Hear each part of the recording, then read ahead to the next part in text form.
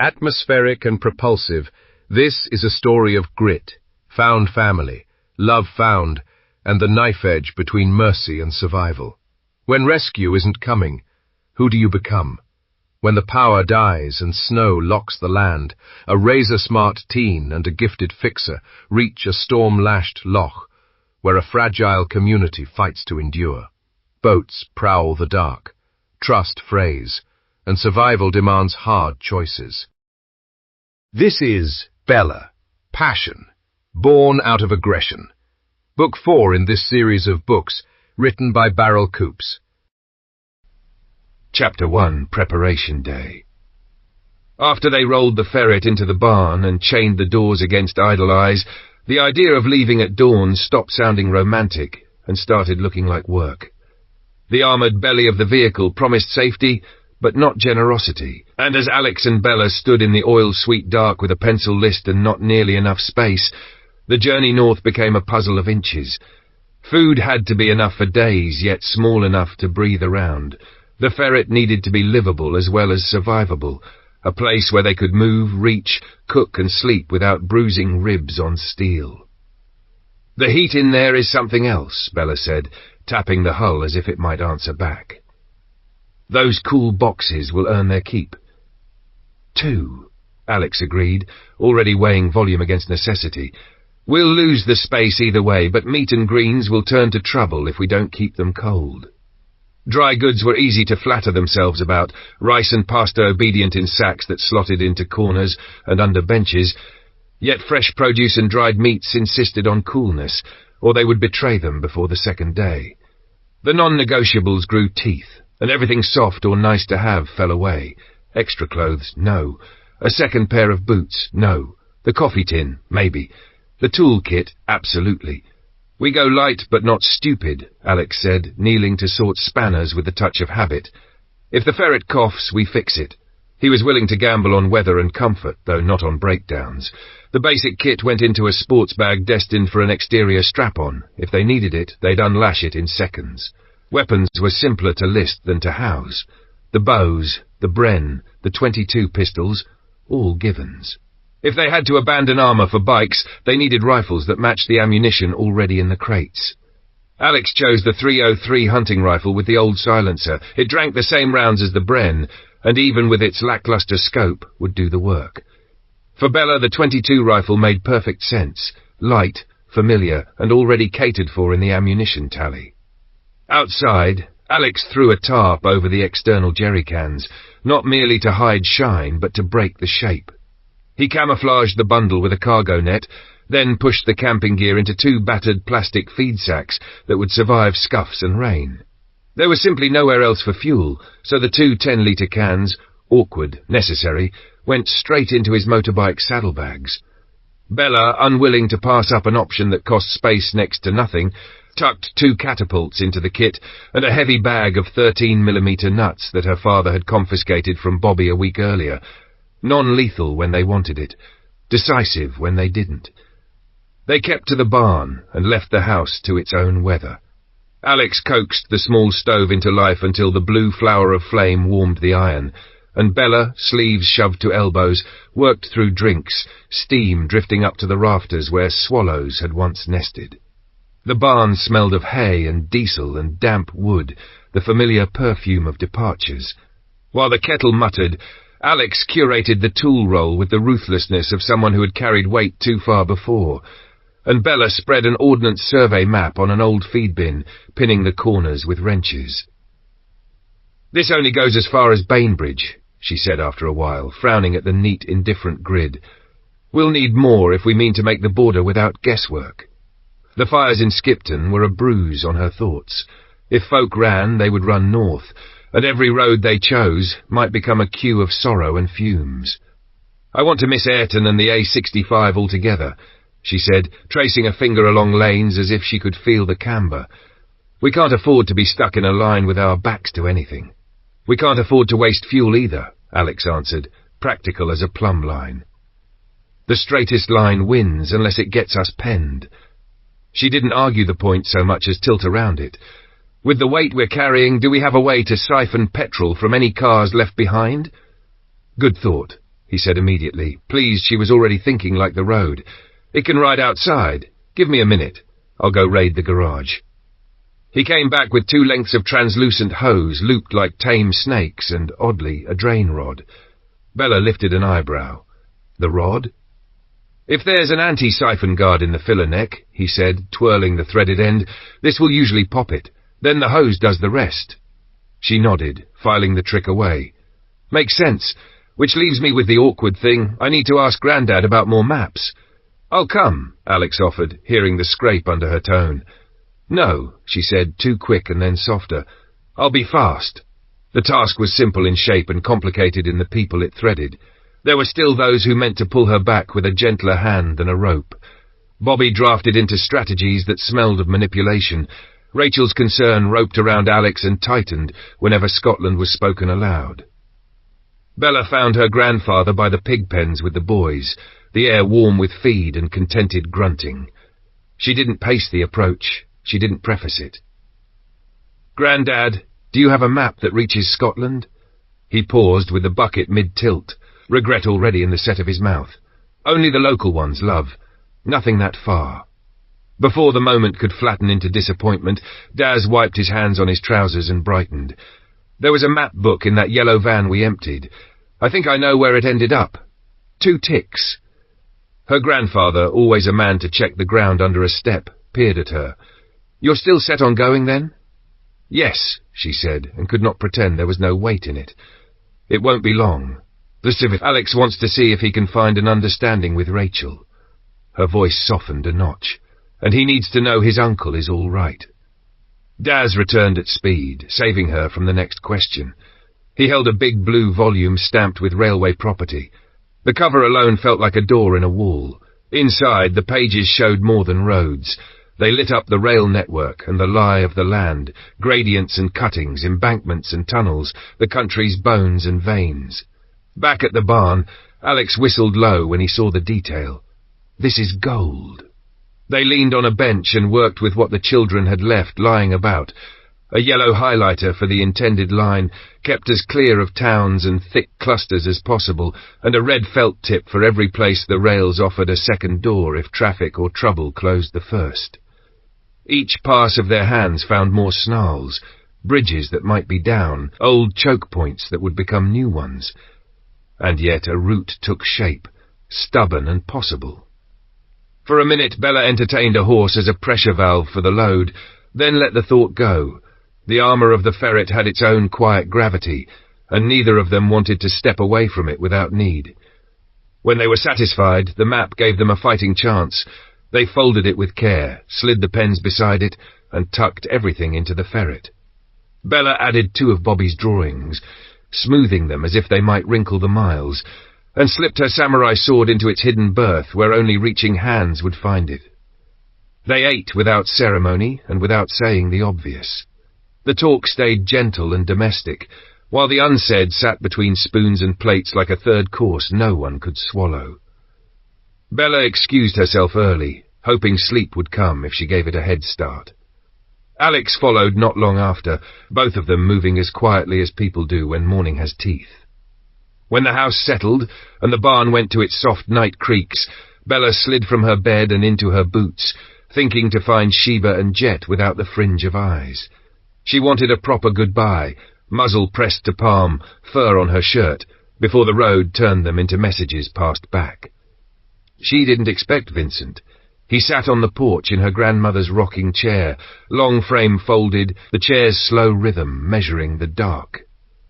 The night was clear enough to sting, stars scattered in a cold spill across the roof of the world. "What has you out here?" she asked, lowering her voice to fit the hour. "Nights like this won't be slept through," he said, not taking his eyes from the sky. "You look up, and it puts you in your place. Small against it, and somehow steadier for knowing it. What about you?" "I'm saying my goodbyes," she admitted after a breath. "Jet will sulk, and Sheba. She won't understand why I vanish between one feeding and the next." "I'll see to them," Vincent said, easing the worry off her shoulders with the warmth of his voice. "Your father and Jet will keep to a truce. He's not got harm in him." Bella's laugh was a quiet ripple. Hard to argue with that. "Before I forget," he said, reaching into his pocket, "I meant to give you this earlier, but we kept missing each other." He placed an old compass in her palm, the brass warmed by his hand. The lid clicked open to a needle that steadied like a breath finding its rhythm. "My father gave it to me when I joined up," Vincent said, and for a heartbeat the porch held a younger man in a different uniform. "He said it would bring me home if I let it. It did. Let it do the same for you." "Thank you," she whispered, the words thin against the size of the gift. "I don't know how to." "You don't have to," he said, smiling in the dim. "Go on, say your farewells, and then get some rest. You'll want all your wits when the road starts talking back." She closed her fingers around the compass until she could feel the circle of it, then stepped into the dark where Sheba's shadow uncurled and Jet's ears pricked, the night full of the soft sounds of things that mattered. Chapter 2. Slow Going. Dawn arrived with a hush that felt like rehearsal rather than beginning, the kind of light that slips in by degrees and asks you not to look it directly in the eye. They had meant to leave without fanfare, wheels turning as the horizon paled, yet Grandad had already anticipated their stealth. Before the sky admitted colour, he was moving about the kitchen with the quiet efficiency of habit, steam curling from mugs, a warm breakfast coaxed from scant supplies, as if heat and care could be packed like rations.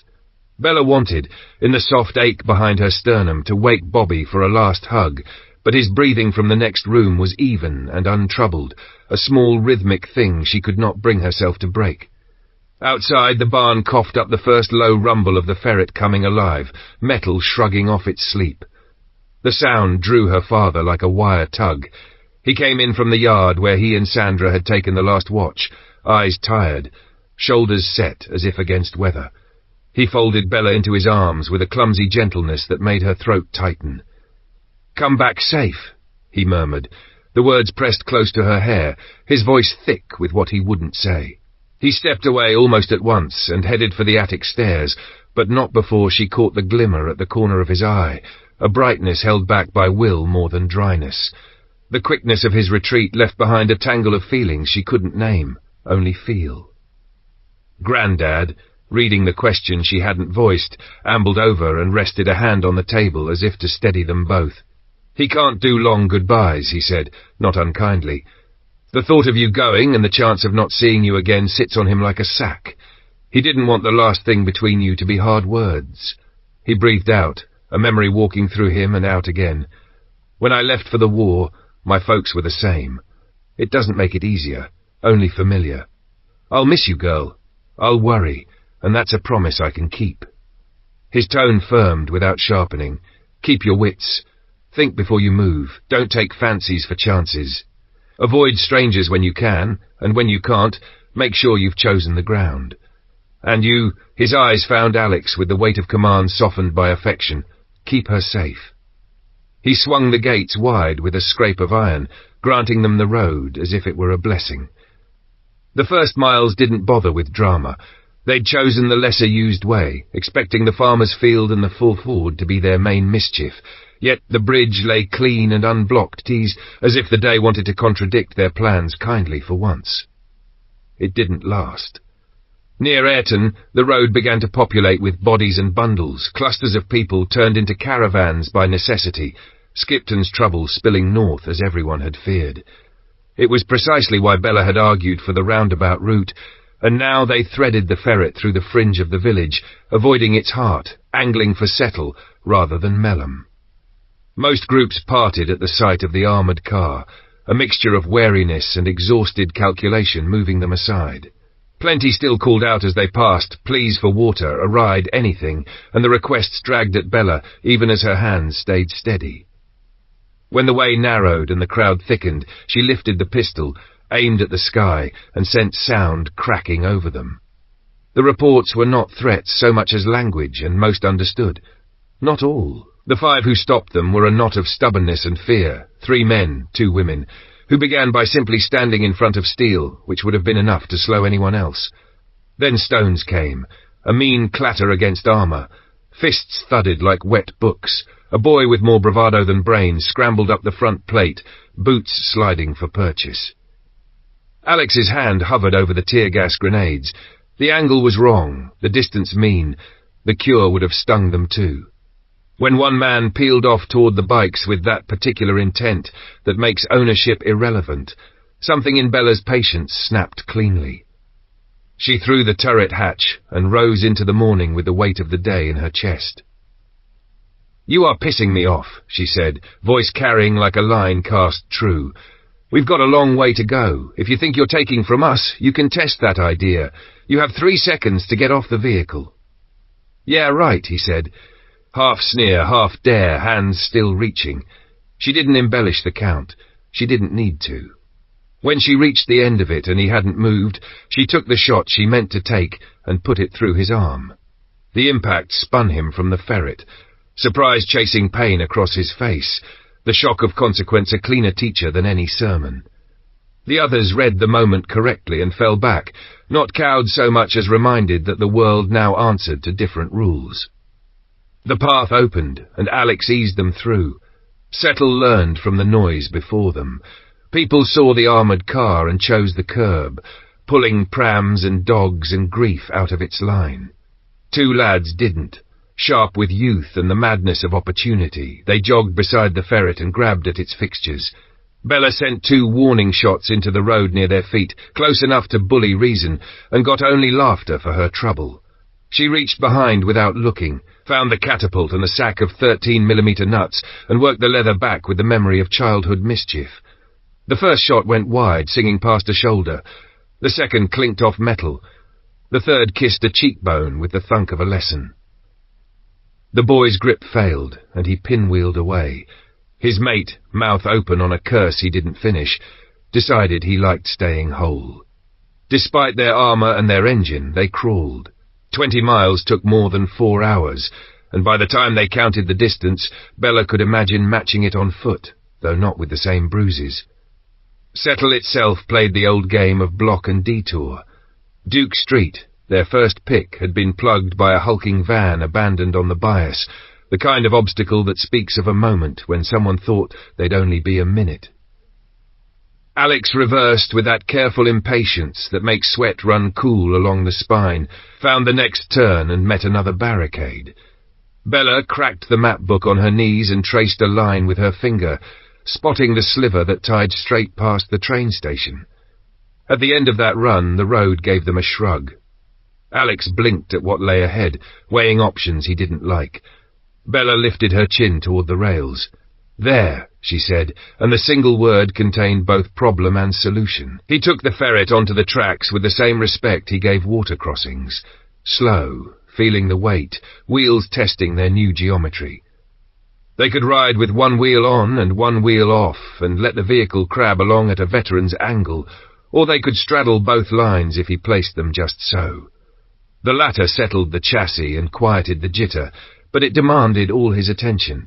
One wrong lean and a wheel would bite where it shouldn't. The gain was immediate, and for the first time that day, felt like grace. Tracks meant no crowds, no pleas, no hands outstretched in the rearview mirror like accusations. The country opened into itself, the sky bigger, the wind a true thing rather than breath on the glass. Past Sellside, they found a raised pocket of ground where the rails widened their shoulders, a small ledge of privacy in a day that had offered none. "Let's stop a minute," Alex said, the decision as much in his shoulders as his voice. "Stretch, check her over." Bella agreed without pretending she wasn't grateful. She pulled out provisions, something warm, something sweet enough to reset the mouth, and Alex went around the ferret with a mechanic's litany, palm to metal, ear to rattle, eyes mapping straps, nets, and the scuffed dignity of their disguise. Everything that should have been tight was tight. Everything that should have been there was there.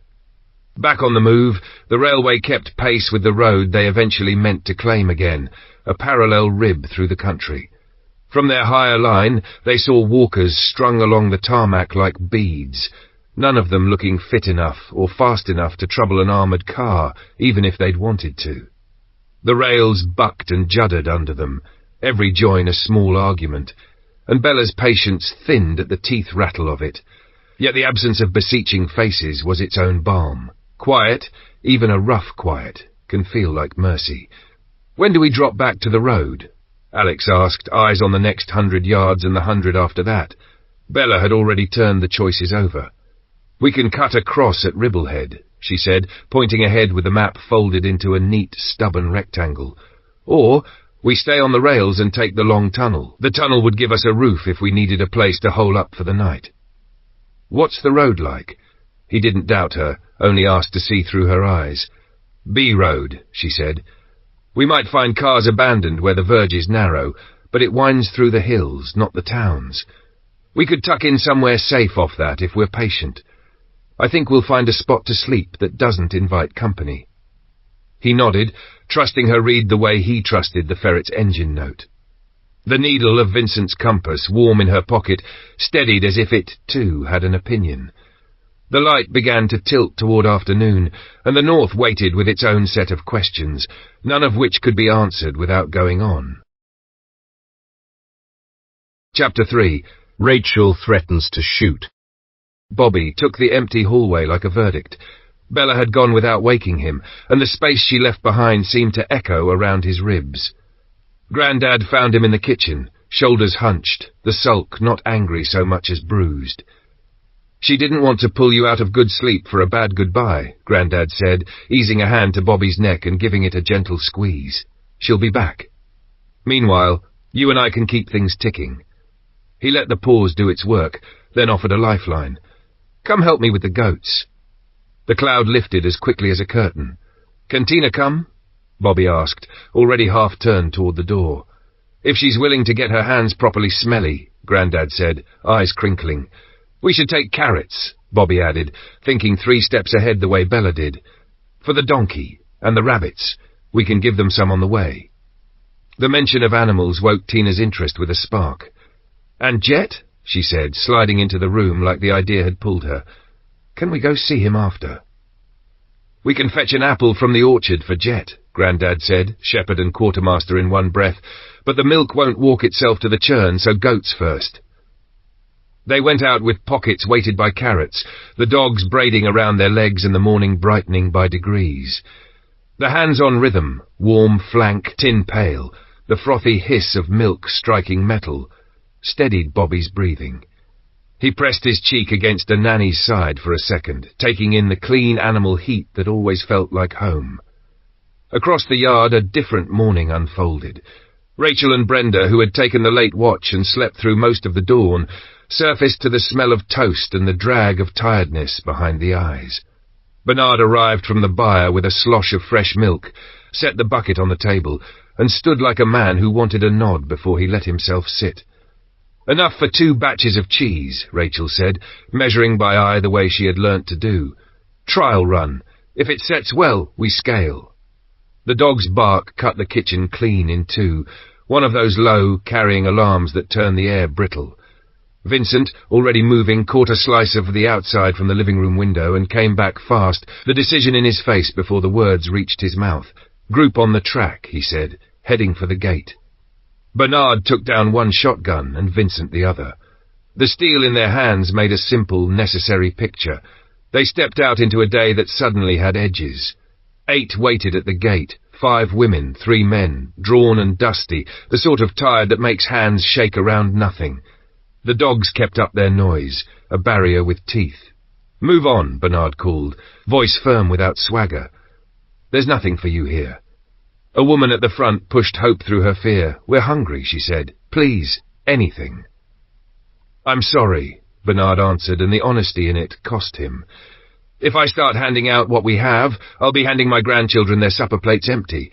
I can't do that." "We've been walking for days," she tried again, the plea not performance, but the last card in a losing hand. "My answer's the same," he said, not raising his voice, only setting it. "We look after our own. There's nothing here for you. Move on." The barking swelled, a drum under the talk. Rachel stepped out behind the men, a different temperature in her set and in the line of her mouth. She moved to Vincent's side, palm up. "Give me the shotgun," she said. When he hesitated, she held his gaze. He passed it over. "Put a few pellets into the ground near them and they'll get the message," Vincent started, but Rachel had already brought the barrel up. Not skyward, not theatrical, simply and terribly level at the chest of the woman who had spoken. The world narrowed. Even Vincent, who had heard the clack of safeties in worse places, felt the question land. Would she? The woman's courage bled out of her face in a single breath. She took one step back, then another, and the rest of the group followed like swallows wheeling. The gate held, the line held, and the road decided for them. When the dust began to settle, Bernard turned, the aftertaste of the moment rough on his tongue. What in heaven's name was that? Rachel let out the breath she'd been holding and offered the shotgun back to Vincent. Channeled my inner Bella, she said, a crooked grin shaping itself because the alternative was shaking. Vincent and Bernard traded a look that climbed from shock to a baffled huff of laughter. The absurdity of it banged against the fear and made both easier to swallow. Inside, with the guns racked and the kettle thinking about boiling, the bravado cracked to let through something tenderer. Brenda watched Rachel lean her palms on the table, head down, shoulders tight. That wasn't like you, Brenda said, not accusing, only trying to catch up. What pushed you there? Rachel straightened and found her words, tasting each before she let it go.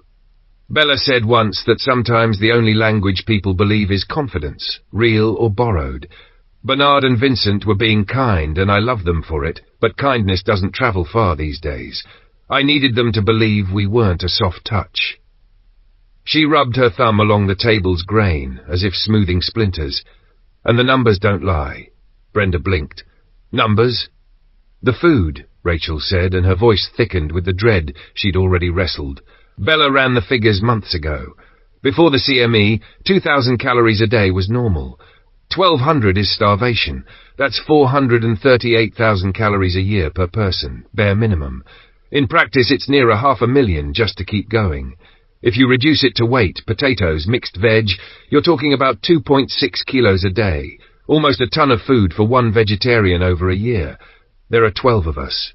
Do the math. Brenda tried. Her mouth formed, then closed. 12 tons, she managed, sounding like she was saying a myth rather than an answer. Eggs and cheese help, meat and milk help, flour, fruit, everything we can grow or make takes the edge off, Rachel said. But it doesn't transform the mountain into a molehill. We might look like we have plenty from the outside. We don't. If we start giving out food, we're advertising surplus we don't have, and it will pull more people than we can count. It's not just generosity, it's a beacon. Brenda's brow knit. Why not let Bernard and Vincent handle the gates then, if it must be hard? Because their version of hard is decent, Rachel said softly. And decent reads as maybe if you're desperate enough. We've already had the man in black sniffing around and the bloke who put his hands on you. Word gets out that this yard answers to pleading, and we won't see the end of hopeful souls. Today I needed the story to be different. Brenda's mouth tilted, reluctant respect mixing with unease. So making cheese is us doing the right thing? It's us squeezing every drop, Rachel said, finding her balance again. I used to turn my nose up at potato skins. Bella and her granddad made me eat my words and my peelings. There's good in the bits we used to throw away. We don't waste now. It hurts to send people off hungry. If we hadn't met Bella and Alex, we might be at someone else's gate with our hands out. We've been given a chance to stand up a working larder. We can't squander it because the day asks us to feel sorry.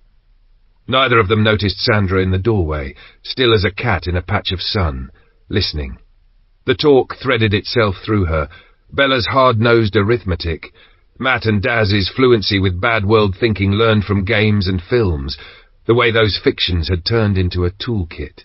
She saw how Daz, without Bella, might have ended up under someone else's muzzle, begging bread. She did not like the picture of Rachel with a gun and a flat voice, but she understood the shape of it, and understanding sometimes sits heavier than dislike. In the yard, Bobby and Tina finished with the goats, fingers wrinkled with warm milk, pockets lighter of carrots. They paused by the donkey and the rabbits as promised, offering small sweet things to busy mouths, promises kept in miniature. When the pails were stowed and the churn began its slow, purposeful work, Grandad nodded toward the orchard. Now we can go see Jet, he said, and Bobby broke into a run that felt like forgiveness. Tina keeping pace. The day inside the gate knitted back together by chores and children and the reliable joy of a horse crunching an apple from your hand. Chapter 4. Barricades. They took 5 minutes for a bite and a drink, leaning against the ferret, while the afternoon laid itself thin over the fells. The pause worked its way into their bones just enough for Alex to hear the machine again, not as noise but as a conversation. "I'd rather get back to the road," he said, eyes on the tyres where rail burrs had powdered the rubber. "We're snagging on the rails now and then.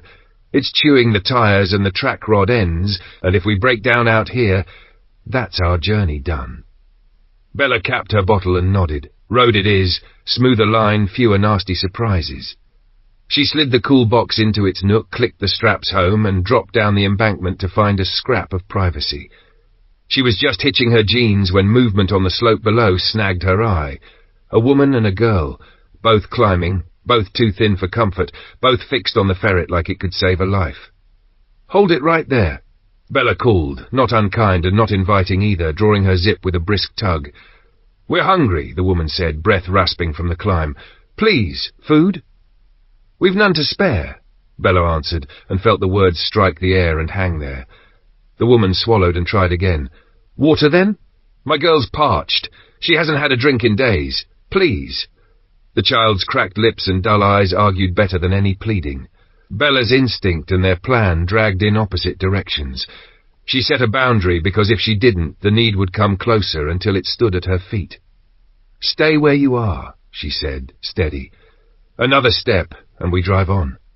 She climbed back up to the hatch and reached for the bottle she'd saved for herself. Alex, seeing the detour from the corner of his eye, frowned. "Why help them?" he murmured. "Because thirsty people talk," she murmured back. "And because I can't look at that kid and pretend I didn't see her. Go forward, pistol ready, just in case this is theatre." Bella returned to the pair and passed the bottle without flourish. The woman's hands shook as she cracked the cap and held it to the girl's mouth. The first swallow was almost a sob. "Where did you come from?" Bella asked, not wasting the moment. "Skipton," the woman said, and the name cracked in her mouth. "It's burning. So many gone. The flames will take care of the bodies." Her voice wavered at what she'd made herself say. "In Ayrton and Settle, they told us to keep moving. Shouted it, some of them. My husband died last night. I don't know what to do." "I'm sorry," Bella said, and meant it. She kept the rails in her voice for both their sakes. "We can't do more. We have to make our destination on time." A lie dressed as logistics was kinder than the blunt truth that help here made failure there. "We have to go. I hope you find somewhere safe." She climbed in beside Alex and shut the hatch on the girl's small, fierce sips. They had talked this through before they ever left the yard. The road would be full of need. They could acknowledge it or arrive. They could not do both. At Ribblehead they left the rails by way of a rutted trail just short of the station and eased onto the tarmac, turning right to angle for the A684. A couple of miles later 2 bodies lay on the verge, sleeping the sleep that does not end. They didn't stop. The day was thinning, and they still needed ground, then height and cover to sleep behind steel rather than under it. Houses began to gather like thoughts at the edge of a village, so they peeled left toward the A684, and once they'd passed the last cottage, the land opened its palms. Miles of fell and sky, stone walls like stitches. Bella hopped down to swing a gate, and they nose-dived off-road, working their way to a shoulder of ground far enough from the carriageway to hide them, and high enough to watch the world. From the muddle of camping kit, Alex dragged a tarp and rigged a lean-to against the ferret's flank. Knots neat, lines quick. With dusk folding itself into the hollows, they put rice on the little gas stove, measuring the fuel against the future, 3, 4 meals left at best. The steam carried a smell that made the day feel human again. When the light went thin as onion skin, Bella zipped herself into a sleeping bag curled along the vehicle's warm side. Alex climbed into the turret for first watch, face to the wind, eyes teaching themselves the shapes of this new dark. Around midnight he touched her shoulder and traded places, his weight sliding out of the harnessed vigilance into the mute, boned sleep of someone who knows the other is listening. Bella did not sleep. The hush pressed its palm against her ear until it had weight. Every fence post was a figure until it wasn't. Every stir in the grass became, and then unbecome a footstep. She kept the bren quiet but ready, and let the night pass across her like weather. At first grey she woke Alex with a soft word and went about making morning from nothing. She gathered dry twigs and the grey cakes of cow dung she had learnt to prize last summer under Grandad's eye and coaxed a small, obedient fire into being. They poured heat into their hands and mouths with a hot drink, toasted slices of Rachel's bread until they wore the right kind of scorch, then killed the flame rock-solid dead and stamped her ashes into anonymity. The road waited, and they went. They'd barely put a mile behind them when the day threw its first structure in their path, a roadblock set just shy of a farmhouse. No one was in sight, which did not mean no one was watching. Alex eased forward. Bella slid into the turret and laid hands on the bren. The block was an old trailer. Alex set the ferret's nose to it and shouldered it aside as cleanly as moving a stubborn ewe. That was when the farmhouse spat out 3 men with shotguns, boots slapping cobble, faces set hard with fear. Alex didn't wait to see how close they fancied getting. 2 tear gas grenades arced and bounced, hissing into bitter cloud, and Bella stitched a loud, deliberate line of bullets over their heads, noise and light to reset decisions. "Guns down," Alex called, voice amplified by steel. "Next shots won't be high. We don't want trouble. We want to pass. Don't die on your own doorstep." The men hesitated, coughing, eyes watering, and then laid the shotguns against a wall that had seen worse storms. Alex let the ferret roll to a halt at a distance that kept everyone honest. "Don't try anything clever," he said. "As are we." The eldest wheezed, lifting a hand to say he'd heard, not to plead. "Defending our farm." "We get it," Alex said, letting some of the iron warm. "Ours is nearby too. We're heading north to fetch someone back. No interest in your stores." "Gangs out of the towns," the man got out between coughs. "Keep coming for what we have. What do you really want?" "Nothing," Bella cut in, tired of the dance. "Haven't you clocked that?" "Can we get out of this damn gas?" he managed, voice raw.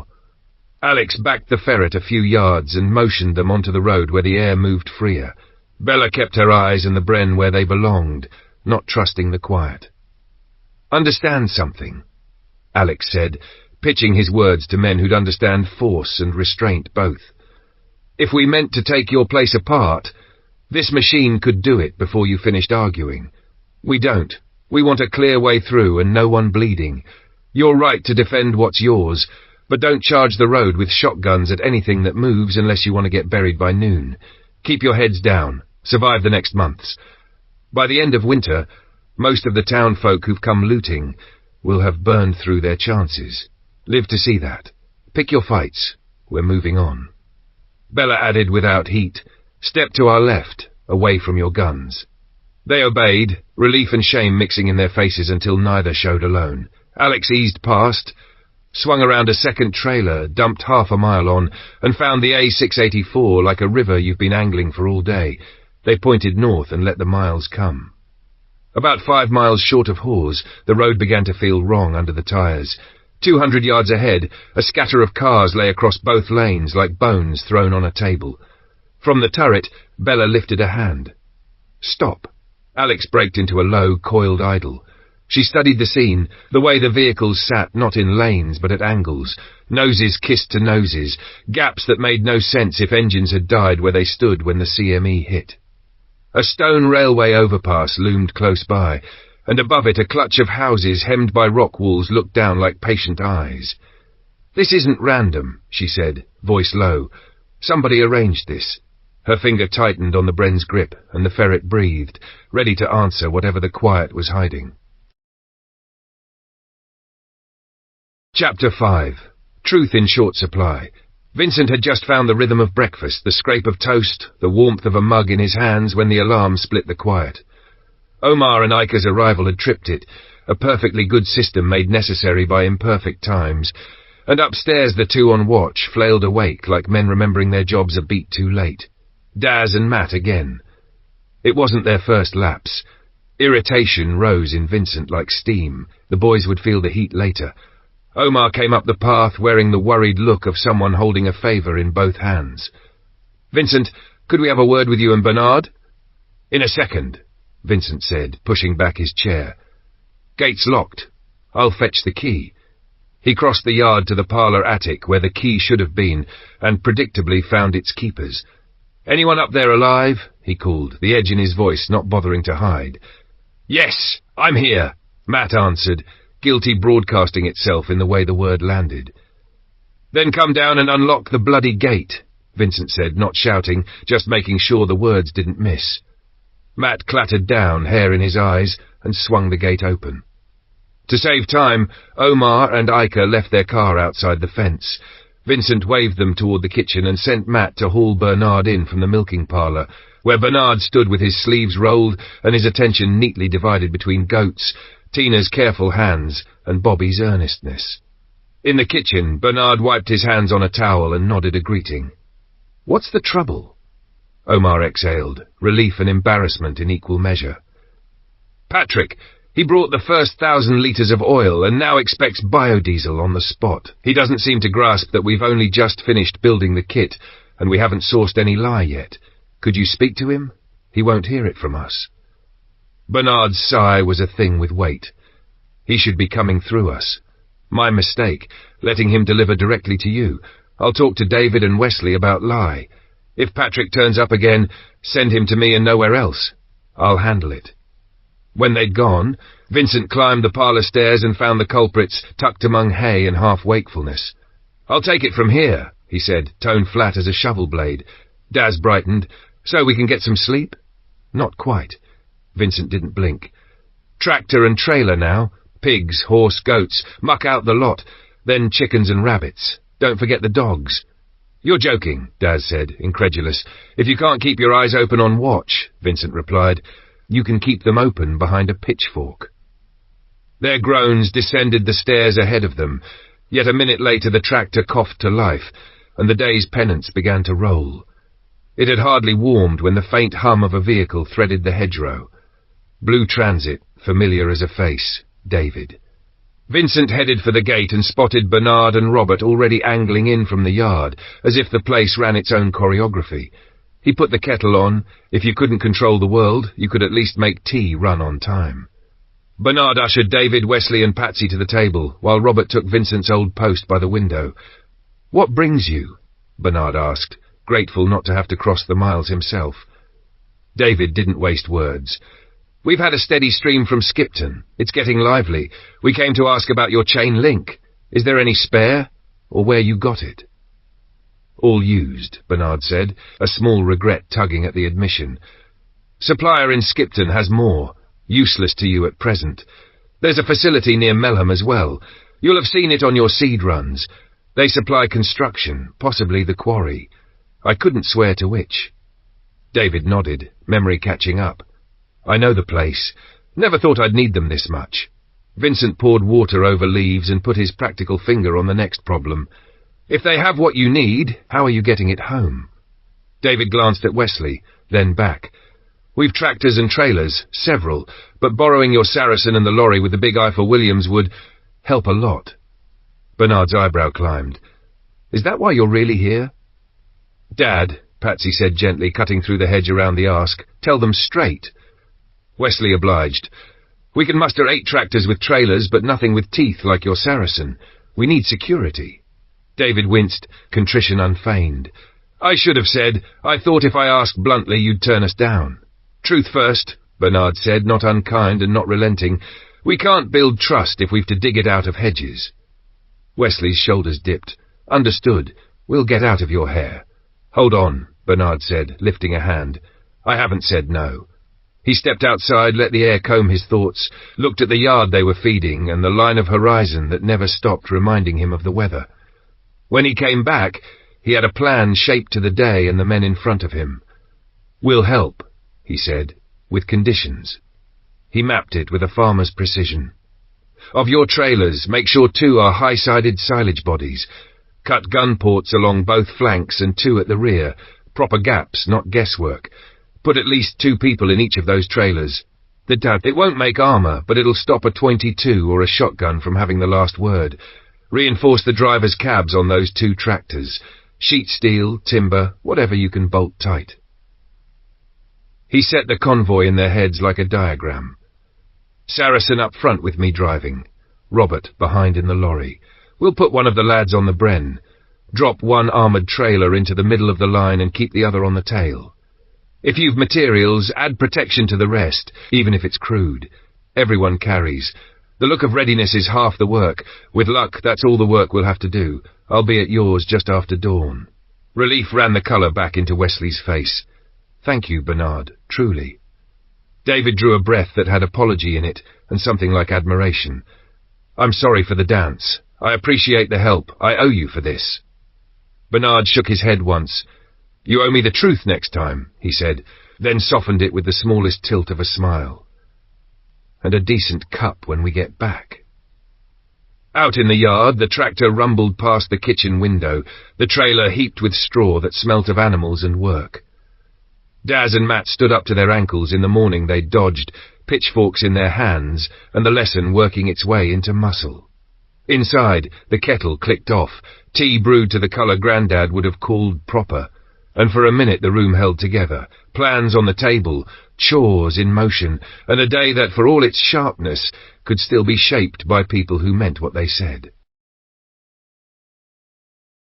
Chapter 6. Ambush. Alex eased the ferret into a careful rolling reverse, nudging a timber gate with the vehicle's shoulder until the latch gave and the field opened its green mouth to them. He took the slope steadily, letting the gradient lift them above the hedges and walls, and from that higher seam of land the view unspooled. Road, bridge, the thin black thread of tarmac stitched through pasture. Figures stood on the bridge, small as pins and just as sharp. He didn't like being under eyes he couldn't read. He backed down, closed the gate with the nose of the ferret, and slipped right at the lane, then left again onto a narrow, serpentine road that worked its way between dry stone walls and banks tufted with late grass. He would keep to it until it stopped being useful. If it turned into a trap or a farmyard, he would simply stop and think again. At the crest of a long, clean rise they found a place the land offered freely, enough height to see, enough verge to tuck in.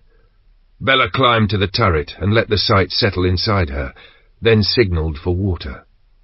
They drank, the paws cooling more than their mouths, and folded the map across the bonnet. The thread of their current path was thinner than comfort, but true enough. Better, the stop let them spot a turn they might have missed on the move, a dogleg by Pendragon Castle that would slide them past Nateby. The castle itself barely registered as a tumble of history, but the road that followed it ran sounder than either of them had expected. Harder shoulders, fewer brakes, a quiet that felt like permission. They made poor time by any normal measure, though time had lost its old shape. They wanted nothing to do with the A66 until they had Appleby at their backs, so they let the lesser lanes carry them along, meeting obstacles as they came. Abandoned cars and vans had been flung at angles by panic and stalled by fate, yet the ferret's mass and gearing turned most of those problems into chores. Shove, pivot, shoulder through, the clank and grunt of steel making its own path where prudence said there was none.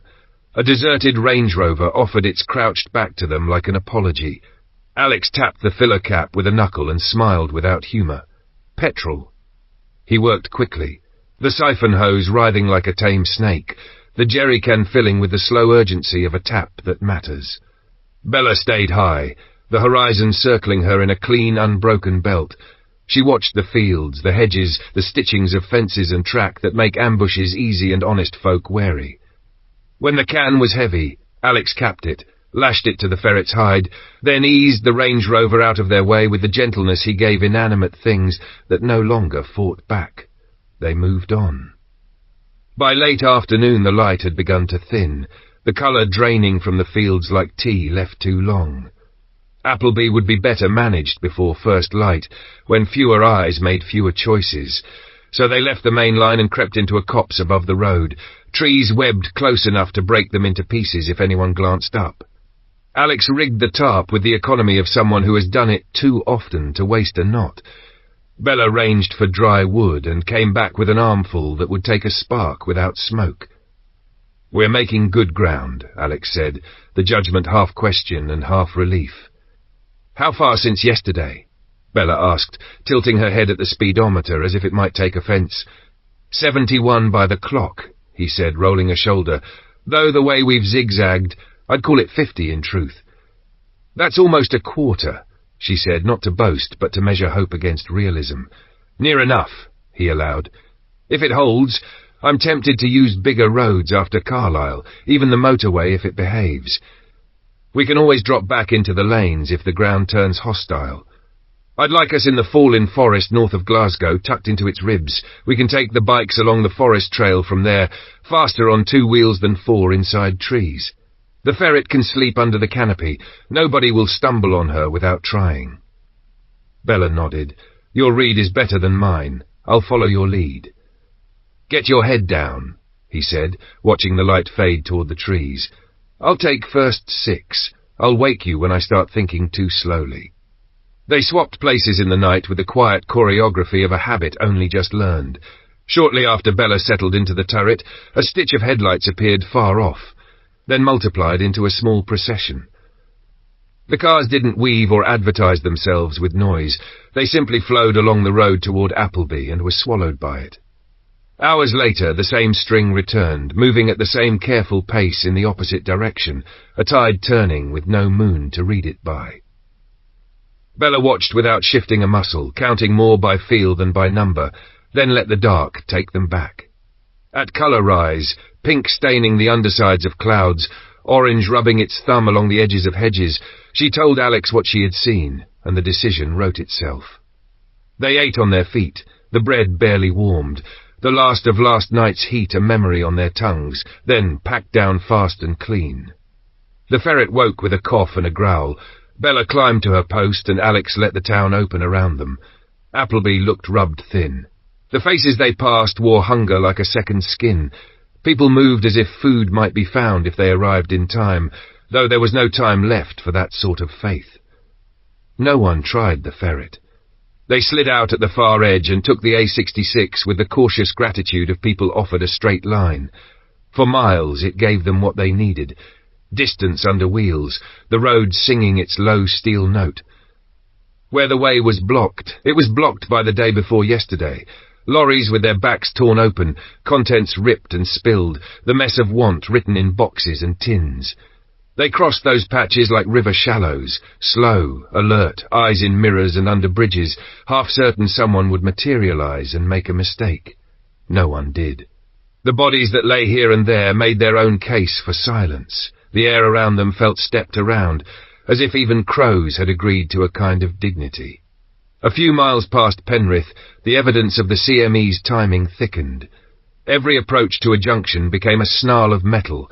The motorway feeders looked like arteries clotted by a single bad moment.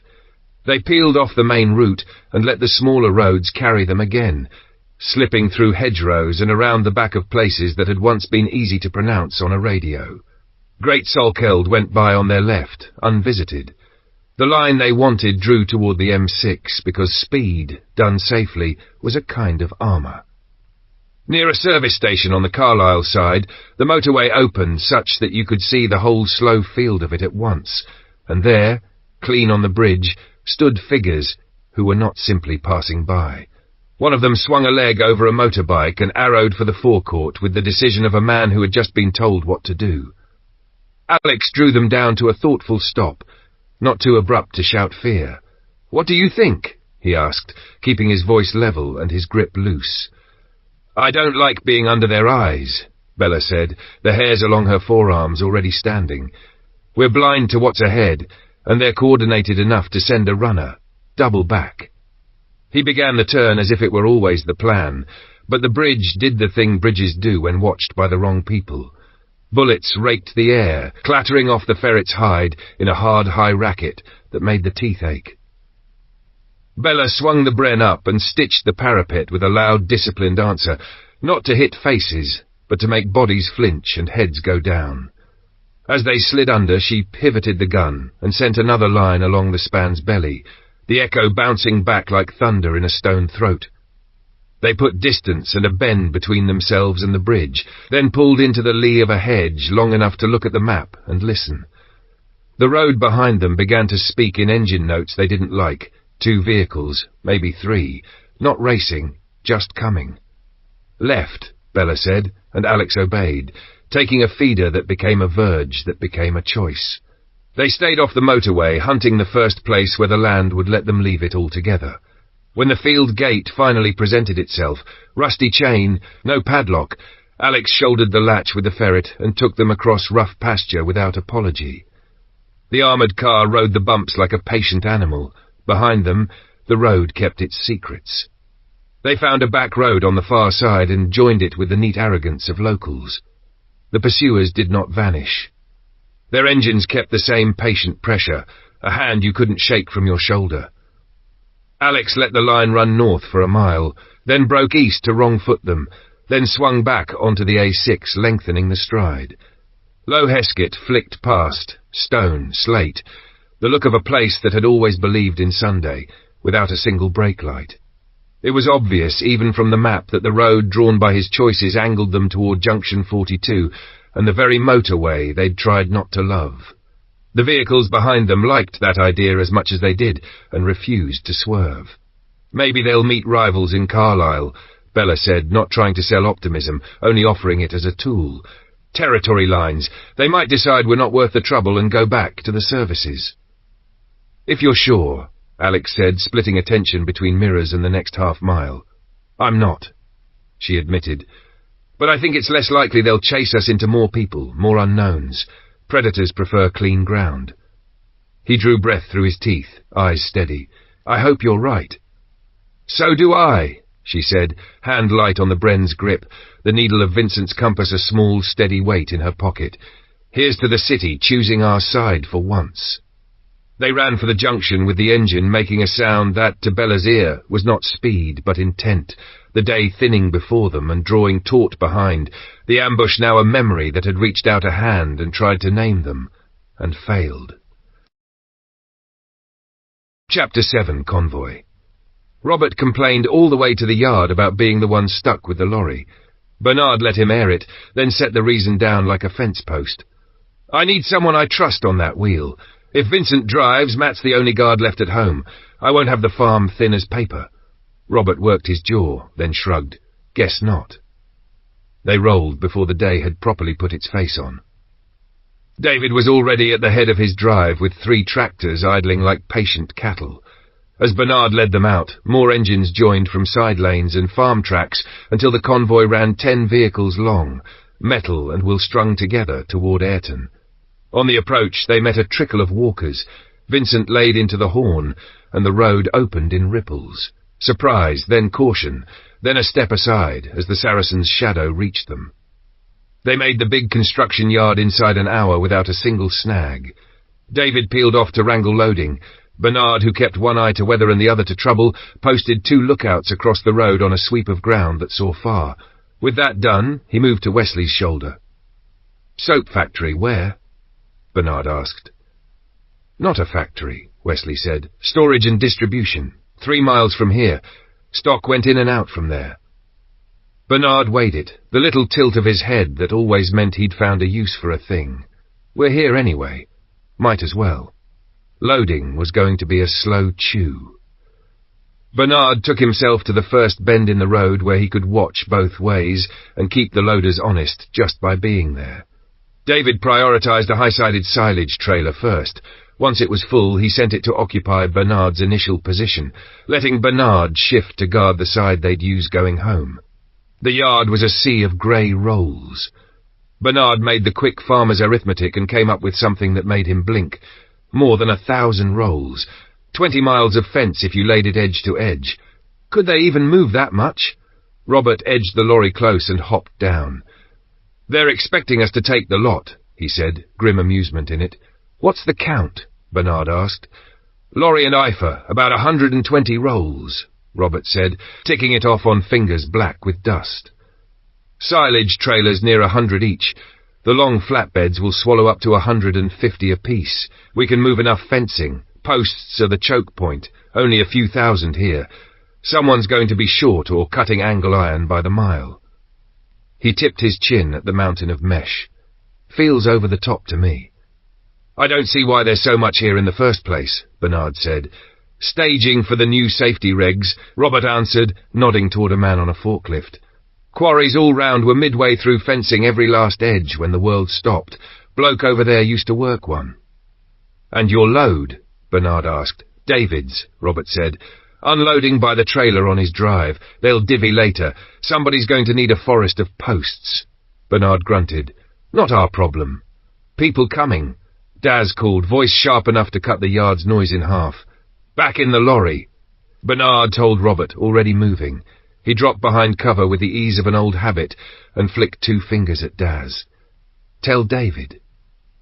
Daz loped off, rifle tucked along his arm. "Group up the road from Ayrton," he told David. "Looks like 2 families, 5 adults, 3 kids." David lifted his voice for the yard. "Visitors. Don't shoot unless you have to." He and Frank went forward while the rest stayed where a good line of fire and a better line of sense kept them.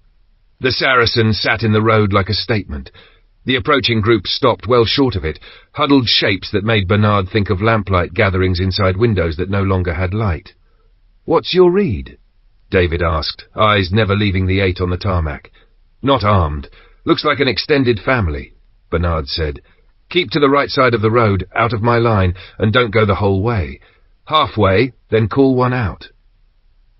David did exactly that. Steps measured to the verge, Frank a steady shadow at his back. He lifted a hand. "One of you come forward. The rest stay where you are." They murmured among themselves. A woman took 2 steps, retreated on a flinch, then gathered herself and came on. "We just want to pass," she said when she reached him, voice frayed by miles. "We're going to Melham. We don't want any trouble." "You haven't got any we want," David said. "We're collecting fencing. You can go by 2 at a time. We'd like to feel safe as well as you. Each man takes a child." She nodded, relief and worry tight together. Daz sat at the gate, watched the angles. When the first pair stepped off, man with a little hand clamped to his, Daz flicked a palm to wave them through. At the bend by the tractor, he signalled the next 2. It went that way all the way past. Neat, careful, unremarkable, except for the way air seemed to return to people's lungs as they cleared the yard. When the last pair disappeared down the road, David turned back. "All right, back to it." The men on the flatbeds settled into the last fixings, stillages rigged to hold the rolls from slumping and turning trouble on corners. The extra hour felt long and necessary. "Loaded and tight," David told Bernard at last. "Won't shift." "Good," Bernard said. "We'll take that detour for Lie. It's close. Wesley, ride with me. Someone drive your tractor in your stead." Wesley climbed into the Saracen, and they nosed off the main road. At the turn-off, David lifted a hand. "I'll hold here." Bernard took the private lane at a crawl. The warehouse door stood ajar, which he disliked enough to bring the Saracen right inside rather than leave it as a target. "Eyes out," he said to Daz, who took up a guard position at the threshold, rifle balanced and ready. Wesley and Bernard went hunting labels. Black symbols on white, words that made the skin prickle. Corrosive 8, caustic soda, sodium hydroxide. They found the motherlode fast, pallets stacked with 25-kilo tubs. "We only need a fraction," Wesley said. "We need time more," Bernard answered. 10 tubs. We've got the weight to spare." They muscled the drums aboard, strapped them so they'd ride, checked each tie twice. Bernard reversed the Saracen out into daylight and spun her in a neat turn, angling back toward the yard with the satisfaction of a thing done cleanly. Satisfaction didn't last. As they came back onto the road where they'd left the convoy, 2 pickup trucks sat across the way like a badly set trap, men in the backs with guns making the point that didn't need words. David stood between the vehicles and the loaded trailers, hands loose, posture calm, the kind of still that only looks like ease. Bernard felt the shift in the air the way farmers feel rain before it falls. "Right," he said, eyes taking in positions, distances, the shape of the ground. "Let's see if they've come to talk or to be taught." Chapter 8. Making Good Time. The engine felt different under Alex's hands now that he'd pulled the governor's. Quicker on the uptake, more willing to answer when the road opened, though he treated that extra edge like a borrowed tool. Useful, but not to be abused. At the next big junction he glanced across for the confirmation he already trusted. Bella gave a small nod. He took the roundabout against the old order of things, crossed the Crown the wrong way, and slipped onto the southbound ramp while aiming north, a choice born of the hunch that fewer obstacles would collect there. The mangled knot of an accident clogging the true northbound lane proved the hunch right. Once on the motorway, the world widened. Long, clear runs let the ferret stretch. When the carcasses of vehicles narrowed the way, Alex threaded them with the patience of a man who'd learned that hurrying is a kind of arrogance. He stole the hard shoulder when it read safer, always reading ahead. Trading estates stood off to either side, units and signage, loading bays and long roofs, silent as if the day had decided to hold its breath. Junction 44 changed the weather. More dead cars, more people in motion, small groups clustered around lorry backs prized open and gutted. It looked like foraging rather than a fight, hunger organizing itself with whatever orders it could find. Alex drifted from the hard shoulder to the fast lane to give them space and deny anyone a reason to step out. "Behind," Bella said, not loud, only certain. In the mirror, the shape of persistence resolved. The same dogs they thought they'd shaken, nosing their way back onto the scent. Alex fed the engine his calm, asking for everything it would give that wouldn't cost them later, and aimed for the long clean ahead of the junction, where decisions could be made with time rather than panic. The motorway lifted and the city fell away into the broad ribs of country rolling toward Gretna, fields stitched with hedges, the sky a big white sheet with weather folded into it. If any ground would cool pursuit, it should have been this. It didn't. The pressure behind stayed, patient and close. "Bridge," Bella said suddenly. "Stop there." It wasn't bravado. It was the end of the ledger. Running had bought them miles, not a solution. Alex centered the ferret on a steel bridge over the Esk, spun her in a tight, decisive arc to face back into the threat, and took the space he needed. The pursuers came on. Alex lobbed 2 tear gas grenades into their lane, canisters skipping like stones before the white bit and flowered. Bella walked the Bren across the line of the lead vehicle, not to shred flesh but to smash nerve and break aim. Alex, using the rifle like a tool rather than a promise, put shots into radiators and grills, choosing function over theatre. The gas swelled and smudged the picture. They couldn't see what they broke, only heard at least one engine cough into retreat, a gear clunk into reverse, the sound of distance being taken by someone else for once. "Go," Bella said, as much to keep the rhythm as to command it. Alex spun them back to the original heading and let the motorway's long line gather under their wheels again. The bridge fell behind. The world opened. For a while, nothing chased them but thoughts. When they finally pulled off, they chose a place that had no reason for anyone else to visit, a quiet slice of verge miles from any signage that meant town.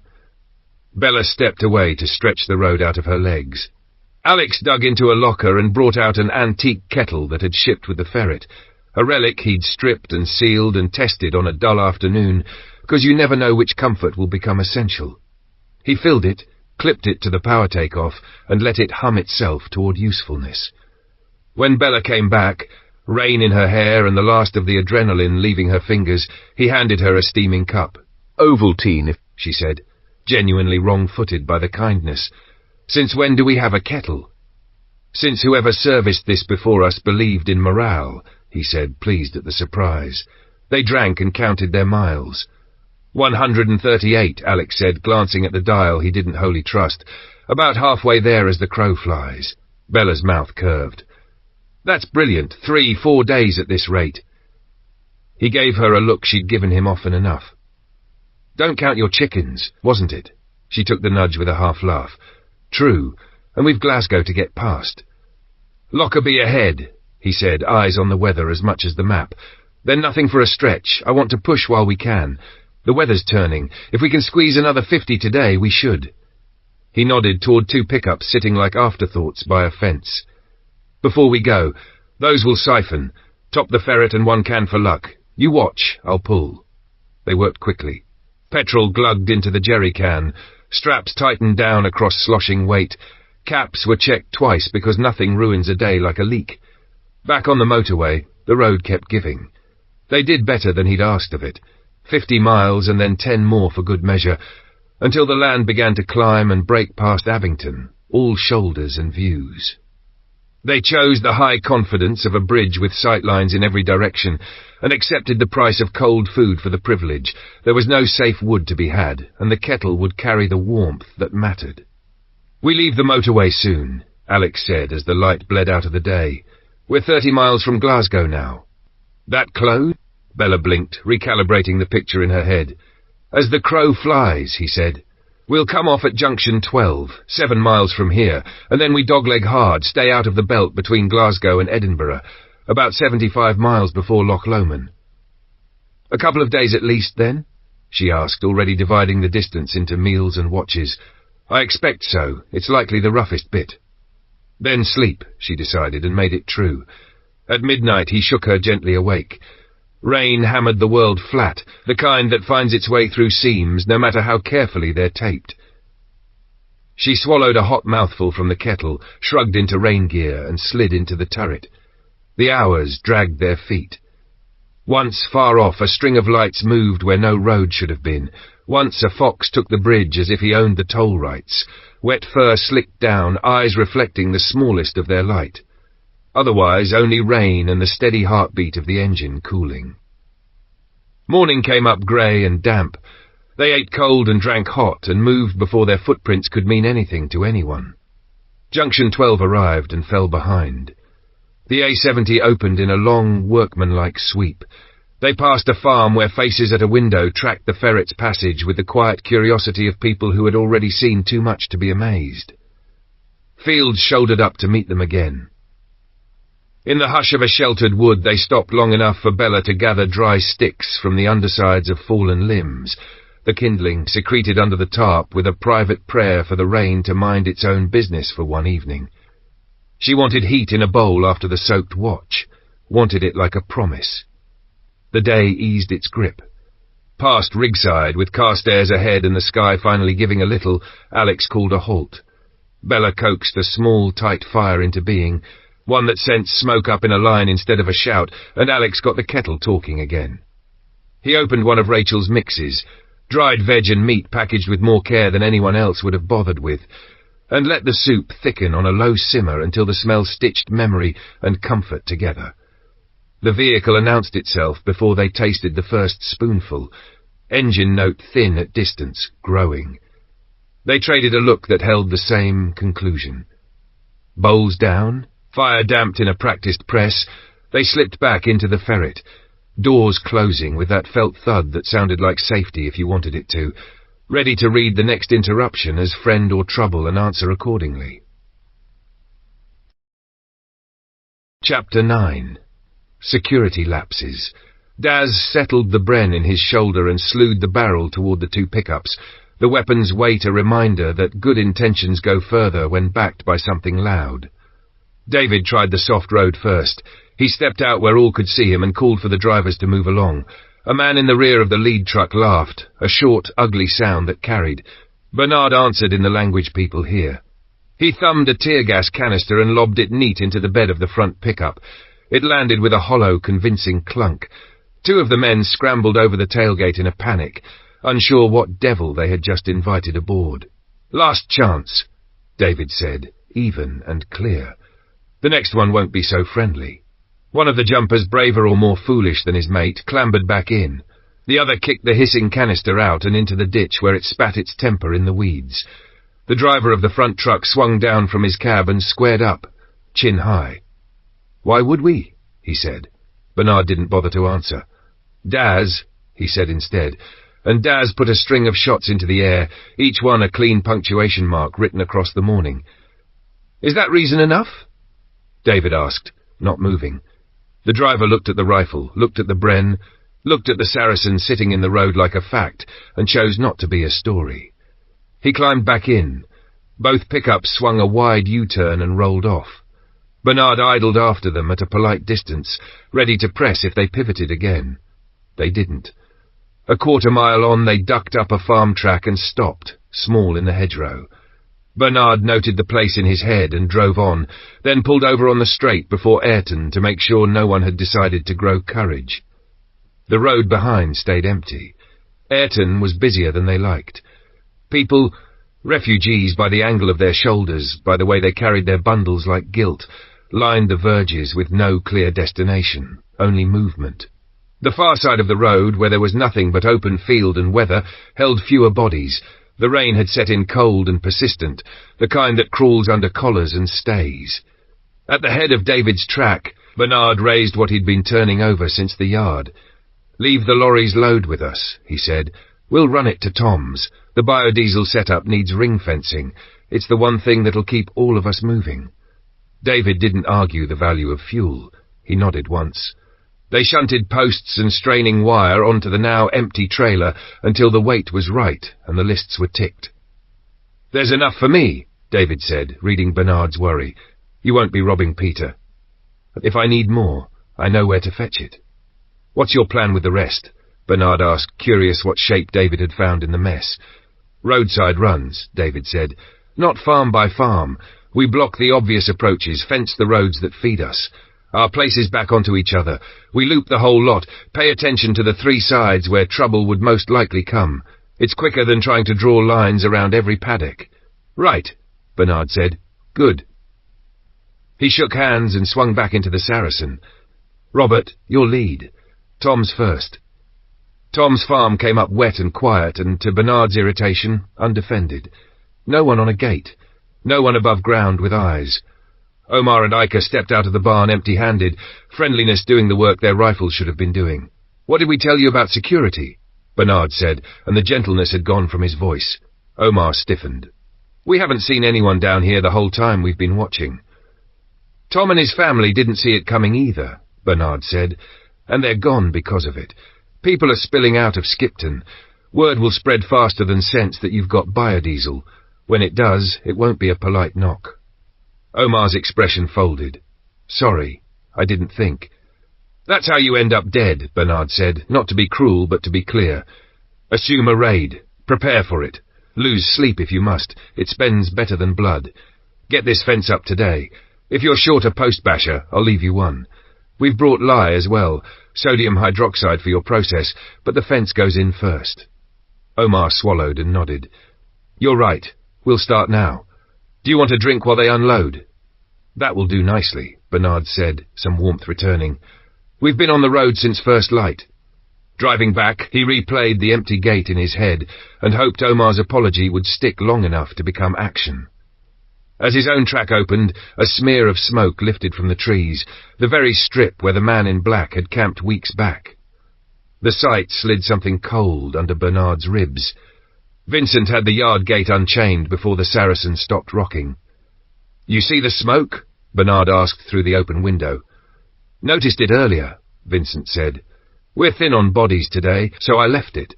Could be one of the Skipton lot passing through." "Let's hope," Bernard said. "I've had my belly full of quarrels." He grimaced with a laugh, and a mouthful of whatever that drink was at Omar's. Inside, the house wrapped itself around him in warm smells. Sandra had the kettle ahead of him. Rachel set a loaf on the counter, crusts crackling as the steam bled off.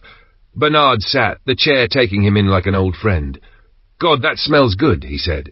Rachel slid over a pat of goat's butter she'd churned herself, the old barn's butter churn earning its keep again thanks to Vincent's rummaging. Brenda came in grinning, hands full of colour, tomatoes and radishes shiny with the greenhouse's damp. She laid them down like treasure. "I'll have to go away more often if this is what greets me," Bernard said, teasing because the relief asked to be disguised. "I can't believe they grew," Brenda said, still astonished by her own success. "First thing I ever sowed. Radishes just happened. The lettuce is almost there." They ate with the quiet that follows a scare, everyone keenly aware of the line between their table and the road outside. Gratitude sat heavy and right in the room. So did the knowledge that there were too many empty tables not so far away. Compassion tugged, persistent as rain, yet the arithmetic did not blink. Sharing would break the stores that needed to see them through not just winter, but all the hard afters. Survival meant ruthlessness with waste and tenderness with planning, meant fences and watches and food that came with roots and seeds built in. Bernard sopped butter with bread and thought of Omar again, the lye stacked on the pallet, the unfixed gate, the fence still on the trailer. Help had been given. Understanding had to catch up. Winter was only the first test.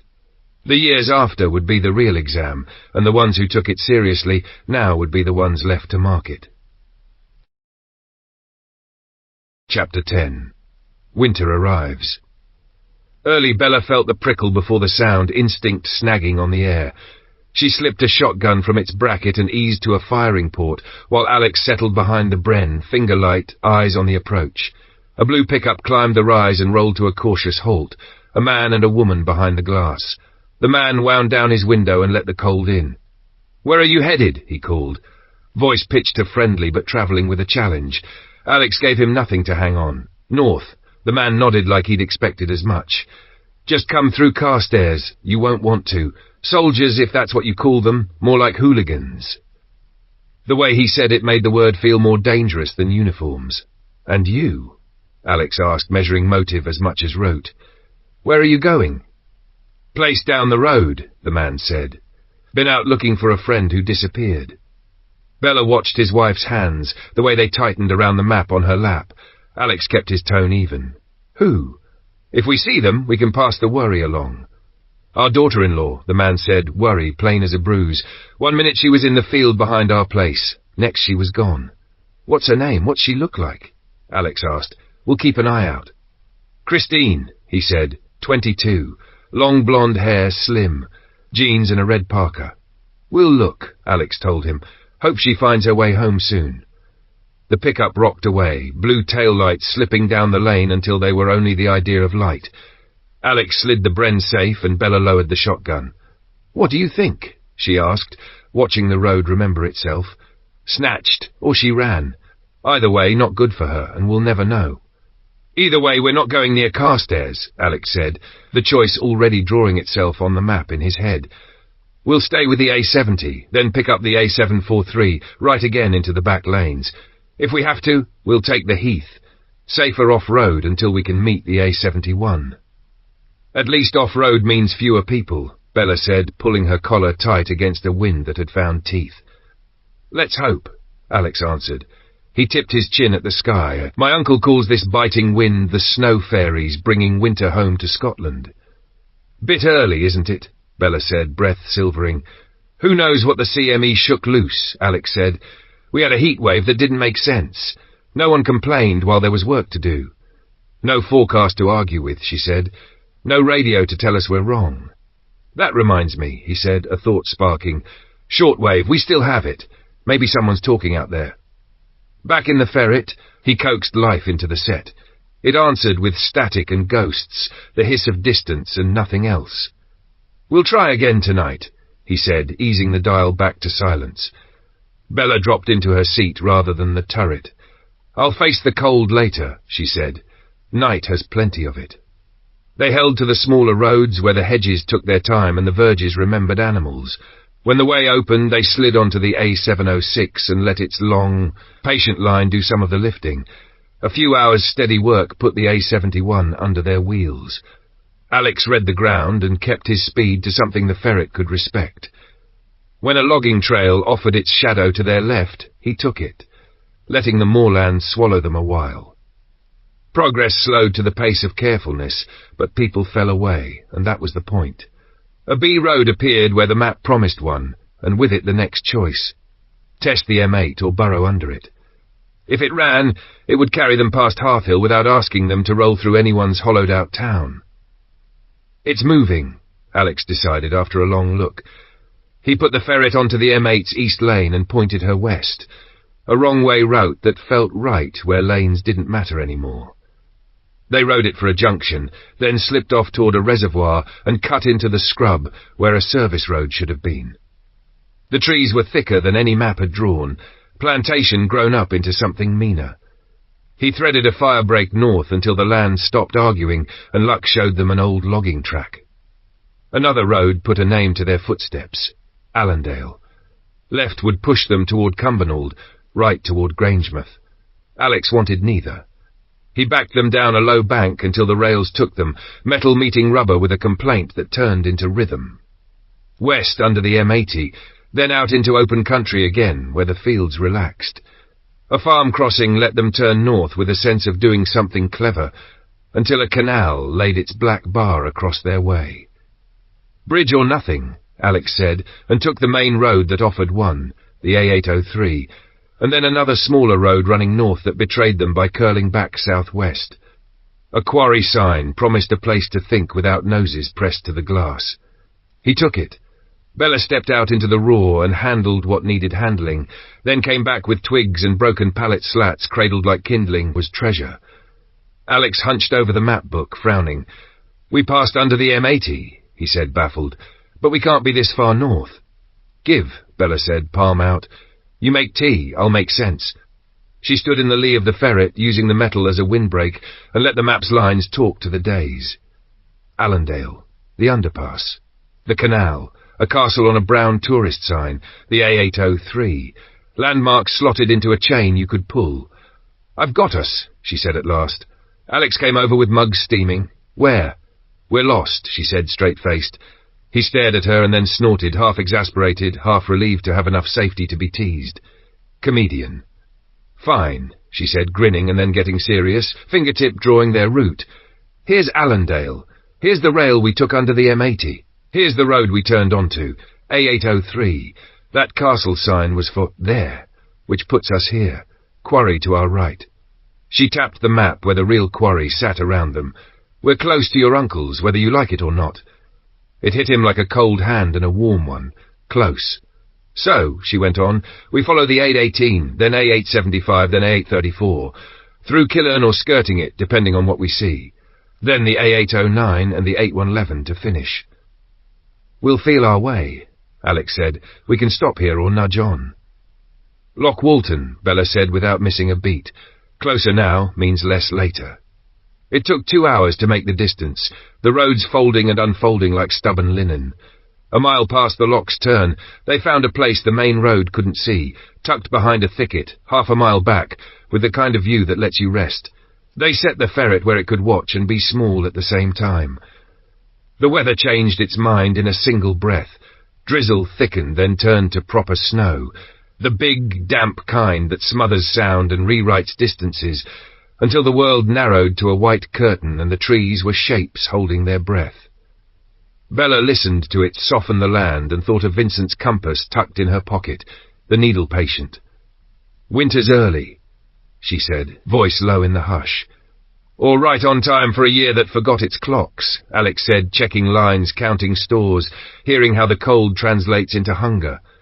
They killed the light and let the kettle do what it could against the freeze. Snow sifted against the ferret's flank, smoothing edges, hiding tracks.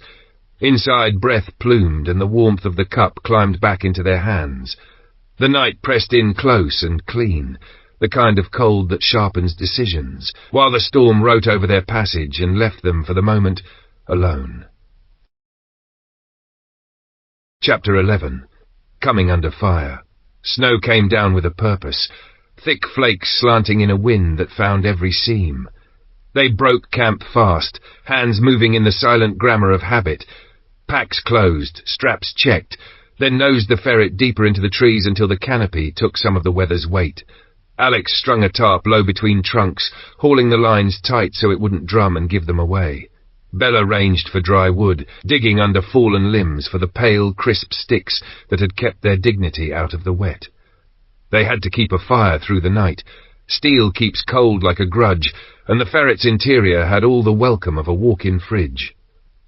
Once the first smoke twisted true and flame licked up, warmth crept back in stages, fingers, faces, the brave skin at the wrist.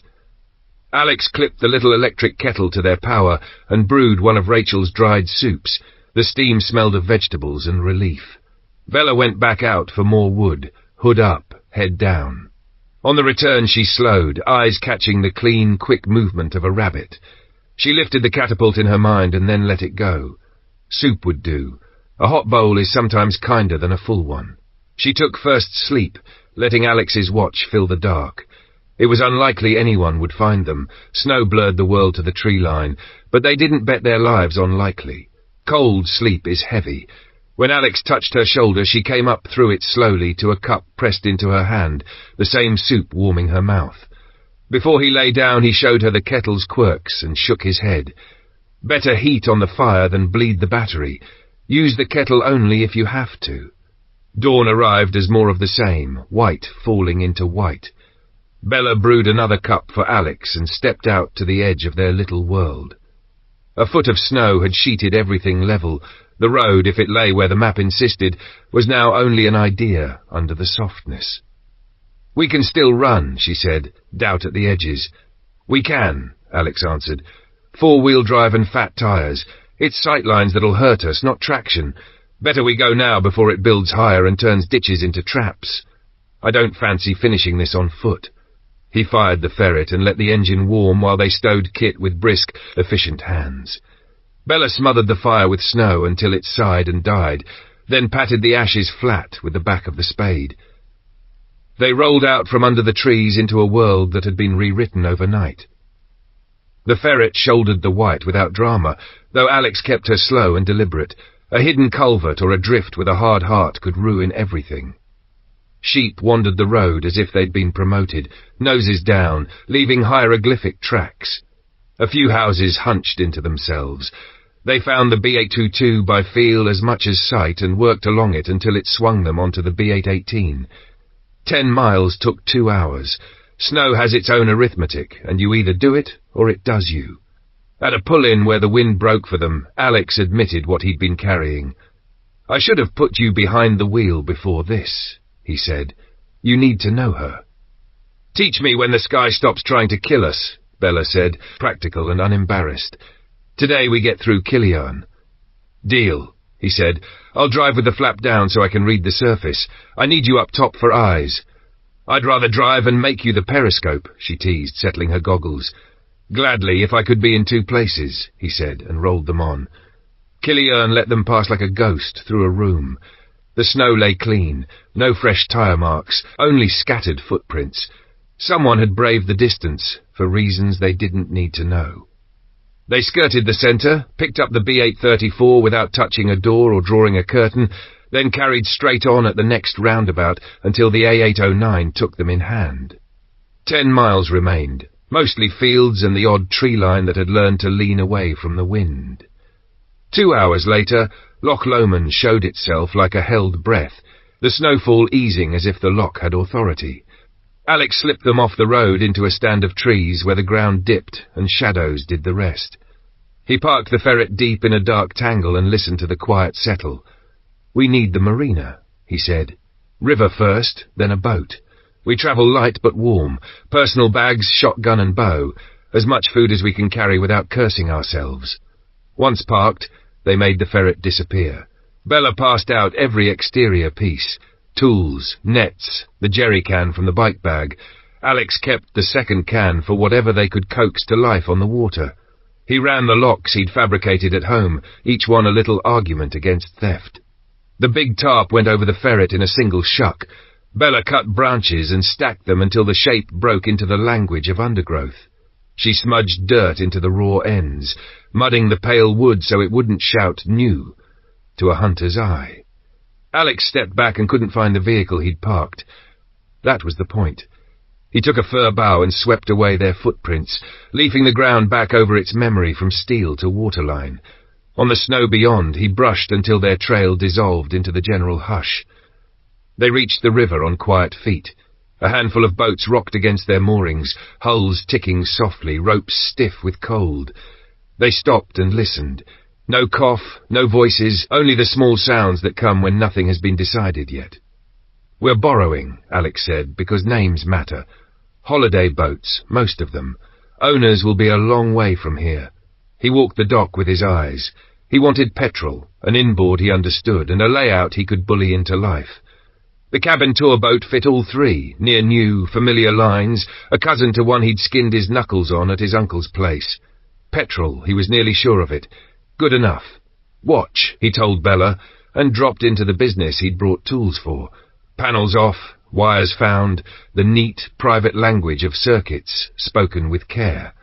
The engine coughed agreement when he asked it to and settled into a low, obedient thrum. The gauge gave them more comfort than they deserved. He loosed the ropes, then pushed them off with a pole to keep the noise off the jetty, easing the engine up only when water lay between them and the marina's secrets. Out in the channel he fed in more power until the bow's lift felt like they were making ground on more than distance. The island came up as a dark, familiar shape, one he'd carried in his chest for months. He saw the jetty first, then the men on it, shoulders squared against the cold, the unmistakable geometry of guns in their hands. Recognition snapped into alarm. The guards saw them, and the air tore open with shots. "Down!" Alex barked, dropping the throttle even as Bella flattened and swung the shotgun to the gunwale's edge. The first rounds smacked the water and the hull in hard, ugly sounds. Splinters lifted from the jetty under the return echo. The island Alex had meant as safety introduced itself as something else entirely, and the river, which had carried them so quietly, suddenly felt very loud. Chapter 12, Shots from the Woods. Bernard had let himself sag into the kitchen chair, half asleep with the warmth and the quiet, when the phone split the drowse. Sandra's voice came through, brisk with apology.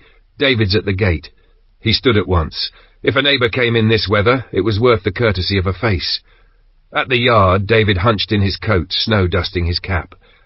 "Thought you'd be knee-deep in fence by now," Bernard said, unlatching the gate. "Would be," David answered, "if I had more stakes than men. The lads are driving them in quicker than we can cut. Both my chainsaws are out working. Any chance I can borrow yours?" Bernard didn't make a meal out of it. "You can take both. I'll need one back sharpish. Firewood won't split itself." He paused. "You've oil?" "Low. I'll bring 5 gallons when I return 'em," David said. "Been using cooking oil for years when I'm stuck. Works fine." Bernard blinked, filing that away. Never thought of it. With the worry handled, he hooked a thumb toward the house. "Tea?" "God, yes. Been dry for days," David said, grinning at the small absurdity of craving leaves in a world like this. In the kitchen, Bernard tipped the packet and snorted. "Says Yorkshire on the front, as if they grow it on the moor." David huffed a laugh. Never saw the seed rack at Melham carry out like that.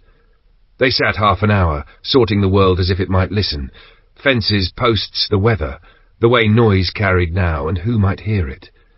When the mugs were empty and the duties waiting, Bernard fetched both chainsaws from the shed and handed them over. "Thank you," David said, sincerity warming the words despite the cold. He left prints down the track that the wind began erasing immediately, as if the day disliked evidence. Vincent was just stepping out of Jet's stall when Bernard turned back. "How's he going on?" Bernard asked, nodding toward the horse. "Sound," Vincent said. "Took the bandage off yesterday. He's mended. I fixed the harness. He's ready to earn his oats." "Good," Bernard said. "Bad news is no chainsaw for a bit." Vincent's mouth hitched. "So that's why David came sniffing." His gaze strayed out toward the trees and didn't come back. "Wish Alex were here," he said, as if the admission cost him. "There's someone in the woods. Has been these last days. He'd have gone to look." Bernard made the choice he was making daily now. "We do what we can reach," he said. "If whoever it is leaves us alone, I can live with that." Vincent let it go with a nod and switched lanes. "So's bagged up. Could be tonight." "Tails and testicles, then," Bernard said, chuckling at his own ancient farmyard joke. The laugh untied a knot that had nothing to do with pigs. Across the yard, Sheba lifted her head and watched them with intent, ears forward, the intelligent tilt that always made her look halfway to speaking. She cocked left, then right, and finally folded down with a sigh. "She's off," Bernard said, "like she's waiting for a door that won't open." "Missing Bella," Vincent said. The dog's ears pricked at the name, as if he'd yanked a string. "Told you," Vincent added, softer. They were just stepping into the back hall when the gunshot rolled in from the woods, a single, hard crack that hit the house and ran along its bones. Vincent moved before thought, taking the stairs 2 at a time. "Bathroom window, best view," he called over his shoulder. Bernard went the other way at speed, the path to the parlour worn into his feet. Robert was already in the yard, the girls at his heels, eyes wide. "Children inside," Robert told them, and their legs found purpose. He angled toward the garden to find Sandra, but she was already coming, coat half on, eyes asking questions she didn't waste breath on. Upstairs, Vincent leaned into the cold pane, scanning the trees until his eyes watered. The woods were an etching of black on white and gave him nothing. He didn't stop looking. Bernard shouldered into the parlour attic, where Matt and Daz were crouched by the little windows, faces pale in the dim. Through the slit of the doorway the trees stood like a line of men, and from between them lifted a thin ribbon of smoke that hadn't learned yet how to be the sky. Another shot cracked the quiet, closer, meaner, and went walking across the nerves in the room. Bernard slid in beside Matt, breath steadying by force. Snow came then in earnest, fat flakes blurring the far line of the wood, brushing the world into a watercolour where edges gave up. He stepped back as sense took charge. Sheep first. He called down to Sandra and Robert. Together they drove the ewes into the yard under the lean-to, straw flung deep to turn the damp into comfort. The tups went into the stable, their breath fogging around their heads, indignant at being asked to share air and space. Back in the parlour, Bernard found Matt and Daz still at the windows, wearing vigilance like clothing. "Anything?" he asked. Matt hesitated, hating the imprecision. "Saw a figure near the tree line," he said at last. "Grown, couldn't tell man or woman." The snow thickened until afternoon was a suggestion. When it finally tired of itself, the trees edged back into view. The smear of smoke was gone. The dogs, who had been all bark and needles, fell silent but not easy. Their hackles still said the day wasn't done with them. "Top the wood before dark," Bernard told Matt. "We'll want the heat." He stepped out into air that tasted like tin and crossed to the house. Vincent, posted at the kitchen window with that stillness he wore in bad weather and worse times, turned as the door clicked. "Any idea what those shots were? And the fire?" he asked. Bernard shook his head. "Same as you. If they keep clear of our hedges, they can set the world alight for all I care." He softened it with a crooked smile. "Tea?" "I'd love," Vincent began, and the phone cut him off, its ring too loud after the long listening. Bernard lifted the receiver. Daz's voice came taut down the line. "There's someone in the field," he said, looking at the farm. Chapter 13. The smell took their breath away. Alex hauled the tiller hard and threw water between them and the jetty. Whoever those men were, they weren't island faces. He cut a low arc and slid the boat into the lee of a smaller islet, then another, using shadow and reed to peel their silhouette from the main channel. "What just happened?" Bella asked, eyes still on the stuttering muzzle flashes now swallowed by distance and snow. "I don't know," Alex said, and it cost him to admit it. "This place is small. A handful of families, 9 old-timers who fish and mend and mind their own. 2 families with kids. The hotel's run by an old couple, if it's even open now. 30 people at most on a busy Saturday." He shook his head. "This, armed guards on my uncle's jetty, doesn't fit. We go in after dark, quiet, bows only, no gunshots telling stories on us." "I'm with you," Bella said, not needing to be convinced. "Good. We hold off the shore for now," he said, scanning the sky, the wind's bite already different. "Night's coming and it's going to be cruel. Can you stand it?" "I'm fine," she said, lifting her collar. "I've been colder." Later, when dark had flattened the loch and turned islands into black-laced cutouts, Alex nudged her awake with a hand warm from the pocket of his coat. 2 hours, he whispered. "Then in, bows, blades, keep the guns quiet." "How far to your uncle's?" She breathed. "Other end," he said, "by the old lighthouse. Those shooters were standing on his jetty. His boat's gone. Could be wintered, but my gut says no." He dipped the emergency oar and ghosted them shoreward, muscle and habit making less noise than the weather. At the west side of the island, the trees came down to the water with the forgiving density he remembered. He tied off double knot, then led Bella along the shore path to a tucked cottage he could find blindfolded. Bill's place, old Bill who turned beeswax into candles, who pressed cloudy cider on every passerby without ever taking coin. No glow swung on the porch, no pipe ember. The darkness lay wrong. "Hold here," Alex murmured, and faded ahead.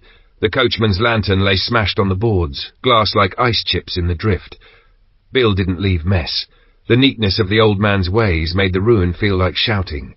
He slid back to Bella. "Lantern smashed. I'm checking the rear. If it's clear, I'll flash the torch twice from the front window, then come to the door." "And if someone comes?" she asked. "You see that shed by the path? Loose tin over the lintel," he said. "Put an arrow through the wood above the door. I'll know the sound. No one else will." He used the trees as his skin and made the back door, studying the black squares of the windows before touching wood. Doors didn't lock here. Trust had been the island's currency. He set the crossbow down, drew the .22 and eased the latch. Inside, the dark had a smell to it. Cold ash, beeswax, cider gone to vinegar. No voices, no movement. He cleared it room by room. Cupboards hung open like surprised mouths. Drawers flung. No bill. No anyone. He left nothing touched he didn't have to, then crossed to the front and sent 2 tight blinks into the night. Bella slid through the door, closed it soft, and he dropped the storm shutters into place, bolting the windows against eyes. He lit Bill's little gas stove with a match cupped like a prayer, chasing some of the damp out of the air. MRE bars and water had kept them walking. Heat would keep them thinking. Thompson Farm, he said, mind already past the warm. Further up, Danny and his wife, city folk who came for quiet, knew when I was last here. We take a breath and go. They slipped out the back and into trees that caught the snow for them. Midnight lay thick on the loch. Flakes softened sound, swallowed their tracks. The Thompson place came up bare. No light, no smoke. Eyes, Alex whispered, and Bella took the angle that saw both the path and the rise beyond. The yard told the story first. Chickens in trees, hunched clumps like fruit left after harvest. Coop door hanging open. No foxes on the island, but mink sometimes, and no one left birds out as invitation. A shed door yawned.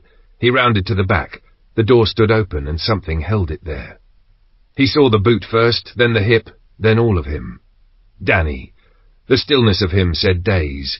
Alex didn't make himself go inside. He breathed deep enough to steady and walked back through the wet hush. Danny's gone, he said. Bella's mouth compressed, and she nodded once. 2 more out here, he said, 1 on each flank. Most of the houses are down south, but we clear the loners first. They let the trees take them again. Snow thickened. The world narrowed to what their hoods let them see. McBain's cabin, a low stone base with a timber top, sat with its back to the wind. Alex tried the rear door and found it locked, the island's old habit suddenly looking like wisdom. The front door hung ajar, creaking when gusts worried it. His torch found the same grammar of chaos. Upturned chairs, drawers gutted, shelves stripped. No bodies. Mess without explanation felt worse than mess with it. They didn't linger. The last place sat wide and square, the Wilsons, the island's only real farm. He knew the tally from summers past, sheep, goats, chickens, pigs, and the faces to match. Middle-aged parents, 2 teenage daughters, the old man with hands like bark. They were still a field away when the smell found them, rode the wind and put a hand around their throats. Bella flinched. Alex felt his stomach shift and some part of him step to the side, the way you do when you see a thing you're not ready to let in. We wait for light, he said, voice low and certain. Back to Bill's. We'll face it with sun on it. They turned for the trees, snow packing into their boot treads, the wind lifting the flakes into a curtain that would take their passing and brush it smooth. Behind them the farm sat in its own weather. Ahead, Bill's dark little house promised a bolt and a stove, and a few hours to breathe before morning asked for courage again. Chapter 14. Smoking Can Kill You. They woke the house with a hiss and a flame, the little gas stove giving them a hot drink that warmed more than hands. At first light they shared the last of the soup. Good, but Bella grimaced, anyway, the look of someone whose tongue is ready for a change. They laid out the day like a map. The island wore a deep shawl of trees over most of its back. Under that cover they could move unseen if they kept their heads and their footprints. After dark, the lit places will tell on themselves, Alex said. So far we've only found Danny. Maybe the rest were taken, not killed. Hope felt thin and necessary at the same time. We still go back to the farm, Bella said, the reluctance small and honest. Nothing nasty gets left behind us. Fresh snow had skinned the island smooth. Tracks would be words in a quiet room. Anyone could read them. They hugged the trees and let the wind do them favours, and when new flakes began to fall, soft at first, then thickening, their relief felt like grace. At the central farm, the stench resolved into its source. A cow down, belly ripped, scavengers writing their signatures into flesh. The rest of the stock had made their own decisions, and mostly good ones. Alex threw latches and swung gates. Anything penned came out. Pigs and goats would forage the edges, chickens would scratch wherever wind had left Mercy, and the sheep, hardy, stubborn miracles, were already scraping snow back to find the green they believed in. East made sense next. 2 properties far from the hotel and harbour eyes. The first stood empty, dust and quiet. At the second, a man stepped out to smoke, rifle slung, casual and dangerous both. They watched through trees as the hours added up. Not 1 man, but 3 moving in and out. None were faces Alex knew. That was enough to pull them back to the centre and bend their line toward the other side of the island, close to his uncle's place. They needed a head count before they tried to make a dent. 2 hours of snow and trees put them above his uncle's. The house there was empty, so was the little holiday cottage next to it. Under the pines, Alex took his time. From the dark, he saw the black, crumpled skeleton of his uncle's boat, where it had been dragged and burned. The sight punched the air out of him and gave something back at the same time. If someone had bothered to keep the islanders from escaping, someone was still here to try. They watched all afternoon, and the island gave nothing away. No figures, no movement, only the weather shifting its weight. At dusk they dropped to the beach and took the rocks around, counting on the surf to erase them. They crabbed along, keeping the house between them and any eyes, then slid back into trees on the far side and waited until their breathing came quiet again. Snow started up, a light sift that thickened, and with it night folded down. From the northern edge of the wood they could see the island's southern shape drawn in weak lights, the huddle of houses, the hotel, the harbour and its sheds. The house with the 3 men glowed the soft, steady amber of candles. Down by the harbour, a Land Rover idled like a dog waiting, 2 figures inside, one of whom stepped out to smoke. The hotel showed brighter, several windows blazing on the ground floor, the sort of light that tries to push back fear by wattage. "I don't know what we do next," Alex said, and the admission smudged the breath between them. "Smokers give themselves away," Bella said, thinking aloud. At that house, 2 stepped out just to light up. 1 just did at the Rover. "We start there, quietly take them out. Then we can work up through the trees and have a look at the hotel. I'll bet there are more cigarettes making bad choices in there. But we haven't got long. Dawn will write our mistakes in ink." "Land Rover first, then up the far side," Alex agreed. "We'll save steps." "The trick is both at once," she said. "No noise we can't take back." 22 pistols, subsonic, he said. "In this wind no one will hear a thing." "I'm not worried about our shots," she said, shaking her head. "I'm worried about theirs. A single panicked blast from a shotgun will sing to the whole island." "Right," he said, adjusting. "So your play?" "We get closer," she said, eyes narrowing on the gaps and angles. "Wind's gusty. I won't risk a long shot with the bow. We ghost along that wall, circle the sheds, you get in tight behind the Rover. When one steps out for his smoke, I put him down. While the driver's looking the wrong way, you open his door and finish it." He almost smiled. Neat. They moved. The wall was slick under gloved hands, the drifted edges swallowing their boots. The sheds gave them a blind, and they took it. Alex settled behind the Rover, nothing of him showing. Bella set her feet in the lee of a low wall, breath slow, bow ready. The passenger door opened on cue. The man swung down into the snow, shoulders rounding against the cold. Bella's arrow thudded into him just under the collarbone. He folded without theatre, snow taking him in. The driver leaned over, chuckled at what he thought was a slip, and that was the gap. Alex rolled to the door, wrenched it wide, and put 2 rounds where they would end arguments. The driver sagged into the wheel. The light went out of the dashboard. They angled for the trees, their plan already moving ahead of their feet, when a sound came from one of the harbour sheds. Metal on metal, a bolt or a latch, close and wrong in the quiet. Both of them froze, the night holding its breath to see what would step through the next door. Chapter 15. The Boss. The sound wasn't anything she could name. Metal with weight, maybe a chain settling, but Bella's mind supplied the picture before the memory faded. A fat padlock looped through links on the big harbour shed. "Guns," she whispered, catching Alex as he started to peel away for the trees. "And whatever ammo's in the Rover." He hesitated just long enough to listen for trouble, then slid back, emptied the glove box, the footwell, the pockets of the dead. 2 pistols, a shotgun, spare rounds, a couple of battered magazines, and brought it all to her hands. "That building's chained," she said, tipping her head toward the corrugated wall. "I clocked it when we crept past. If they've corralled anyone, it'll be there. Listen."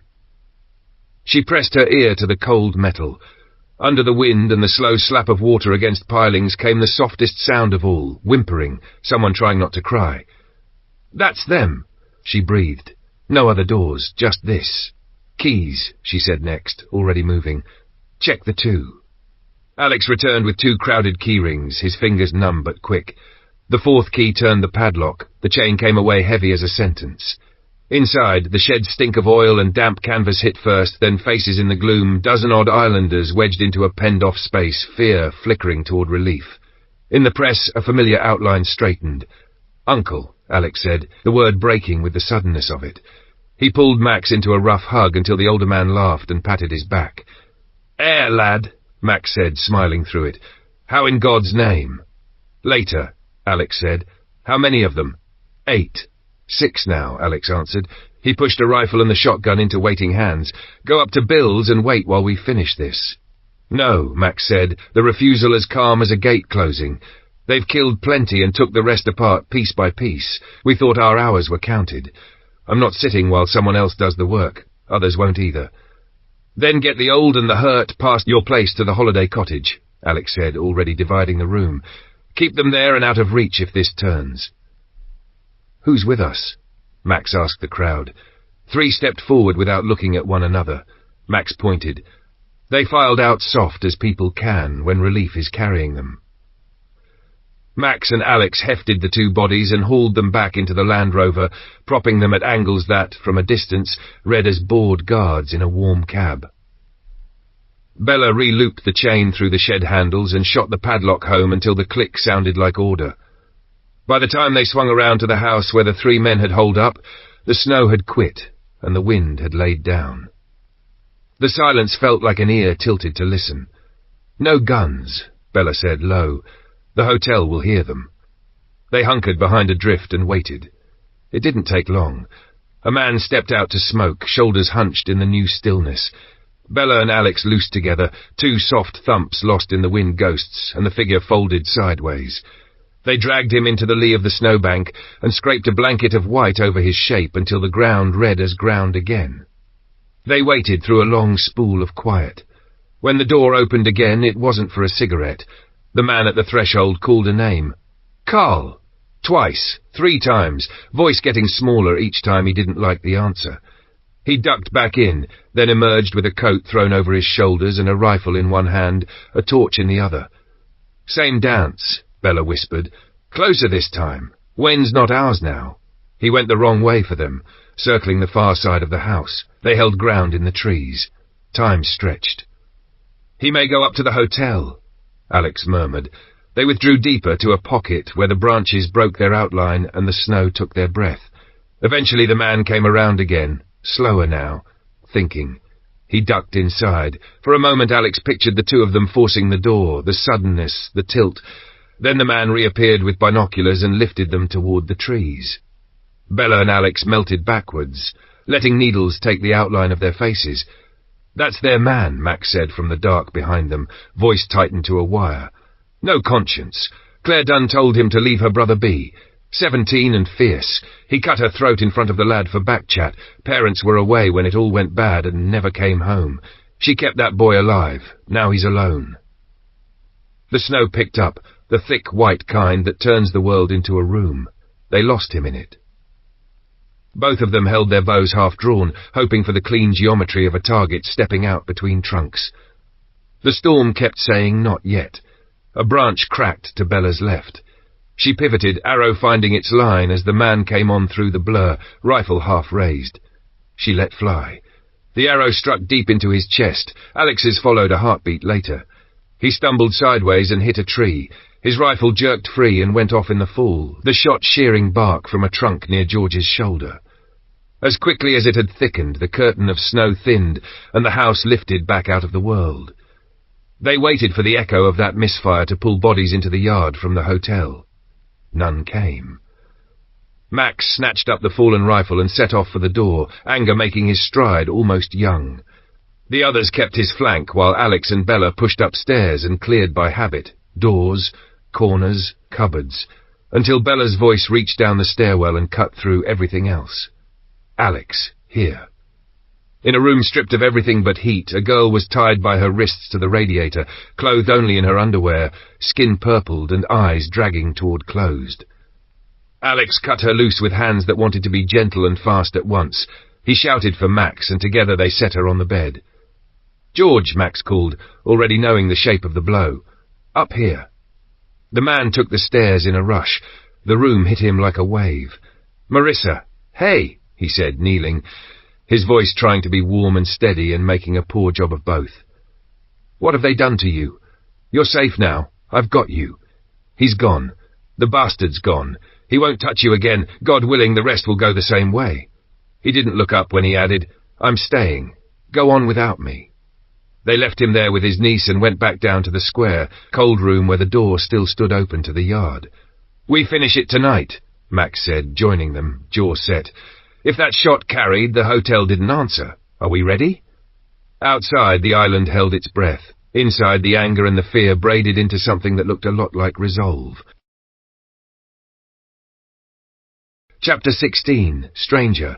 They traded a look that said everything. Not again, and split without another word. Bernard took the stairs to the parlour attic 2 at a time. Vincent ghosted behind with a rifle, the house's old bones creaking in time with their breath. "What do you reckon?" Vincent asked as they reached the narrow windows. "Watch and wait," Bernard said, eyes already in the field. "See what the weather and their nerve decide." "It'll be dark soon," Matt said from the other slit, voice tight. "If they move before dark, it's our advantage. If they wait, we still own the switch," Vincent said, nodding toward the breaker. "I'll sit the window. When I say lights, we'll turn the field into daylight and scare them out of their boots." For now, the two figures stood well out of range, a pair of smudges against the drifting white. They didn't press, and Bernard wasn't fool enough to start a quarrel at distance. One of the men held a rifle. The other pointed, house, parlour, the line of trees where the track ran, gestures with too many meanings and none they liked. The fencing and the dogs would be telling their own story to anyone with eyes. This was a place that had thought ahead. Rachel and Robert came up the back stair with steam and comfort in their hands. "Thought you might need these," Rachel said, setting down mugs and a plate of sandwiches. "Robert's brought coats, figured you weren't lighting the fire yet." "Cheers," Bernard said, shrugging into his coat. Heat lived in the seams. "What's doing?" Robert asked, already at a pain. "Nothing yet," Vincent said. "They're just looking. No push." "How many?" Robert pressed. "2 that we can see." "There's more," Bernard said, not taking his eye from the trees. "Fire's going again in the wood. It's fed. Someone's tending." "I don't know about you, but I'm freezing," Rachel said. "I'm going in. Shout if you need hands." "I'll go too," Robert said. "If you want a relief on watch, say the word." "Daz, go back with Robert," Vincent cut in. "Back bedroom. Watch the other side of the house. We won't be caught blind. These 2 could be the divert." "Matt, with them," Bernard added. 2 windows, 2 sets of eyes, and no sleeping." Matt muttered something on the stairs that died in his collar. "I'll keep an eye on them," Robert called back. "No chance those 2 nod off." "Call the moment you see anything," Vincent said. "I'll light them up." Bernard settled by the door slit. Vincent took the centre window. Snow thickened as the day thinned, turning the field into a smudged page. The 2 men stood on, patient or cold or both. The not knowing gnawed at the edges. "Visibility's going," Vincent said after a while. The snow wrote its own fog. "Want me to light the fire?" Bernard asked. "I'm all right," Vincent said, "but if you're cold, do it." "I'll give it an hour," Bernard said. "This coat's doing its job." The world beyond the glass vanished. Snow and dark, dark and snow. Even in daylight, you'd have struggled to see a man at the hedge. The dogs had tucked into their shed, quieted by the storm, except the Jack Russell, who had parked himself under the sheep feeder near the gate, a small, stubborn sentinel. After an hour, Bernard fed sticks into the stove and struck a match. Not for heat so much as the chance of soup and a hot mouthful to keep hypothermia at arm's length. Age turned cold into an ambush. They both knew it. He'd just whisked water into the soup when a shotgun trap snapped sharp in the trees along the track. The crack jolted him. Vincent's hand hit the breaker in the same breath. Lights exploded across the yard. Trees, track, the field beyond poured in white. The dogs erupted from the shed, bolting to the gate as if they'd been sprung. All but Sheba, who wheeled and barked into the field near the trough, ears, nose, something only she trusted commanding her attention. "There!" Vincent shouted, catching a man break from shadow and sprint for the trees. Too far for a clean shot, he snapped around into the air anyway, the sound slapping the snow and rolling out over the hedges. "What is it? You seen him?" Bernard asked, scanning the floodlit front. "Too far," Vincent said, lowering the barrel. "But it'll make him think twice. Anything out the front?" "Nothing," Bernard said. "But a trap went. With Alex's rigging, they're either hurt bad or done." He let out a breath. "With luck, that's an end." "Depends what kind of idiot we've got," Bernard added after a beat, the irritation warming him better than the stove. "Some don't learn. Can't they see there's no getting in, blind as well as stupid?" "Soup's ready," he said then, softer. "Help yourself. I'll hold the trees another while." Vincent killed the field lights to save the batteries. The yard seeped back into darkness. The dogs settled to a tense hush. The jack stayed under the feeder, eyes on the field like a carved thing. Midnight carried Robert and Sandra back up the stair to relieve them. Bernard had just set the kettle on when Daz's voice came tight from above. "Movement. Back by the pig field. Get ready on lights. I'll shout." Bernard keyed his voice to calm and sent the warning to Robert in the attic. "Stand by." "Now," Daz barked. "Now," Bernard relayed. Robert slammed the switches. Light rolled over the stables and the far fence, and in that same bright instant a gun went off behind the house, the sound hard and close, snapping the night clean in two. Chapter 17, The Kill Squad. They doused every candle but one, and let the room sink into a darker, safer breath. For a long minute no one spoke, ears straining past the hiss of the wick for anything from the hotel, voices, a door, the cough of a torch. Nothing moved. Luck, for once, seemed to lean their way, but none of them mistook that for permission to relax. "What's the plan?" Bella asked, voice low, eyes on the slit of night beyond the curtains. "How do we do this?" Tobias didn't flinch. Hard and final. No survivors. He held their gaze as if daring anyone to argue. "There's nowhere to hold them. If even one gets loose, he comes for us or someone else. We've lost 11 I can name, and these 4 did most of it. They enjoy it. The kindest thing they'll meet tonight is a quick end." He shook his head once. "They wouldn't surrender if we asked." Gary nodded, jaw set. Max followed a heartbeat later. He could feel the anger in his chest, like a hot stone, and under it the truth he hated. He was not built for fighting. It didn't matter. Tonight had to be the last night of this. They studied the hotel. The ground between them and its front was stingy with cover, low hummocks of snow, a wall that helped and then didn't. The cold sank teeth through their clothes while they waited. Bella suggested a look through a window, and Alex, knowing she'd have suggested it even if she meant to go herself, lifted an eyebrow. "You've got your pistol," he murmured. "Of course," she said. They kept to the dead side of the building where no light bled onto the snow and worked toward the front. Alex crouched beneath a sash and eased an eye over the sill. He saw a bar and dining room warmed by firelight, the 4 men at a table with cards fanned in hands, laughter and drink doing their lazy work. No long guns in the open, only sidearms heavy at their hips. Back behind the bothy where Max waited with Gary and Tobias, Alex laid it out. Layout, fire, pistols only. Max listened and then put names to shapes. "Those 4 are the ones we call the Death Squad," he said, the words sour on his tongue. "They killed for sport. Burned old Mrs. McTavish after they shot her son and daughter-in-law. Her littlest granddaughter's missing. They took younger women we haven't seen since. Be careful, son." "Back way to that room?" Alex asked. "Aye, through the kitchen," Max said. "You 2 hold the front. When you hear it start, come straight in. They won't expect to push from both sides. Don't shoot us." They ghosted to the rear porch. The handle gave under Alex's hand, unlocked. He leaned in, read the shapes, empty kitchen, serving hatch open to the bar, all 4 men in view. "How do you want to play it?" Alex asked under his breath. "There's no taking them alive." Max said flatly, "They know what they're owed. Bella slid ahead to the hatch, took a quick measure and returned. 2 by the fire, she said. I can take them. You two take the other pair. Max blinked. Is she that good? Alex's nod was small and absolute. They moved into the kitchen shadows, keeping the stainless steel between them and the light. Bella set 1 arrow down on the bench, knocked another, drew and stilled.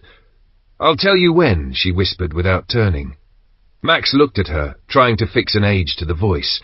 Young, not 20 yet, surely, and then let the need of the moment erase the thought. Bella breathed out and the arrow went. Before it crossed the window, she had the second up, bow flexing again as Alex and Max raised their pistols in the same beat. 2 shots slapped the room. Bella's second arrow punched into a throat above a half-formed laugh. Chairs skidded, bodies thumped, cards spilled like dry leaves. The fight ended so fast. Max realized only afterward that he'd been holding air in his chest like a man underwater. By the time Gary and Tobias pushed the front door, the 4 were already down, sprawled with the gracelessness of the truly dead. Right, Max said, the leader's voice settling into place. Tobias, fetch everyone. We'll stay here tonight. He turned to Gary. Help Alex drag these outside. Bella stripped belts and pockets as they worked, laying pistols, mags, knives, and loose rounds in a neat row on the table. The long guns stood in an umbrella stand by the door, close enough for arrogance, not close enough to save them. She nodded at that small mercy and kept moving. I don't know about the rest of you, but I'm starving, she said when the room had lost its pulse. Where did you find this one? Max asked, a weary smile tugging despite everything. She found me, Alex said. Well, don't throw her back, Max muttered. Keep her. She's far too young for me, Alex said, colour already starting in his cheeks. And I've someone waiting in Yorkshire. She's my bodyguard. Bella cut him a look. Is that all I am? You can walk home, she said, then let the sternness crack into a laugh. Oof, Max said, enjoying himself for a breath. She's got your measure. Maybe worth waiting a few years. Don't you start, Alex groaned. Her father already gives me grief. Bella watched his face go rosier and, satisfied, pinched a torch from behind the bar. Hunger overrode everything but caution. She hunted a pantry and came back with tins. She just started rootling for a tin opener when a noise tapped the quiet from the storerooms. Metal on metal, a shuffle, something living. She returned to the bar. I need cover. Storeroom, she said. Max shouldered a rifle and took the doorway. Bella drew her pistol and edged the storeroom door open, beam tight and low. On the far wall, a girl was tied to racking, too thin, skin grey, eyes huge in the light. Knife, Bella said over her shoulder. Max pressed one into her palm and held the torch while she cut ropes away. Can you stand? Bella asked, gentler now. Yes, the girl said, voice dry as paper. Please, around the corner, my friend Jane. I haven't heard her in ages. Can you look? Max stepped around the rack and stopped. Another girl lay bound on the concrete, her blood black in the torch's yellow, the damage speaking for itself. He knew the face. She lived in the cottage above his house. Jane, whose parents had been among the first to die when they stood in the shed door and told these men no. I'm sorry, he said, and the words broke. Jane didn't make it. They brought the living girl into the bar and settled her in a chair near the fire's last warmth. Bella poured soup into a cup, the steam lifting into the room like grace. She pressed it into the girl's hands and knelt until she was sure the heat had reached her eyes. Outside, the island's dark held steady. Inside, the long night finally began to loosen its fists. Chapter 18, Good News for One. Max, they'll all be here any minute, Bella said, already planning 3 steps ahead. Can you check the bedrooms? I need one with an ensuite. Once she's eaten, I'll get her cleaned up, and some clothes if you can. Hers are ruined. On it, Max said. Back in a tick. Bella returned to the hearth and crouched beside the girl, letting the heat soak into both of them. I'm Bella, she said, gentling her voice. What's your name? Anna? The girl whispered. Have you seen my aunt? I live with her. She'll be worried. I'll ask Max, Bella said and ghosted into the corridor. She caught Max at the stair. Anna's asking after her aunt. Do you know if she's all right? Yes, he said, decisive as a gate shutting. Maud's fine. Back with the others in about an hour. She'll be over the moon, thought Anna was gone for certain. I'll tell her the second she comes through the door. Bella took the good news back like a lit candle. When she told Anna, the girl's face cracked and tears came hot and helpless, joy and shock tangling. Bella sat with her while she finished the soup, the quiet companionable. "Anything else?" Bella asked. "Just stay," Anna said. "Talk. I've been alone too long, and I can't get warm." "How long were you locked in there?"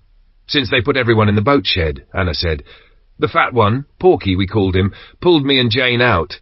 We've been in that storeroom ever since. I don't know how long. Weeks, I think." "Did he?" Bella began, then let the question hang. "He tried," Anna said, eyes burning. "Couldn't, you know. He just—" she made a small grimace. "Handsy. And the others?" Bella asked, because it had to be asked. "The one called Rodney liked to beat us," Anna said. "He got off on it. He killed Mrs. Tilly. Hit her after he'd already stabbed her husband. She was expecting a baby." Her breath shook. "Why is it always the young who get it worst?" "Because bullies pick on who they think is weakest," Bella said, a flat truth she hated. Max appeared beside them, softer now that there was something he could fix. "Top of the stairs, first left," he said. "Ensuite with a bath and a shower. I left the door open. Alex has the generator going. Hot water in 10 minutes, but nothing else for now. The heater eats all the juice. He'll see to Jane properly, and clean the pantry." He cleared his throat, choosing softer words for uglier work. "I couldn't find clothes in her size, but there's a thick dressing gown on the bed. When Maud gets here, I'll ask her to fetch clothes from Anna's, likely in the morning. That all right, love?" "Yes," Anna said, voice small and grateful. Alex slipped out of the kitchen, wiped his hands and spoke gently. "Water's on. 10 minutes and it'll be ready. Sit by the fire till then. You're in shock, I reckon." As he turned back, Anna watched him go. "Your boyfriend's kind," she murmured. "You're lucky." "That's not my boyfriend," Bella said, snorting.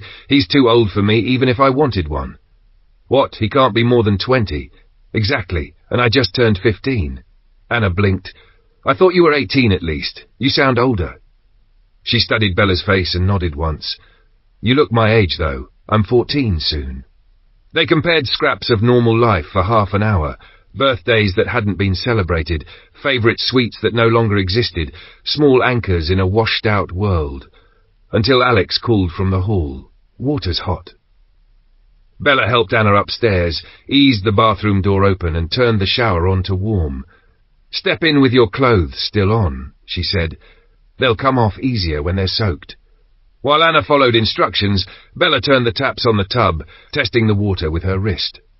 When she looked back, Anna had stripped in the shower and was crossing the tiles naked, arms folded more for balance than modesty. Under the bright hotel light, the story of the last weeks was written clear. Bruises flowering across ribs and thighs, old purple fading to yellow, new marks livid and mean. Bella held her face steady. The bath wasn't full yet, but Anna lowered herself anyway and winced as her body met heat. "Needed to sit," she breathed. "My legs are jelly." "It's perfect," Bella said. "Not too hot. It's lovely." Bella found bubble bath, paused with the bottle in hand. "Might sting." "I want it," Anna said, fierce as she could manage. "I want it everywhere. I want him off me." Bella poured a generous slug, watched the water cloud and lift scent into the air, then shut off the taps. "I'll be next door. Call if—" "No, please don't go," Anna said quickly, panic flashing. "Stay. I've been alone. I'll stay," Bella said simply, and did. She talked while Anna soaked, washed her hair with careful fingers, passed a cloth and took it back without comment when hands trembled. When the bath was done, she wrapped Anna in the thick dressing gown, towelled her hair and steered her to the bed. The girl's head hit the pillow, and sleep took her entire body at once, the kind that looks like rescue. Bella waited a few minutes longer to make sure it held, then eased the door to and went down the stairs. As she reached the hall, the lights flickered and steadied. The front door opened to a swell of voices and boots. People streamed in, faces pinched from cold, hope stepping in time with them. Max found Maud in the jostle, spoke low and urgent, alive upstairs sleeping, and Maud went at once, tears already running, and folded herself into a chair by the bed with both hands on the dressing-gown's sleeve. Bella slipped away, letting them have the room. Back in the dining room, Max clapped Alex on the shoulder and turned to the circle of faces, making names. "For those who haven't met him, this is Alex," he said, then tipped his head toward the kitchen door as Bella passed. "And this is the one who turned the key. Without her, we'd still be shivering in that damned shed, and we were close to the end of our rope in there." Heat rose up Bella's neck. Praise in a room full of eyes belonged to someone older. She made a non-committal sound and fled to the sanctuary of the kitchen, where kettles and tins and the steady, useful work of feeding people could make the blush fade and her hands stop shaking. Chapter 19. Good Night's Sleep. Alex waited until the noise and gratitude in the dining room had ebbed, then slipped a hand to Max's elbow and drew him aside. "You should have warned her," he said quietly, "or told me first. She hates that word, hero. She does what has to be done and then has to live with it. She barely sleeps. I owe her my life, probably more than once, but telling her that upsets her more than half the things she's had to do. She thinks ahead of everyone, and somehow she's kinder too. Please don't put her on a pedestal again." Max's face sobered. "How old is she? I had her at 18, 19, until I saw her in the light." 15, Alex said. "Birthday week before we left." "Good Lord," Max murmured. "All right, my mistake. I'll keep my mouth shut and ask the others to do the same." In the kitchen, the light was low enough to be kind. Bella sat in the corner with her back to a cupboard, knees tucked up, as if she could make herself smaller than the day. Alex went down beside her and put an arm around her shoulders. "Uncle meant well," he said. "He doesn't think past the first feeling." She huffed a breath that had edges. "I'm not a hero," she said. "I do what keeps people breathing. I want what my grandfather had, people I love, alive and growing old around me. That's it, that's all I want." "It's enough," Alex said, "and I love you exactly as you are. Don't change the parts you need for someone else's story. Hot drink? We can stay out of the way in here." "That sounds lovely," she said, the fight easing out of her voice. "I saw a gas bottle," he said, rising. "I'll rig a stove. I'll need a light on, but I'll shut the door to the dining room." In a few efficient movements he had the canister connected, a pot filled, the flame-licking blue. He found tea bags and powdered milk, and when the water rolled, he poured 2 cups and cupped one into her hands. "Come on," he said, nodding toward a little office. "Chairs in there that won't numb our bones." They curled into the cracked leather. The quiet had time to breathe before Max eased in, hat in hand. "I'm sorry," he said without preamble. "Didn't mean to cause hurt. I'm too blunt when I think thanks are owed." Alex gave him a look. Max winced and half smiled. "There I go again." He shifted. "I came to ask if you'd like to leave the hotel for a spell. I've a torch. My cottage is close. Fire's quick to take there, and there are beds that remember how to be comfortable." Alex glanced at Bella. She nodded at 5 minutes, Max said. "Back door." The walk was quick, the locks cold in their lungs. Inside, Max shucked wellies, hung up hat and coat, then put life back into the place. Candles flaring, kindling catching, a kettle filling the quiet. "Not sure there's anything left to drink," he admitted, looking at the cupboards. They turned the place over. Bella answered by lifting a bulging bag from her pack. Tea bags, coffee, sugar cubes, powdered milk, rattling a cheerful inventory. "I thought, just in case." Alex blinked. "When did you?" She only smiled and folded into an armchair.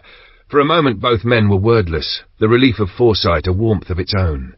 Max found 3 mugs and made the set complete. After tea, Max showed Bella a bedroom with an adjoining bath, placed a Tilly lamp and matches on the table, and wished her good night, voice softening the hard edges of the day.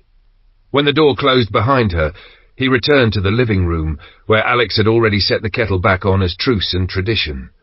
"It started a few weeks into the dark," Max said, settling opposite. "A rough crowd landed, squatted the hotel.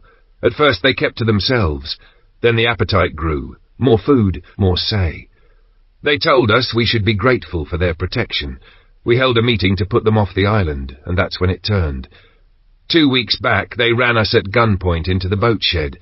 For a few days they let small groups out to feed animals and cook. Then people began to vanish. We thought they'd slipped away. They hadn't. They were killed." He rubbed a hand over his face. "We know of at least 9 dead. 3 young women unaccounted for. That's a third of us gone." "Maybe some did get off," Alex said, though the hope sounded thin. 5 left the day the lights went. 2 later, chasing fuel. After that, the thugs locked it all down. When they feared escapes, they took the boats and burned what they couldn't chain. He nodded toward the dark yard. You saw mine. I did, Alex said. A crime to burn something that sound. Max lifted a shoulder and let it fall. Enough about me. Tell me about you. So Alex did. The slow-fought miles to the farm, the ambushes survived, the fences and watches, the alchemy of turning oil into fuel, the small wins, the mistakes you only make once. When Max asked about the little miracle asleep in my back room, Alex's mouth tipped. Miracle fits, he said. Give her a few years and she'll be running the country. The day the world went sideways, she already knew about CMEs. She thought it would hit on a Saturday, only thing she got wrong, and it nearly killed her. She escaped a burning school and a plane that all but fell on her, saved by an oaken nerve. She decided then she wouldn't be bullied by people or chance again. She planned a way out of Leeds for her lot, took on problems most grown men would run from. At the farm she stitched us together, found answers for fuel and food and everything that matters, then did the work herself. She's 15. I owe her my life. She outthinks everyone. Sounds like you love her, Max said, kind, not teasing. I'm in awe, Alex said. She's too young for anything else. That doesn't stop love, Max said gently. How would it feel if she weren't in your life? Alex answered by sipping tea and watching the fire get its footing. After a time, he set the mug down. I'll take a few hours if it's all right. My old room? Max nodded, the lines of his face easing for the first time in weeks. Of course, he said. Sleep while the house remembers how to hold it. Chapter 20, Plan of Action. Bella woke first. Habit and worry pulled her from sleep before the room had remembered it was morning. She coaxed the fire back to life, fed it until the coals answered, and set the kettle so it could begin its small, useful song. She would have lingered under blankets if thirst hadn't argued, but the quiet before a day fills with people was a better comfort. She curled into one of Max's big chairs, letting warmth creep into her fingers, when a soft scuff on the floorboards made her look up. Morning, Max said, surprised and pleased in equal measure. You're early. I'd have put money on a lie-in. I needed a drink, Bella said, lifting the mug. Besides, I'm not a textbook teenager. So I keep hearing, he said, smiling. Don't believe everything Alex tells you. I've never known the lad to gild the lily, Max replied. He rubbed his hands once. I need to rustle up provisions. Those bar stewards cleared my cupboards. I'll be back quick. Want company? Bella asked. I doubt Alex is surfacing yet. Max had clocked the hotel's pantry the previous night, full when with the owners away it should have been bare. In his mind, that made it island stock rather than anyone's private stash. We'll nip to the hotel and take what we need for now, he said. She hoped the place would still be quiet. She didn't have words for a crowd this early, not when the night still sat in her bones. The hotel obliged. The lounge sagged with sleeping bodies. People on sofas, people folded into chairs, the wrecked grace of deep exhaustion. In the kitchen, a single pool of light showed an elderly man on a stool with a mug. Morning, Max, he said. Morning, Bill, Bella, Bill. Bill's eyes softened. Pleased to meet you. Thank you for yesterday. Truth told, we thought our time here was about up. I don't need thanks, Bella said, not unkindly. It was the thing in front of me. I didn't expect to see you this early, Bill said to Max. They emptied my cupboards, Max said. We need breakfast. Not sure how you'll cook it here. Generator coughed dry 10 minutes ago, Bill said. I'll use the stove at home, Max answered. Just raiding the pantry. Tell folks as they drift off home to take food with them. Chances are they've been cleaned out too. When we came through yesterday, we saw as much, Bella said. Your place and everyone else's had been turned over, and we found a few bodies. Alex said one was Danny Thompson. Bill sighed, the sound older than his face. We know, his wife's upstairs, his father's gone too. The first place we checked was yours, Bella said gently. It's a mess. Sorry. I expected no less, Bill said. I'll go later, after the meeting. What meeting? Max asked. Noon, Bill said. Everyone who can stand to be there will be. Bella, you and Alex, please come. We've heard you've had your share of trouble and found ways through it. We'd welcome your heads in the room. I'll be there, Max said. Can't promise on their behalf. I'll see what Alex says, Bella added, but I don't see a reason to miss it. Max disappeared into the pantry and returned with a basket, flour, tins, odds and ends. He closed the door with an apologetic look. "Hope you don't mind, Bill. I've pinched a jar of your honey." "Mind?" Bill snorted. "Take two." There were plenty left in that room. Back at the cottage, Max breathed life into the stove and clapped his hands near the heat. "Can't offer eggs on toast," he said, "but I can do you one of my favourites. Eggs on pancakes. How's that sound?" "You've got my vote." Bella said. "Mine," said a voice from the doorway as Alex shouldered in, hair rucked, grin already working. "Knew it," Max said. "He can smell a pan heating from 100 yards. "That's slander," Alex said, sitting anyway. "Look at me, wasting away." They ate in the easy rhythm of people who'd earned an appetite. First eggs on thick, tender pancakes, then more pancakes slicked with honey that tasted of summer in a jar. When they'd finished, Bella set her fork down and pushed her chair back. "That was perfect," she said. "If you don't mind, I'm going to walk off a few of those. I need air." Outside, the world had been washed and set to rights. The night's snow had stopped. Sun cut the cold into something bright and honest. Bella walked out onto the jetty and let her gaze travel the water. Yorkshire rose in her mind like a smell, mud and smoke and the dog's heartbeat by the door. This island, beautiful and open, would be harder to hold. You couldn't collar a shoreline with wire, couldn't put eyes on every point where a boat could kiss the bank. Most folk lived down south, but too many were scattered in lone houses like driftwood. It would take more than fences here. It would take a plan that taught the place to look after itself. Inside, Max topped the kettle and turned to Alex. "They're holding an island meeting at noon," he said. "They'd like you and Bella there. She's happy to go. Will you?" "If you want me," Alex said. "But why us?" "They watched you tidy our mess," Max said. "They want to hear your thinking." "Bella's the brain," Alex said. "I just drive and lift heavy things." Max's mouth tilted.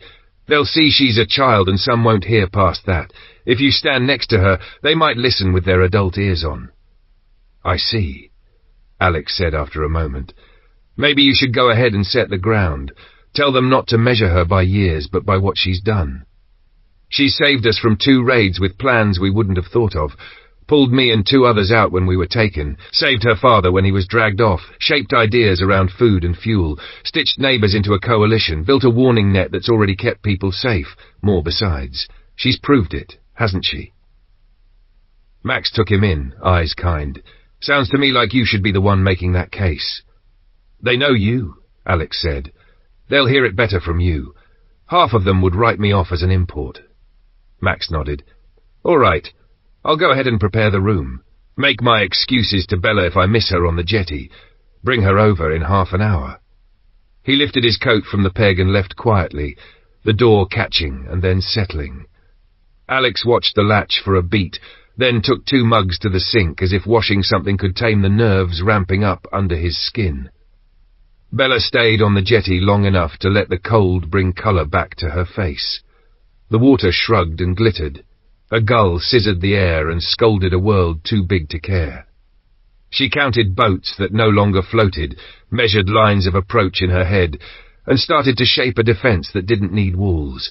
Watches on high ground, signals simple enough to be taught in an afternoon, a storehouse no one could empty in a night, a rule that the island would back its own without waiting for permission. By the time she turned back toward the cottage, she had the start of a list and the rough, stubborn feeling that comes when a problem accepts it's been seen. Inside, Alex rose, read her face, and didn't ask. "Meeting in 20, he said instead. "Max has gone ahead to put your name where it ought to be." She rolled her eyes, but there was a smile tucked into it. "Fine, then let's make sure they're listening." Chapter 21, The Meeting. They reached the hotel on the stroke of noon and felt every eye turn as the door whispered shut behind them. Bella's gaze slid past the gathered faces, searching for one in particular.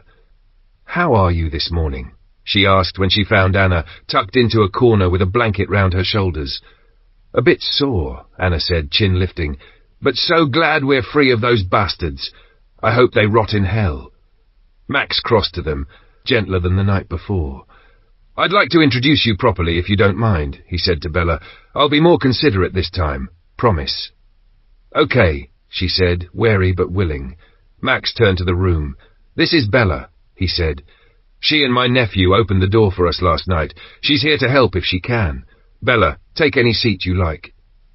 Alex had claimed a stool at the bar. Bella slid onto the one beside him. The first business of the day was gratitude. Thanks for Max, for Alex, for Bella, for George, Gary, Tobias. Words like hands pressed into theirs, sending their captors to the hell they'd earned. Then the work of the living resumed. It was agreed the food would be divided by need, Bill and Maud handling the shares after the meeting. Tobias, Greg and Mary would help Mrs. Thompson bury Danny. Since the dead islanders had been burned by their murderers, it felt fitting to return the favour. The bodies of the four would be left for crows and foxes first, then put to the torch. George and young Peter would bury Jane at the fringe of the woods she loved, her chosen place, once spoken about in easier days. Everyone would check sheds and spare rooms for Grace, Mrs. McTavish's granddaughter still missing. Relief broke like a small sunrise when people looked from face to face and counted George's niece Marissa alive and Maud's niece Anna. Tobias stood, cleared his throat. "We've got no chair," he said. "I propose Bill. He's been on the island since the dinosaurs." That earned the first real laugh of the morning. "All in favour?" Hands went up all around, unanimous. "I may be old, but I'm not fossil," Bill muttered, humour threading through the protest. "And age isn't a qualification. Perhaps someone younger." "Not today," Tobias said, smiling. "Today it's you." Bill nodded once, accepting the weight. "Right then, what's next? We need to make sure this never happens again." He glanced to the bar. "I've heard Alex and Bella have handled trouble in Yorkshire. Perhaps they can steer us." Alex turned to Bella, rueful. "Got any ideas?" "You set me up," she said under her breath, one corner of her mouth twitching. "I'll get you back later." Louder. "Yes, I do." She stood and let her eyes pass over the room. Ordinary people who had been put through extraordinary days. Grief and shock lived in their faces. So did a stubbornness she recognized from fields and kitchens and boats. A willingness to keep going because there was no alternative. "I don't have all the answers," Bella said, "but I've got some suggestions. We've learned the hard way how quickly people get selfish when they think no one can stop them. Your advantage is community and habit. You know how to look after yourselves. The island can be safe. It's also attractive to anyone desperate enough to try to take it. You can't fence the shoreline, but you can make a different kind of boundary, each other." She scanned the crowd. "Any engineers? Electricians? Anyone who knows landline systems?" 3 hands rose. Bill tipped his chin at Tobias. "Open reach for years," Tobias said. "Richie's a spark. Babs knows boat electrics. What do you need?" "I saw phone lines," Bella said. "Do they reach most houses?" "Nearly all," Tobias said. "2 options then," she said. "If you can find old telephones, build a little exchange where the lines meet, central point at the hotel or another safe building. Otherwise use the lines to light an indicator board, small lamps, one for each house. The solar panels here can power it. Each home gets a switch. If you spot trouble, you flip yours. Your lamp lights at the board. That tells everyone where to go. We set up something like it on the farm." Tobias nodded, already making lists in his head. "Can't think why we didn't see it. We can do that." He glanced up. "What else?" "Arms," Bella said. "You have the guns you took and whatever you had before. That won't reach every pair of hands. Start everyone on catapults. They're not lethal, but they're better than nothing, and they're quiet. Teach them, practice, carry them." She let the room settle around the next part. "Max said many of you were sure they were going to kill you soon. Keep that truth in your head. If you mean to protect your people, you need to decide now what you will do if someone comes to take them. I hate killing. I've done it anyway to stop worse. You may face the same choice. Set your minds to it before the moment chooses for you." She exhaled, steady. "You also have one advantage," she said. "A brutal one. Winter will take millions. Hunger will take more. Fewer people means fewer raiders.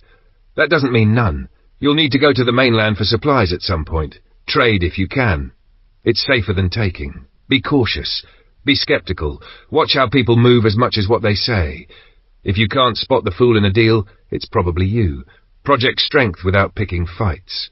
She counted on her fingers. "Where to look?" "Trading estates, factories, distribution warehouses, places built away from homes. Less chance of bumping into someone who thinks you're stealing their last loaf, but every bit of land is someone's territory now. Walk in like you know that. She finished with the thing she cared about most. The best two things you'll ever find are like-minded people and seeds. You need both to see next spring, never mind the one after. I'm guessing you're rich in seeds already. Bill inclined his head. We are, and we'll add people to the list. One more, Bella said. If you plan to go into any building on the mainland, watch it for an hour first. At least, make sure no one's inside before you show your face. Silence held a beat, then broke into applause, sudden and full like a thaw. Heat rose into Bella's cheeks. She stayed where she was on the stool and kept her hands around her cup. What shook her wasn't the clapping, but the feeling that they'd truly heard her. The meeting rolled on to stock and fields, things the islanders knew more intimately than she ever would. When the talk settled into the rhythms of feed and lambing and seed potatoes, she slid down from the stool and made for the door, under the pretext of the restroom. Outside, the cold cleared her lungs. She braced her hands on the rail and let the air bite her until the past hour stopped rattling. She could talk about it and plan around it and survive it, but the things she'd learned to carry still weighed what they weighed. She drew another breath and told herself, as she always did, that weight meant she was still here to lift it. Then she turned back inside to help with what came next. Alex had drifted to the edge of the room when Anna seized her moment, eyes bright with a question she'd clearly been turning over. "How does Bella manage to do what she does?" she asked, almost conspiratorial, as if the answer might be a kind of magic. He took a breath, weighing how to start. "It isn't simple," he said at last. "At school she was bullied, and her way through was to fold, to give ground. That nearly got her killed. On the day of the CME, she hid from the same girls and ended up trapped by a fire. She barely got out. Not long after, a plane came down near her, and she almost didn't make that either. Those hours rewired her. She decided she would live, and that no one would ever steer her life again. That's when the real Bella stepped forward, the one who will do whatever's needed to protect the people she loves. It lit something in her too, some knack for problem-solving that was already there. I wish I had the same gift. I've never met anyone like her, and I doubt there's another." Anna studied him. "You love her, don't you? You should tell her." "Not like that," Alex said gently. "It wouldn't be fair to put that on her. She's far too young, and it wouldn't be right for either of us. Please don't repeat any of this. Bella isn't looking for a romance. Life has forced her to grow up quickly. I'm content to let her choose her own path, in her time, on her terms." Out on the jetty, Bella sank into a deck chair that had seen better summers and let the cold air burn clean through her. Relief for the islanders sat side by side with worry. They'd slipped the noose, but nothing about their position had changed since the blackout or the first day men with guns took their choices away. You couldn't ring-fence a shoreline, couldn't be everywhere at once. While she was still mapping risks in her head, Tobias's step sounded behind her. "Before you leave today," he said, voice pitched soft so it didn't startle, "could you talk us through that phone line idea? No rush. We'll be in the dining room when you're ready. We think keeping in touch is everything." "Give me 10 minutes to clear my head," she said. "I'll join you." "Perfect, thank you." His straightforward respect caught her sideways again, a stranger taking her seriously, not seeing a kid, but a person with something useful to offer. It warmed and unnerved her in the same breath. Being listened to meant being in some part responsible for what happened next. She found them around a table, Tobias, Richie, Babs, with a map spread flat and corners weighted with mugs. She slid into a chair and leaned in. "How can I help?" she asked. "You'll know the nuts and bolts better than I do." "It's not the technicals worrying us," Tobias said. "You know the saying, battery and wire and you can make light. Babs has been retrofitting extras on boats since she could hold a spanner. We can use indicator lamps, LEDs like the ones on dashboards. Plenty in stock, she says. The snag might be the long run up to bills. DC doesn't travel sweetly over distance. But if we treat it more like old telegraph circuits, we might be fine. We'll need relays." "The old Land Rover," Bella said, thinking of her grandfather bent over an open bonnet. "He told me they use relays to switch heavy loads like lights. 12 volt. I don't know exactly how they work, but would those do? Babs grinned. God, girl, that brain of yours. Yes, we use similar on boats, solid state, mechanical, both. We can make that sing. What phones did you use? Tobias asked. Army field phones, Bella said. My grandfather and Vincent, both served, showed me the ropes. They'll talk up to 2 miles, Vincent said. I linked them all in a daisy chain, so anyone could ring everyone. I don't know if ordinary house phones can do that. That part's your field. First job is digging up old phones, Richie said, already cataloguing sheds and attics in his mind. I've got one in my loft, been sitting 20 years. I bet there are dozens tucked away. I'll chase that. Thank you, Bella, Tobias said, earnest and grateful. From all of us. We'll let you get on. Sure, you've other fires to put out. One last thought, she said, rising. Whatever system you build, consider tying it to a siren. One pull, one button, everyone knows to rally at a single point on this end of the island. Fast matters. That's it. I'll leave you to it. She left them bent over the map, already sketching lines and lamp symbols, and stepped back into the corridor where the air smelled of tea and damp coats. Responsibility still sat heavy, but it felt like the useful kind, the kind that could be shared, wired house to house, until the island itself could answer back. Chapter 22. Food is short. Bella left the tangle of maps and ideas to the engineers and went hunting for Alex and Max, unsure whether they'd already slipped away. She checked the lounge, a quilt of sleeping bodies and damp coats, and then the kitchen, where the last of the night's tea had settled into a skin. No sign of either man. She turned for Max's cottage with the quiet certainty that, if she waited, they would eventually find their way back to her. Inside, she coaxed the fire until it breathed properly, set the kettle, and tried to sit still with a mug between her hands. Stillness didn't suit. The room's disarray pressed against her eyes until doing nothing felt like an itch. Tidying was not a pastime she loved, but it beat circling thoughts, so she rolled up her sleeves and made work. Max had swept the worst of it into heaps the night before, but there was plenty left to tame. She began with the dishes, mismatched plates and greasy mugs that had been stacked on the table for washing and then abandoned for the meeting. She worked through them, wiped down cupboards so they'd be clean for whatever food came back from the hotel, put everything away by guess and common sense, then cleared every surface and took a broom to the kitchen floor. When the room looked like it remembered itself, she let herself sit and finish her tea. She had just started on the main room, a broom hissing over the boards, when the door pushed open and the cold walked in with Max and Alex. You don't have to do that, Max said at once, setting a basket down. I'll get this place straight once we've sorted the food. Sit down. You're a guest.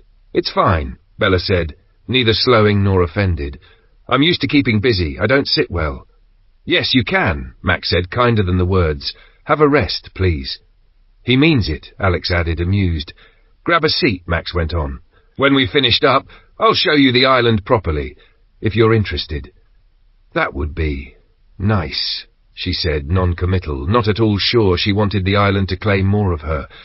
We can pick up the boat and bring it round to the jetty, if it's still where we left it, Alex said, half to her, half to his uncle. They headed back to the hotel to fetch the rest of their allotted food. Bella took the moment they left and finished the sweeping as if it were a promise to herself, then stepped outside to bring in wood, stacking it neatly by the stove. Another kettle, another cup. The cottage felt warmer than it had any right to, and that made the ache for Yorkshire sharper. She shrugged into her coat and carried herself out to the jetty. The water was iron-coloured and quiet, the kind of quiet that let missing someone be a simple thing. She must have been there a while because she didn't hear Alex until the old boards announced him. Maud, Anna's aunt, came back with us, he said softly, as if not to startle her out of wherever she'd gone. She wondered if she could speak to you. Bella scrubbed a knuckle under one eye and stood. Of course. Is she inside? Yes, Uncle and I are going back to the hotel for the rest. Won't be long. She went with him to the cottage. Max waited by the hearth. Maud sat close to the fire, palms hovered over the heat, her face lined with the kind of tired that sleep only dents. Thank you, Maud said as Bella stepped in. For helping Anna. I can't tell you what it means. She's better than I expected after... All that. She told me what you did." "Please," Bella said, shaking her head. "I ran her a bath and stayed so she wasn't alone. I was the only woman at hand and she needed one. That's all." "It wasn't all," Maud said, steady. "You talked to her. You gave her something back. Hope, grit. She also spoke with Alex. He told her some of what you've been through and how you've made yourself strong inside it. She wants to be like that. She says she won't let life push her about anymore. I haven't seen her that sure of herself in a long time." Bella looked past Maud to the flames. "I don't want to be anyone's example," she said, careful with the truth. "I've had to make choices I wouldn't wish on anyone. They've changed me, and not always in good ways. Things with my dad are complicated. I lost a friendship because of a decision that cost a man his life, my friend's father. It's hardened me. I question everything people say and do. Some days I don't like myself much. I wouldn't want that for Anna. I want her to get time and ease and ordinary." "I want the same," Maud said, and the fight in her softened. "But even if she never faces half of what you have, knowing you, and knowing you came through, will help her in whatever comes." Bella nodded and found her manners. "I should have asked sooner. Do you want a drink? Kettle's just boiled." "Thank you, but I should get back," Maud said, standing. "She'll be wondering where I've got to." "I can walk you." Maud lifted a hand. "I'm all right, truly, and thank you again. Even if you think it was small, it wasn't. I'm grateful." Bella walked her to the door and watched her figure shrink along the track, the snow now slumping from branches and eaves as the day found a hint of warmth. Back inside, she went to the small bedroom that had been lent to her and sat on the edge of the bed, replaying the talk word by word, hoping she hadn't tipped too much of her own weight into Anna's aunt's hands. She stood by what she'd said. She wouldn't wish the last months on anyone. A rumble like distant thunder made her flinch. She was upright before she heard the soft avalanche of it, snow sliding off the roof in a heavy sheet. She sat again, breath easing out in a laugh at herself. Meanwhile, Max and Alex, on their way back from the hotel with a final crate, met Maud on the path and saw her safely to the door. Alex promised he'd return later to restart the generator so there'd be light that night, and said he'd hook up another gas bottle. Brian had brought one over from his place, which meant hot food was more than a memory. Some of the islanders had chosen to stay one more night at the hotel. Their houses were wrecked, or they didn't have the strength yet to face them. Of the 23 survivors, 12 had already gone home to begin the long work, or to tend animals that had been left too long to their own luck, nearly a fortnight in some cases. As they walked, Max kept circling back to Bella, the way some men worry a rosary. The more Alex offered, the more questions came, until Alex laughed once and held up a hand. "Enough, Uncle," he said, good-natured but firm. "She's remarkable, yes, but can we talk about something else?" "Sorry, lad," Max said, unashamed. "I'm trying to understand how she manages it, how she makes people listen. Most of these folk wouldn't give a child 5 minutes. Anyone her age stands up to speak, and the room usually drifts. But no one drifted. No one had a bad word, and they heard her. There's a presence to her I've rarely seen. I hope you'll both stay a while. I think the two of you could help us find our feet." "We haven't decided how long we'll be here," Alex said, "but she won't want to leave the farm for long. She's probably worrying about them already." He hesitated, then let the larger worry out. "Uncle, at the hotel, if that's all the food left, how do you survive?" Max's mouth thinned. "I don't know," he said quietly. "We'll meet tomorrow once everyone's counted what they've got, and we've tallied the stock. Once we know how many mouths and how many animals, then we'll see what we can do." Resignation edged the words, but there was a stubbornness under it too, the sort that, given a spade and a seed and half a day of sun, could turn the balance a little. Alex nodded, shifted the crate on his hip, and together they climbed the last stretch to the cottage, where the fire's glow wrote soft, ordinary light along the floorboards, and, for the moment at least, made the room feel like a place that could feed people. Chapter 23. Communication is the key. From the attic, Daz's voice dropped through the house like a stone. "False alarm," he called. "Dear, whole herd of them. Me a start and I squeezed one off. Sorry, nerves, I suppose." "No worries," Bernard answered, relief loosening his shoulders. I'll tell Robert to kill the lights." The yard dimmed by degrees as the flood lamps clicked off. Vincent appeared at Bernard's elbow with a steaming mug, the smell of coffee cutting through the cold. "I know it's late, but coffee felt more fitting than tea after that little jolt," he said, wry. "Glad it was nothing worse. Did Daz hit anything?" Bernard shook his head, grateful for the heat against his fingers. "Doubt he even aimed. Reflex. He said there were a lot of them." Vincent nodded, the moment already receding. "I'll take a few hours' sleep while we've got quiet. You should too." "Sounds sensible," Bernard began, just as the door creaked and Bobby stepped into the dim, hair-wild eyes too big for his face. "Grandad, what was all that? I heard a gun and Daz told me to leave the room."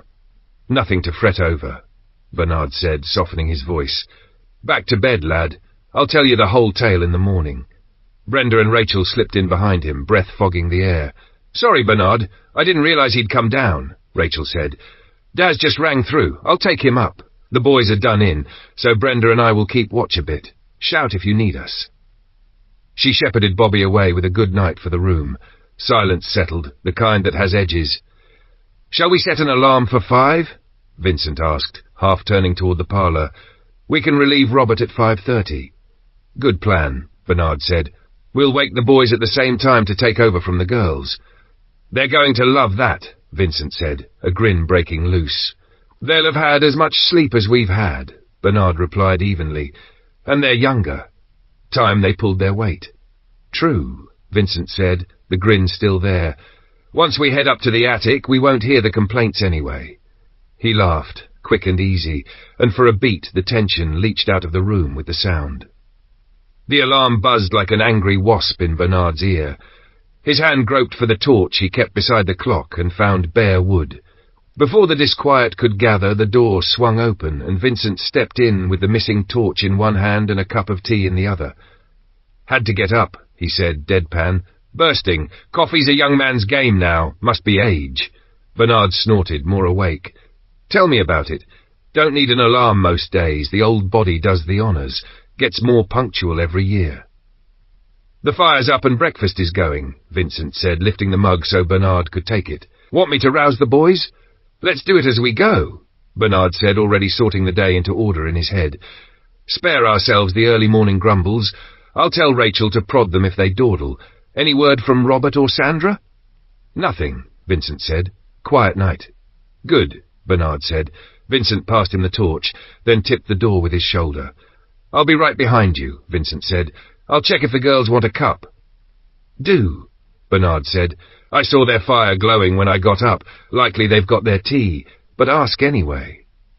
He stepped into the corridor, the torch's beam catching the familiar scuffs and knots in the floorboards. Outside, the yard lay dark and cold, but the house felt steady again, rehearsed for morning.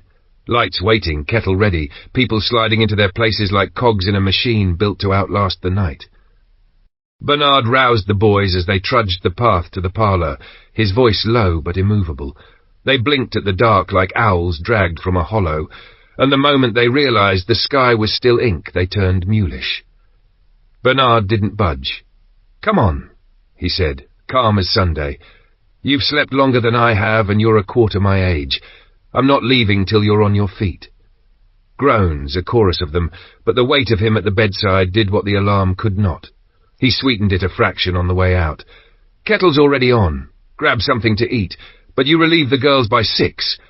No later. You'll take the watch from downstairs so the others can sleep." At the attic stair, he pulled the curtain aside and they walked into an unexpected wash of heat. The little stove had the place comfortable, blessedly so, against the cold pressing at the glass. Vincent turned to the pair at the windows. "How was it?" he asked Robert. "About 1 a.m. We heard something in the trees by the track," Robert said. "Jack Russell was growling. Since then, quiet. Moon was bright enough to keep the tree line in sight. No fire, no movement. Maybe they've shifted on." "We can live in hope," Vincent said, though wariness edged the words. "All I want is one good night of sleep again," Sandra murmured as she shrugged into her coat. "We'll leave you to it. Good night." "And thank you for keeping it warm," Vincent said. She nodded and went. Bernard laid a palm against the new pane and let out a breath. I'm grateful Alex finished these windows before he left. Imagine sitting up here with a plastic sheet where this door is and nothing in that frame. He gave a small shake of his head. It doesn't bear thinking about. Can't argue with that, Vincent said, enjoying what comfort they could afford. By 8, a rinsing of daylight had found the fields. The threatened snow never came, but a hard frost locked the ground and put a bite in the air. From the attic they could make out every black rib of branch, stark against the pale sky, and, mercifully, no smoke climbing from the woods. That, oddly, worried Bernard most. Vanishing strangers were sometimes worse than visible ones. "Stay sharp till 10, he said after they'd talked it round. "Then we'll eat and go down to Omar's, see if he heard or saw anything in the night." He stood a moment longer, thinking aloud. "We should run one of the spare field phones to them. If they're hit, we'll lose any hope of keeping fuel going." "We've got enough phones," Vincent said. "No reason we can't. I'll speak to Robert. One of the lads can come with us to help string it. It's in their interest as much as ours. Omar or Simon can lend a hand, and it means you'll still have cover here. Leave the boys alone and they'll be back under a blanket before you can blink." The plan settled quickly. Vincent and Matt would take the Saracen to check on Sally, Omar and the rest, and scout a line for the phone. Matt's enthusiasm was muted to begin with, then brightened the second he realized he'd be manning the Bren. They rolled up beside the run of new chain link and killed the engine. The quiet hit first, thick, dampened, the sort of silence that makes a man hold his breath to listen harder. No voices, no clatter of buckets. Even the wind seemed to be waiting. Chapter 24. The hotel was pinpointed. The jolt passed quickly. Bella swung her legs off the bed and stood, refusing to be found dozing in the middle of the afternoon, while everyone else kept their hands busy. She could at least make the place ready. She fed the stove until it breathed evenly, filled the kettle, and set it back to warm. They'd come in cold. A hot drink would land well. The strangeness of empty minutes itched under her skin. When they returned, she'd ask for a job. Any job. Boredom felt like a splinter she couldn't dig out. Boots scuffed on the threshold before their shadows reached the window, snow shaken from soles, a low murmur passing between them. Bella had mugs lined up by the time Alex and Max shouldered in and dropped a haul of food onto the kitchen table. They stood over the steam, letting the heat chase the pinpricks from their fingers. "I need to run back to the hotel later," Alex said after a few sips. "They'll want the generator tonight and a way to cook." He glanced at her. "Want to come? This place must be driving you mad." "Yes," she said, too fast and honest. "I hate doing nothing. It's sending me round the bend." "When?" "Easy," he laughed. "Give me a minute. I've been back and forth all morning. Let me breathe." "Sorry," she said, smiling it off. "I'm ready whenever you are." He drained the rest of his tea at human speed, and they set out. The walk was brisk and short. Outside the hotel, Tobias and Brian were just stepping into the cold. "We're about to run a short-range test," Tobias said. "Fancy joining us, Bella?" "Absolutely. What's the plan?" He led the way as he talked. "All the lines meet in a big junction box behind the harbour, little shed that used to sit by the post office years back. That's the exchange, though I've never seen one like it. First job is to trace the hotel's line. We've put a battery across the pair that feeds the reception socket. Now we need to find that same pair in the box." "Isn't everything labelled?" Bella asked. "You'd think," Tobias said with a snort. "Not here. Just code numbers. No legend." "Sounds like it'll take ages," she said. "Not really," he said, unbothered. 18 houses, 6 businesses, 72 pairs in the box, 2 per old or current line, plus spares for dead ones. Manageable, you'll see." The shed felt more like a tiny cabin. Dry timber walls, the faint smell of resin and solder. Babs had a sheet of plywood laid out with a map glued on top. She drilled a neat hole for every property and was pressing in small LED panel lamps one by one. A thump sounded from above. Bella's shoulders rose before she caught herself. "Don't panic," Babs said, not looking up. "Richie and Patrick fitting solar panels so the batteries keep topped up. They're also hoisting a little wind turbine, belt and braces." She picked up a meter, clipped onto a pair and nodded. "Got the hotel feed?" She worked as she talked. "Tobias will fit a big push button in the hotel. I'll bring this pair into a relay, then out to the lamp board. One relay output will also trigger the old foghorn, same principle your granddad told you for the lights, just heavier load so we switch it with the relay. What if someone can't keep the button pressed? Bella asked. Babs passed her a chunky industrial button. Press. Bella pushed. It latched with a satisfying click. How do you release it? Twist the top. Bella twisted. The spring let go. Right. Go fit it and test, Babs called to Tobias. Press, then come back. We'll see the lamp and horn. Then we'll reset it. He slipped out. Bella watched Babs tie the system together. One hotel core to the lamp's red lead, battery negative to a bus bar, a small jumper from bar to the lamp's black, then a red battery feed into a separate distribution block. Once Tobias is back, I'll land the other hotel core on the red block, Babs said. Make sense? I think so, Bella said.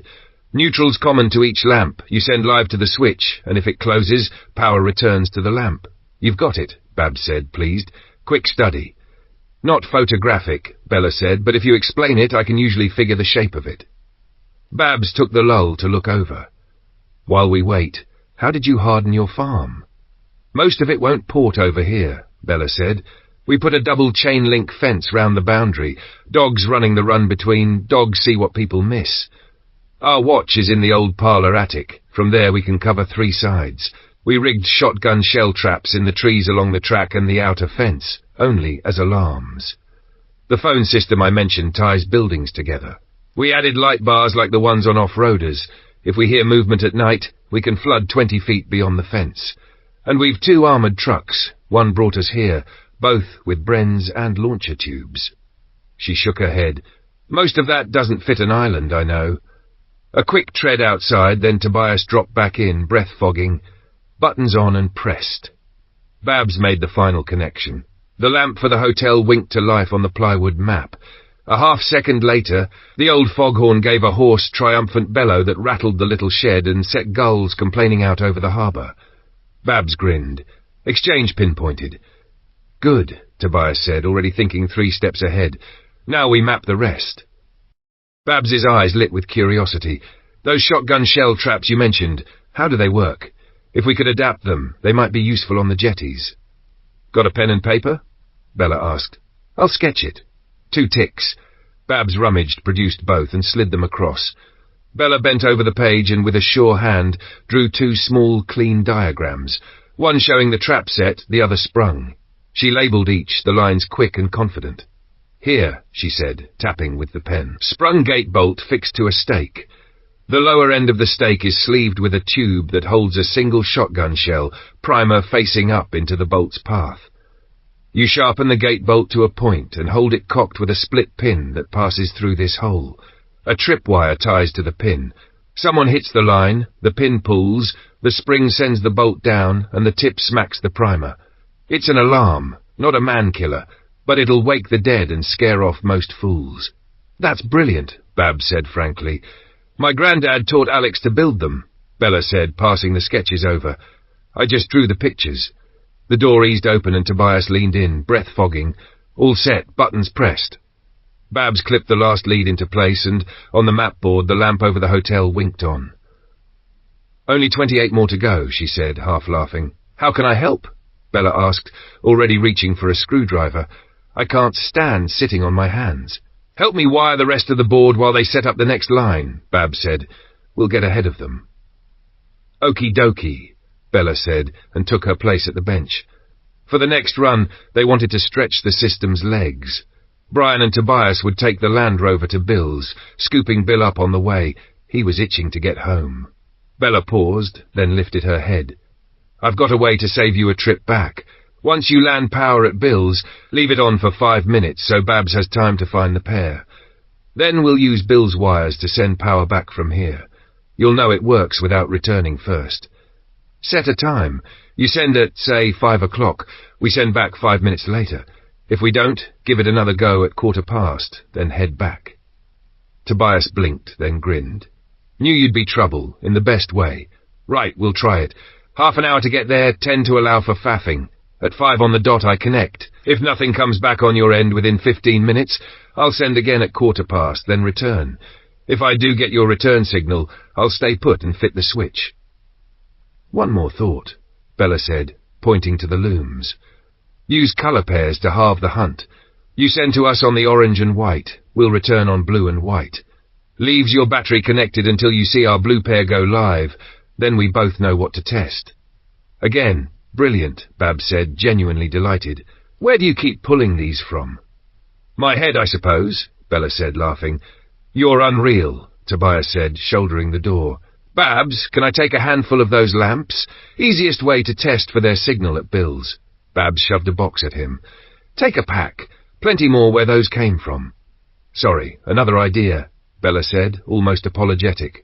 When you leave Bill's, keep a lamp permanently connected to the blue pair. In an emergency, if someone slams the button, they'll see the lamp light at their end, proof the warning got through. Waiting for help is hard enough. Not knowing if anyone heard you is worse. Then, after you wire the push button, latch it on. If we tie that line to a switch here, we can flash you back twice to say the circuit is live. Then you can twist to release and leave it armed. At this rate, should I leave now or wait for the next stroke of genius? Tobias said, mock suffering. Now you're taking the mick, Bella said, shooing him. Go, or you'll miss your own deadline. After he'd gone, Babs shook her head, smiling. Don't mind him. He wasn't having a dig. We're both impressed with how you think. It's just how my brain works, Bella said. I run it like a checklist. Will it work, if not what else, and keep going until something sticks. At exactly 5, Babs started methodically probing pairs. The shed was quiet but for the tiny clicks of the meter and the wind purling round the eaves.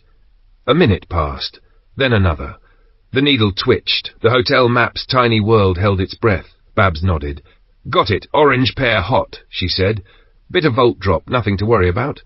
Bella clipped the blue return pair onto the battery and tightened the posts. Sending back now. They waited, counting beats. Within 2 minutes the orange died, Tobias acknowledging receipt by lifting his battery. Babs moved quickly. She landed the orange cores to the lamp's feed, and the tiny bulb over Bill's cottage glowed clean and steady. A moment later it pulsed again, on, off, on, as Tobias tested his new push button. Bella pulled the blue battery off, and Babs tied the blue pair to a small toggle she'd mounted beside Bill's lamp. She flicked it twice in reply, confirmation across copper. Success, Babs said, flipping the switch off. The light winked out. That's the far end proven and the feedback path live. She dusted her hands. Tea? Tea. Bella agreed, feeling the warmth of a working plan thrum in her chest. Come on then, Babs said, lifting her coat. We'll leave a note, he'll find us at the hotel. Chapter 25. Bella and Alex fighting in the snow.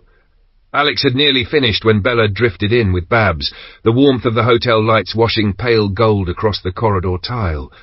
Bella vanished toward the bathroom with a grateful look, the sort of half-smile people reserve for running water and, more precious still these days, a roll of toilet paper, while Babs set a kettle on the gas ring and rummaged for mugs. Your girl's a genius, Babs said under her breath. I know, Alex replied, soft enough that it wouldn't carry when Bella returned. But don't make a fuss. Praise embarrasses her. Best to treat her as she is, an adult mind in a teenager's frame. Got it, Babs said, just as Bella reappeared, hair damp at the temples, colour back in her cheeks. Drink as well? Babs asked. I'd love one, Alex said, then nodded toward the corner where the little generator throbbed. Use the gas ring. This titchy set won't stomach the electric kettle. Lights will sag if we try. I'll stash the high-draw stuff so nobody accidentally flicks it on. I'll look over the big generator in the morning. This one will do for tonight, which means no hot water. We're short of gas for the boiler, the oil burner wants a service, and the big Jenny's got a fuel issue. Tomorrow's going to be busy. That's fine, Bella said. I'd like to help Babs and Tobias with the comms anyway, if they'll have me. You're more than welcome, Babs said, honest warmth in her voice. You saved us hours today, and we'll keep riding that tailwind tomorrow. When the mugs were empty and the room felt steadier, Bella retrieved the bow she'd left behind the previous night. Alex gathered his kit, and together they pushed out into air that stung the lungs and sweetened the teeth. Max must have read their minds or the hour. By the time they stamped snow from their boots and stepped in, he already had plates waiting. Dinner's up, he said, waving them toward the sink. Wash and sit. I'll serve. Some folk are bedding down at the hotel, Alex noted as steam curled from the bowls. I saw it earlier, Max said. Mostly the ones from the outlying places or those who've lost people. Truth is, most of us have lost someone. It'll take a while before we start feeling like ourselves again. I'll get the big generator running tomorrow and service the oil boiler, Alex said. We'll have heat and hot water. The tanks are full, enough to carry you to the end of winter if we're careful, but after that we'll need to find more. In the south we're making biodiesel, Bella said. I know the outlines, but not enough to set it up here on my own. Maybe someone local has the experience? Could be, Max said. I'll bring it up at the meeting. It might be wiser to wait for spring, Bella added. Before the power died, I read that, after an event like this, more than 90% could be gone inside a year, cold and hunger doing most of it. By spring, resources abandoned in place will be everywhere. Heating oil especially. Most won't have been able to run their boilers anyway. But caution matters. The survivors will be fierce about what's left. We won't need to go south for it, and Max said, plenty of farms and holiday places along the loch. We just need one that's truly empty. He hesitated, then brightened. George brought the boat you used down to the jetty, safer there where we can keep eyes on it. Your things are in your rooms. Then I'm turning in, Bella said, pushing back her chair. See you in the morning. Max watched her go, then turned to Alex. She seems lighter than when you left earlier. What changed? She helped wire the warning board, so Alex said, she hates sitting idle. It drags her under. Give her a problem, and she breathes again. And tomorrow, she'll be with them again. Max wiped his hands and leaned against the range. You two talked about how long you'll stay. I'm not nudging you off. Quite the opposite. No time today, Alex said. I was at the hotel, she was at the post office. I'll ask tomorrow and keep you posted. For now I need sleep. Long day coming. Bella woke to a room still touched by the night's chill, and out of habit older than the collapse, coaxed the banked embers back to life. Thin sticks caught, thicker ones followed. The stove breathed. She filled the kettle. Funny how a morning cuppa had become a ritual, when school days had started with a fizzy orange and a dash for the door, and set out a heel of bread with Marmite, a breakfast that was humble but hers. The kettle took its time. She ate in the armchair, feet tucked under, then washed and stacked her cup, listening to the house settle. Alex and Max were sleeping in. She slid to her room, grabbed her bow and an extra pair of socks, laced her Doc Martens and was fastening her coat when Alex wandered in, hair a riot, smile half awake. Not waiting for me? It's not even 8, he said, mock-injured. I thought at your age you needed the extra rest, she said, deadpan, as Max came in behind him. Bickering already? You two sound like a married couple, Max teased. Careful, Uncle, Alex said. You'll have us arguing for real. How long? Bella asked. Give me 15 minutes for a drink and a bite, Alex said. I'll walk over with you. Bella unbuttoned her coat and hung it beside the bow and quiver. In that case, I'll have another tea, she said, already moving toward the stove. She's got you under her thumb, Max murmured, amused. It's mutual, Alex said easily. We look after each other. If she was making drinks, mine would already be in my hand. Max grinned. Just a joke. They set off soon after, the snow crisp and shallow enough to kick through. A few steps of silence, the hush of cold air on pine, and then Bella stooped, scooped, and slung the first snowball. It burst across Alex's shoulder, a soft thump and a scatter of white. He stared at the mark as though it were a mortal wound, then dropped his bag and waded into a drift with exaggerated care. Oh, it's like that, he said, packing snow with the solemnity of a sapper wiring charges. They traded volleys all the way down the track, each cautious about footing and more cautious still about laughter carrying where it shouldn't. Snow dusted Bella's plait and caught on Alex's lashes, breath smoked, fingers tingled and stung and warmed again. By the time the hotel came into view, they were white to the knees and grinning despite themselves. They stepped inside, took one look at their boots, and stepped back out to brush each other down, the old rhythm of ordinary politeness feeling, for a heartbeat, like civilization remembered. I'll leave you to it, Alex said at the door, the grin easing back into purpose. I need to start on the diesel generator. No idea how long it'll take to get it purring again. See you at noon, yeah? Meeting. Don't worry, she said over her shoulder, already angling toward the exchange shed. I'm not as old as you. Dementia hasn't set in yet. Chapter 26. Communicating is the key. Vincent let the Saracen idle at the edge of the yard, diesel grumbling in the frosted air. No movement, no faces at the window, no dog lifting its head. He gave the horn a quick jab, one short, one long. Silence held. Then Matt, nerves jangling, racked the bren and stitched a short burst skyward. The sound hammered across the sheds and hedges, and as the echoes broke, two figures lurched into view, Simon and Sally stumbling from the barn, sleep still clinging to their eyes. You can't sleep on watch, Vincent said, voice flat with the kind of anger that comes from fear. Anything could have walked straight through you. Omar and Ika appeared in the house doorway, jackets half on, faces tight. What's going on? Omar called. These two were out, Vincent answered, jerking a thumb toward the barn. And we've seen campfire smoke in the woods above. They don't look friendly. Stay sharp. There are hungry people out there now. Hungry gets you desperate, and desperate gets you killed. Sally swallowed and nodded. We'll be alert. You'd better, Vincent said, and the tiredness in his voice sanded the words down to truth. I'm done burying bodies from this place. Omar hurried to the gate to let them through. Why are you here? We've spare field phones, Vincent said, easing the Saracen forward. Thinking of putting a line between us, your place and ours, so trouble at one end rings in the other. Interested? Of course, Omar said. What do we need? Come up later, Vincent told him. We'll hand you a reel of cable and a set. Run it, we'll show you how to hook it in. On the drive back, Matt cleared his throat. Why not do it the way Bella suggested? Vincent shot him a quick look. Which is? Use the old phone wires. The line runs right past their gate, the pole's almost on top of it. Bella told Alex this was the end of the spur, and said it'd be easy to pick out the cable colours down there. Nobody on this stretch has had a working phone since before Bernard's time, she said. Vincent huffed a laugh despite himself. That girl, 200 miles away and still fixing our problems. Back in the yard, he turned to Bernard. You never had a phone, but did the old wires from the previous owner survive? Bernard scratched at his cap. 40-odd years ago. No, they took 'em down a few years back when they strung new overheads for the reservoir monitors. Come outside, I'll show you. They crunched across the yard to where the pole stood like a mast.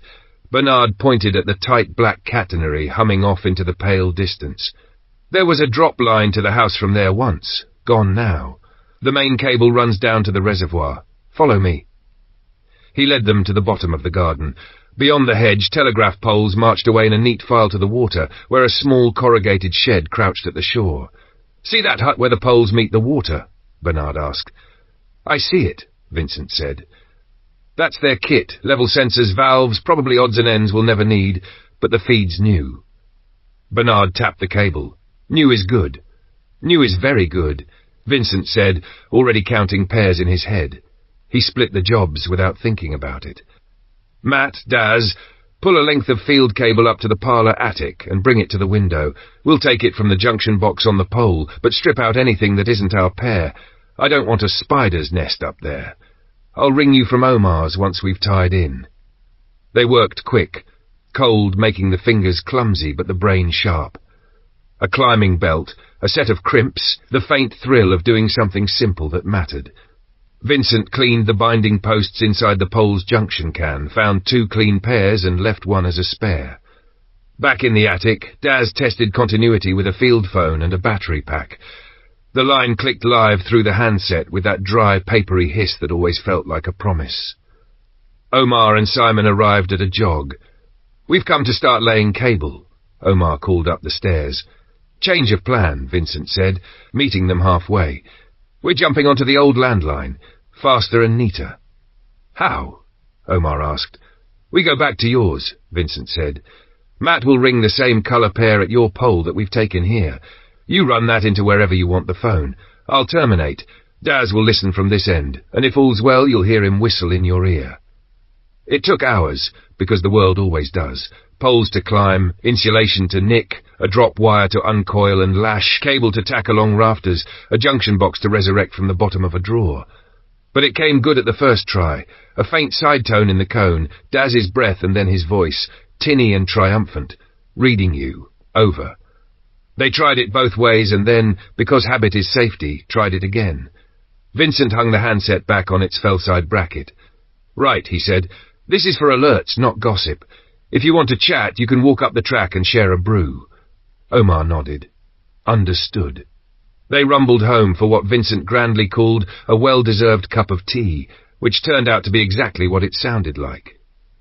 Bernard looked up as they stepped into the kitchen and read their faces before he spoke. How'd it go? Working, Vincent said, but his expression didn't soften. I've a feeling they're still not taking it seriously down there. They lean on us too much, Bernard said, stirring the pot absently.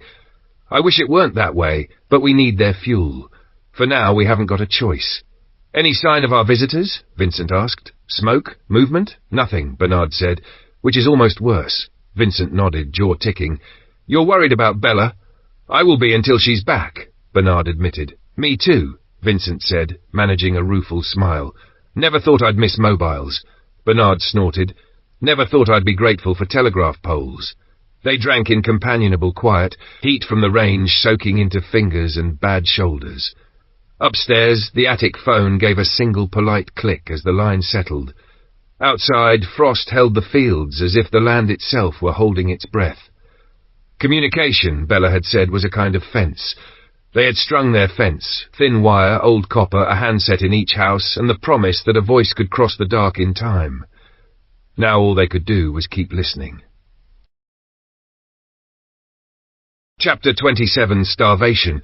A possibility. Babs had the bench lamp burning before the frost had lifted from the window, a neat drift of plastic shavings piling at her elbow as she bored clean holes into the lids of push-button boxes. When Bella slipped in, breath fogging in the cold room, Babs didn't look up, she just smiled. Another lark, she said. Good. I need the company. I've been getting up early since school, Bella replied, shrugging off her coat. Dad was away a lot. Habit stuck. What are you making? Speed, Babs said, tapping the drill bit free. If I mount the indicator lamp in the box now, Tobias won't faff later. He's not as keen on dawn as we are. I heard that, Tobias announced, appearing with a grin and a coil of cable over his shoulder. I'll head up to the farm next. After that, I'll finish the ones here. North side's empty anyway. By noon, they'd chased 6 more circuits into place, the bench a tangle of wire offcuts and warm tools. When the bell for the meeting rang, they walked out together, pleased at the rhythm they'd found. The lounge was almost full. Only the Wilsons were missing, still gathering stock and burying what the raiders had slaughtered. Bella slid onto a bar stool beside Alex. He nudged a mug of tea and a goat's cheese sandwich toward her without looking. Perfect, she murmured. Exactly what I needed. Most of the agenda was ordinary. And that, Bella thought, was a mercy after weeks of the opposite. A handful of people had voted to winter at the hotel, older folk, and those from the far end of the island who couldn't quite trust the dark yet. To save fuel and hands, they'd rotate cooking. The generator would run an hour before dusk and die at midnight. George and his niece would move to the Thompsons, to tend the animals and start seed beds in spring. Mrs. Thompson had no wish to return. Alex reported on the diesel generator, purring now, and promised the oil-fired heating by nightfall. He'd also inspect the old wood boiler in the cellar as a fail-safe in case the oil ran dry before winter ended. I'll let you know what state it's in once I've had a rummage, he said. Babs gave the early warning update, crediting Bella's tweaks and sketching the signal flow in plain words that made even the skeptical nod. Afterward, the little team drifted back to the exchange. Richie had just a few final ties to make to keep the batteries sipping from the panels. Once they were humming, he meant to roam and help with whatever electrics had survived in folks' houses. Tobias and Brian lugged in armfuls of logs until a tidy stack grew by the pot-belly stove. The afternoon had turned mean, snow thickening in the air, so Bella coaxed life from the old iron belly until it ticked and breathed heat. From that evening on, someone would bed down here to mind the board. They didn't expect visitors in weather like this, but expecting and getting were strangers now. How many live on the other islands? Bella asked, watching snow gather in the doorway's corners. Permanent? Babs considered. A handful, maybe 10 total. Inchtavanach, Inchfad, old families. Most of the rest are woodlands or nature reserves. Some wardens, some folks who moved out there 5-10 years ago, but I couldn't swear to numbers. I wondered if you might band together, Bella said. Maybe one day, Babs replied, something guarded in her tone. For now we keep our heads down. Bella let it lie. Not everything needed prying open today. By 5 o'clock all the nearside lamps glowed where they should, Max's place included. Tobias stamped snow off his boots and leaned on the door, cheeks raw with cold. 3 houses left, plus the harbour buildings and the boathouse, he reported, and the 4 empties up island. We'll finish tomorrow. The boathouse and harbour, yes, Babs said. The others can wait, if they're ever lived in again. People are shy of the far houses now, especially alone. With the hotel and 3 empties here, I doubt anyone's hurrying back. I'm not so sure, Tobias countered. George is off to the Thompsons. Bill's heading home. The Wilsons are staying put. That leaves 3 up north, retirees. The hotel's perfect for them. I reckon Maud and her niece will go home, Brian added, warming his hands. The rest may stay here for safety. As for the empties, well, you and Alex could choose one. We won't, Bella said, steady. We've got to leave before the weather turns worse. People are waiting for us. Tobias hesitated, then asked what had been on all their lips. Before you go, any advice on how we get through this? Properly? Bella took a breath. No gentle way to say it. I don't know how much you leaned on the mainland, but you look underprepared for winter, and for the year after. Tobias winced. It's true, Jamestown supermarket for everything. Gardens are all we have. You saw the pantry, mostly tinned. We got lazy. Then start there, she said. You've some livestock. If there are abandoned farms here, other islands, mainland backroads, plan how to bring animals in. Chickens are essential. Don't eat the layers. Eggs will keep you alive longer. 1 hen can lay up to 300 eggs a year. An egg a day can carry you. Eat surplus cockerels, but keep enough to breed, and swap birds later to keep the bloodline healthy. Know that hens lay less after 4 years. Plan for that. Babs was already scribbling. Tobias and Brian listened, hands still. You won't make it alone, Bella went on. Everyone has to pull. Fish the loch, build greenhouses or polytunnels for shoulder seasons, learn to store food, smoking, pickling, bottling. Ask the older folk, let them teach and you write it down. If there are deer here or on the quieter islands, manage them. Don't wipe them out for one winter's comfort. Plant as soon as the ground loosens. Find hardy fruit trees that suit this wind and wet. Supplies? Tobias asked. Seeds? Tools? There are 2 garden centres in Jamestown, he said, answering himself, then grimaced. Which means others will be thinking the same. Exactly, Bella said. Anything in town will be contested. Better to search out-of-the-way places, farm shops, nurseries, trading estates, distribution units, boatyards. Fewer neighbours means fewer chances to meet the wrong people. Ask round for leaflets, directories, old local mags, even yellow pages. Anything that points to stock outside town centres. She checked the time and stood, shrugging back into her coat.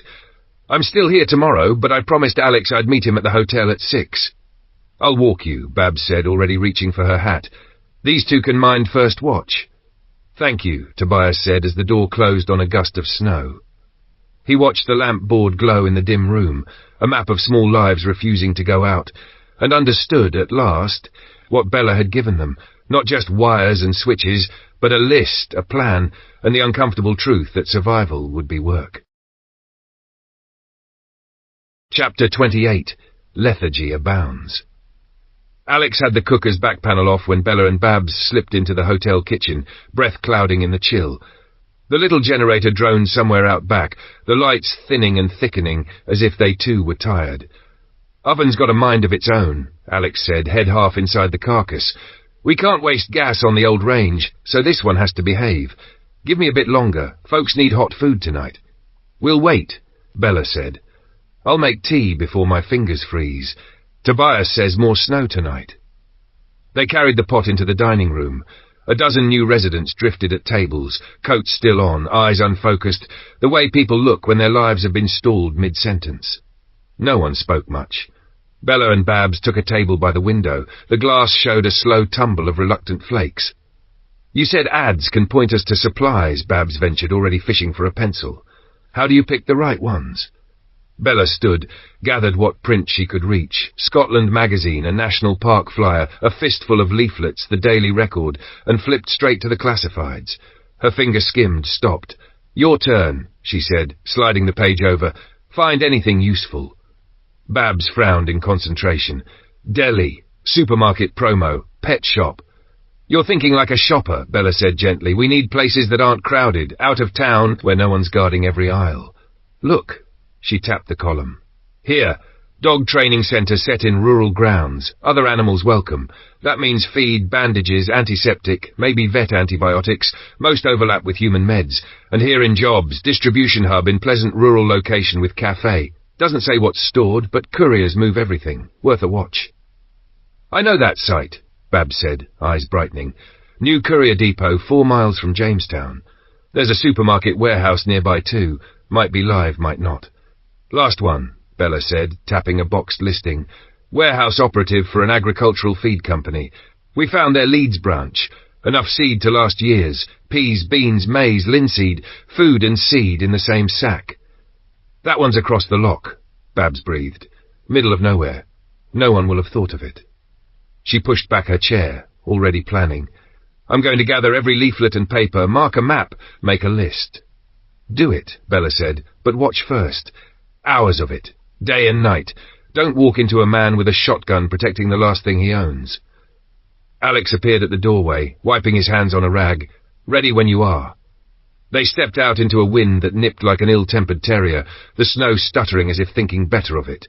Max's cottage felt like a held breath loosening, lamplight, the tick of the stove.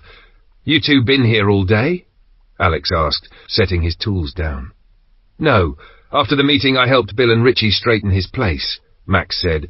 "He asked if you'd swing by tomorrow, flue pipes bent from the break-in. There's a spare in the bothy." "I'll fix it," Alex said, and glanced to Bella. "Fancy the walk?" "Of course," she said, then paused. "But what happens when we leave?" Max rubbed a hand over his jaw. "I don't know. Not many with practical skills left." Bella chose her words. "Aside from the Wilsons and George, who are already growing and keeping stock, most folks feel unmoored. They'll work, some of them, but no one's organising. Babs is trying. Tobias, Brian, Richie too. But you're going to burn through food before the ground thaws." "Uncle," Alex said quietly, "come back with us when we go. I know this place is yours, but Bella's right. Without food or a plan to get more, hunger will win." "Couldn't you stay and teach us?" Max asked, hopeful and tired at once. "We can't," Alex said. "People are counting on us. We've built something. If we don't go back, they'll think we're dead, or worse. It wouldn't be fair." Max pressed his lips thin, nodded. "I'll miss you both." "Then don't," Bella said simply. "Come with us. There's room. You'd be welcome." "I can't leave them," Max said, retreating to the kitchen on the pretext of stirring the pot. Dinner passed in soft clinks and the small talk people make when larger things are heavy on the table. After, Max pled an early night. The cottage settled. "They'll sit here and watch the pantry empty," Bella said, voice low. "By the time anyone feels the cold bite, it'll be too late to plant. Too many are old. Too many are waiting for someone else to decide, or for the world to snap back like an elastic band. If I hadn't bullied the generator into life, no one would have." Alex agreed. "No one's steering. Without that, they'll drift." "You can't teach leadership in a week," Bella said. "It's not a recipe. When I asked Babs to comb the classifieds, she reached for the obvious, the places with crowds. It's not that she won't work, it's the thinking. Your uncle's the same, good to the bone, but he follows." Alex leaned his head back, eyes closed. "We should keep trying to talk him round." "We will," she said. "When do we leave?" 3 days. Alex said after a moment, "If the weather lets us." "Fine by me." She stood, suddenly bone-tired. "I'm for bed. It's a hike to Bill's, and if it snows again tonight, we'll be wading." "Same," Alex murmured, dousing the lamp.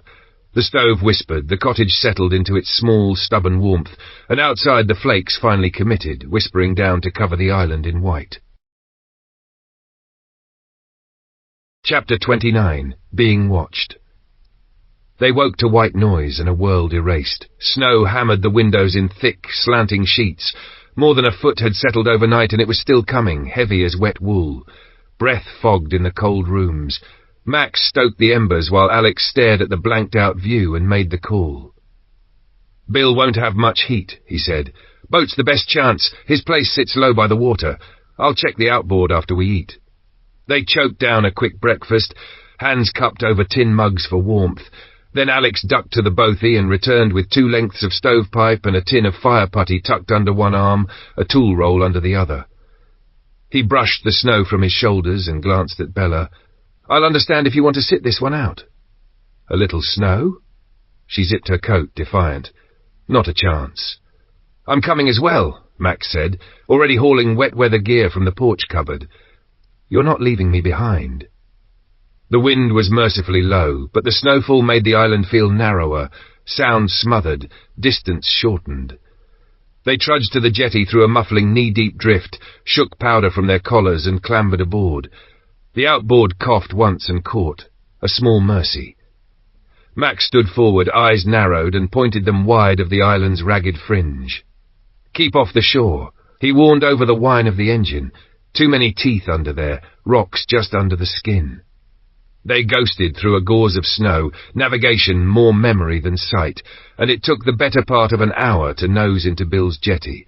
Lines on, a quick jump to the planks, and then a short slog to the cottage, where Bill swung the door wide with a surprised laugh that fogged in the cold air. "In you come," he said, ushering them toward the scullery. "Gas bottle's got life in it. Tea won't take a minute. Sit, thaw out." He vanished and returned with a dented metal teapot, steam coiling from its spout, then rummaged for mugs. "No milk powder, I'm afraid. Sugar's gone as well. There's honey, though, if you take it sweet." Nobody complained. Hot was enough. Honey dripped like amber, and the mugs warmed their hands and their tempers. While Bill and Max traded clipped updates in the kitchen, Alex laid the pipe on the hearthstones. Bella held the length steady while he measured, marked, and sawed, filings dusting the flagstones like grey snow. He seated the new section, buttered the joins with putty, and coaxed a cautious kindling fire to life, letting the heat creep in and cure the seal. Hairline cracks blinked into being. He dabbed, smoothed, fed the flames. Slowly, a lived-in warmth pushed back the damp cold. Bill stood with his palms to the stove and sighed like a man stepping into a bath. "You're a blessing. What are we meant to do when you leave? We've no one like you, real Mr. Fix-It." "We can't stay," Alex said, not unkindly. "People are waiting on us. We've tried to talk Uncle round to come back, but he'd sooner wrestle a storm." "I told him to go," Bill said wry. "He's a stubborn old coot." "What's a coot?" Alex asked, half-distracted, testing the drawer. "A waterbird," Bella said. "Though why stubborn?" "Because they sit a nest and won't budge for love or thunder," Max put in. "Even with trouble on their beaks." Alex nodded. "All right, that tracks." "Enough talk," Max said, rubbing his hands. "Let's get warm proper. Well done, both of you." "I'll brew again," Bill insisted, reaching for the kettle. "Another before you brave it back." "How's your wood?" Alex asked, glancing at the stacked logs by the door. "I can cut you more before we go." Bill's eyes crinkled. "I'm stocked. Every summer I do a little each day, fallen limbs dead, seasoned. Chainsaw still starts. Plenty in the lean-to." "Food?" Max asked bluntly. "Better than most," Bill said. "Chickens wandered back, so there'll be eggs. They turned the pantry upside down but missed the cellar. Honey, dried goods, preserves. Pickles and jams from the summer. I plan for winter so I don't have to cross for a daft thing in foul weather." He lowered his voice, conspiratorial. "Even got 6 months' worth of toilet rolls. That stays between us." "It does," Max promised, hand raised. When they stepped outside again, the world had shifted. The snow had slowed to listless specks, the cloud thinned, a slit of pale blue opening to the west. "That'll make the run back easier," Max said. "We might actually see where we're going." "Can we hug the far side?" Bella asked. "I want to see that shoreline from the water." "Same distance either way," Alex said, and swung them off the jetty. They threaded from the trees and the water opened around them, pewter-shot with light. The island lay clean and white, beautiful in that brittle way a body can be at rest.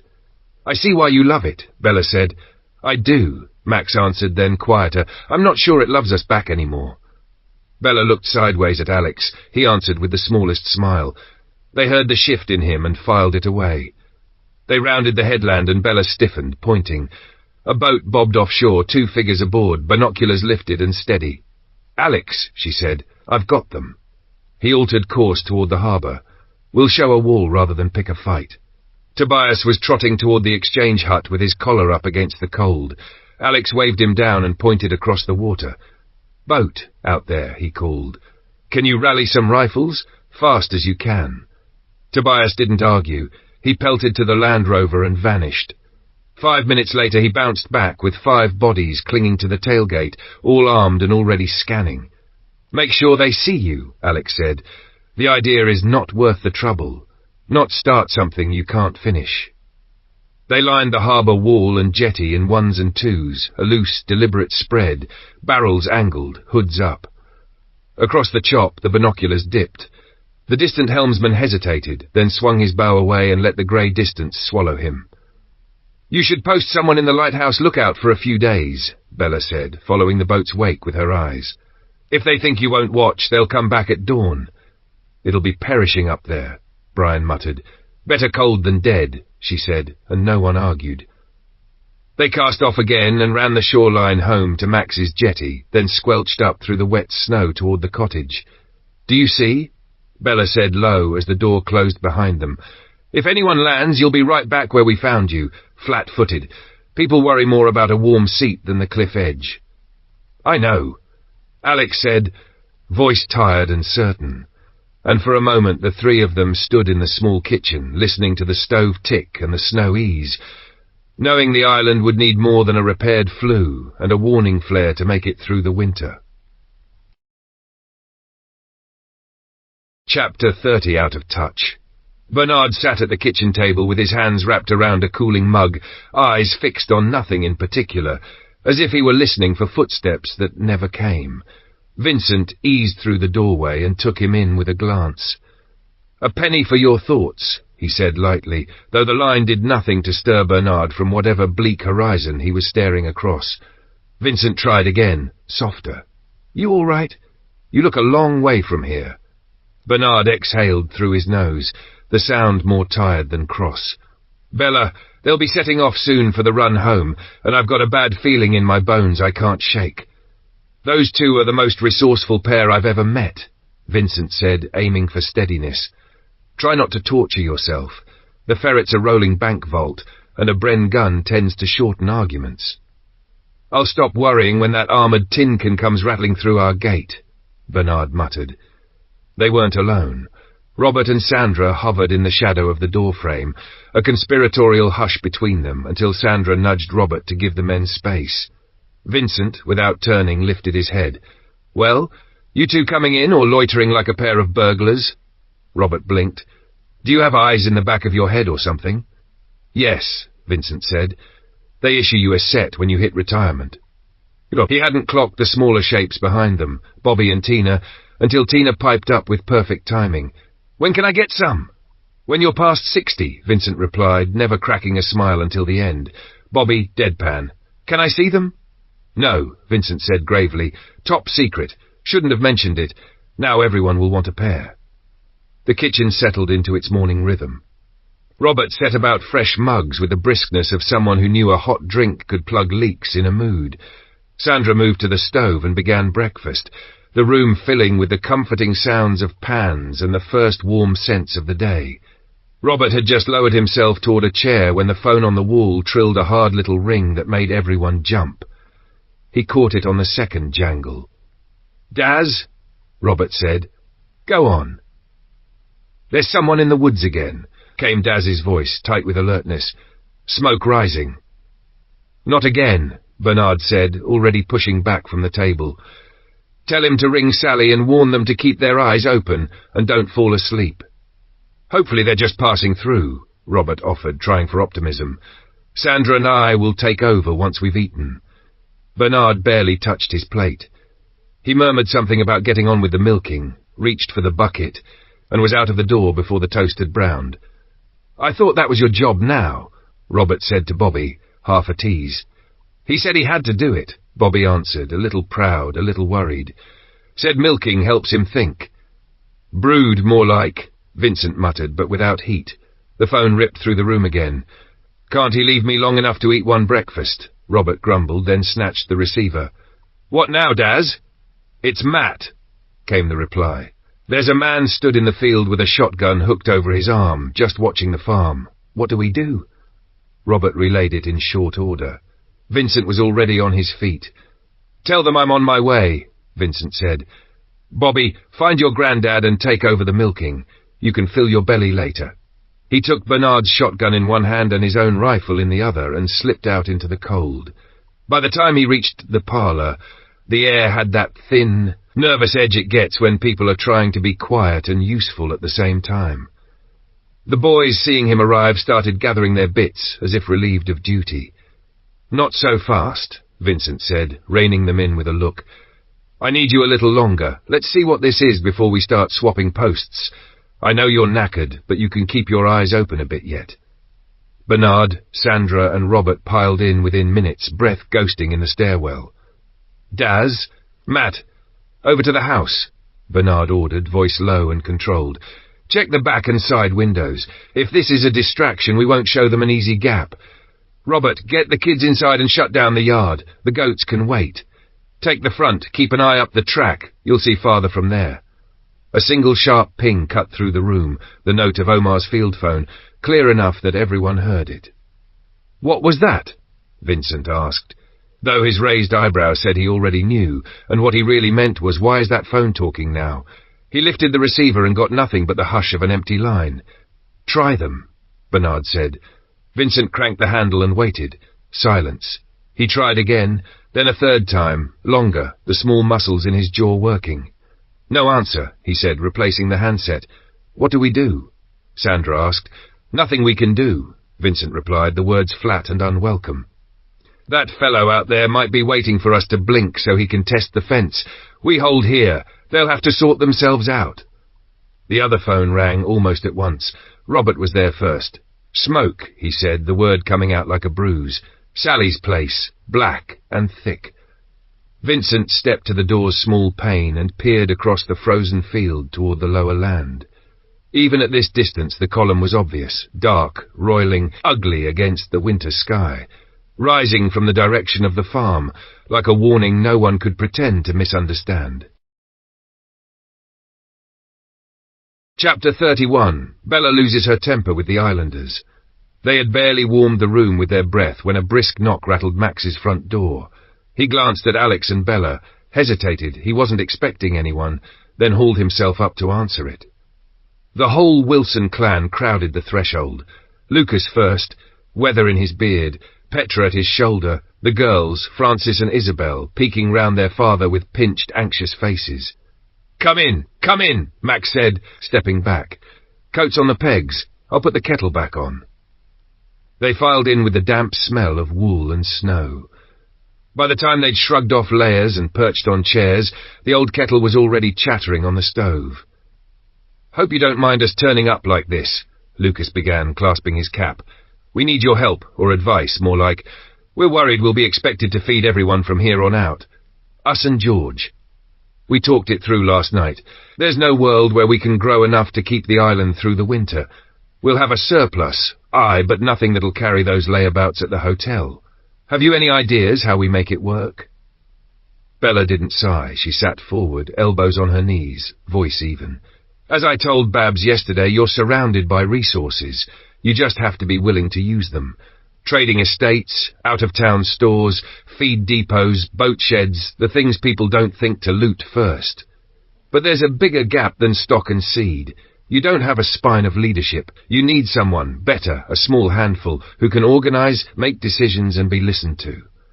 Lucas frowned. Who? That isn't for me to anoint, she said. It doesn't have to be one person. From what I've seen, there are precious few here with any backbone. You and George are exceptions. You pushed your farm back from the edge. He's resurrecting the Thompsons' place. Babs, Tobias, Brian, Richie. They'll graft if you point them at something. Given a fair chance, I reckon Anna will too. Bill will shoulder what he can. But out of those who survived the attack, I count 3 women young enough to help and 4 men. The rest are too old to do much heavy work. Back in Yorkshire, everyone pulls their weight. Age and sex don't excuse you. We've stitched a cooperative from 7 farms, 6 smallholders and a science lot down the road running biodiesel. We make it work because everyone contributes. If people here don't, they will starve long before spring gives them the chance to regret it. Tobias's words from yesterday seemed to find Lucas now. He nodded slowly. He said you think like someone twice your years. He winced. I'm forgetting my manners. This is Petra, my wife. We all call her mother, me included, and our girls Francis and Isabel. Is there anyone on the island everyone respects? Bella asked, turning to Petra and the girls as much as to Lucas. Someone whose word would carry when everything's brittle, and, you may not have heard, about 2 hours ago a boat with 2 men was glassing the island with binoculars. If you're invaded again, you'll be right back where you were when we landed. You need to toughen up and organise so that doesn't happen. Max moved among them with mugs, the steam softening the room. Petra accepted hers, thinking. Maud, she said at last. Folk look up to her. She's been fragile, thought Anna was dead, but people listen. That's true, Francis said carefully. Some people are even scared of her when she barks. Manners, girl. She's not a dog, Petra murmured, though there was the ghost of a smile. I can vouch for her tenacity, Lucas added. We need another meeting, Petra said, sharper now. But not with... She flicked a glance toward the window and the direction of the hotel, the slackers. Have it here, Max offered, spreading his hands. We've room. When? Lucas asked, already inching toward action. Now, Bella said, the decision landing with the simple weight of something obvious. Strike while the iron's hot, as my granddad would say. Petra turned to Max. Is that all right? Fine by me, he said. How long to round folk? Depends who we invite, Lucas replied. Let's make a list.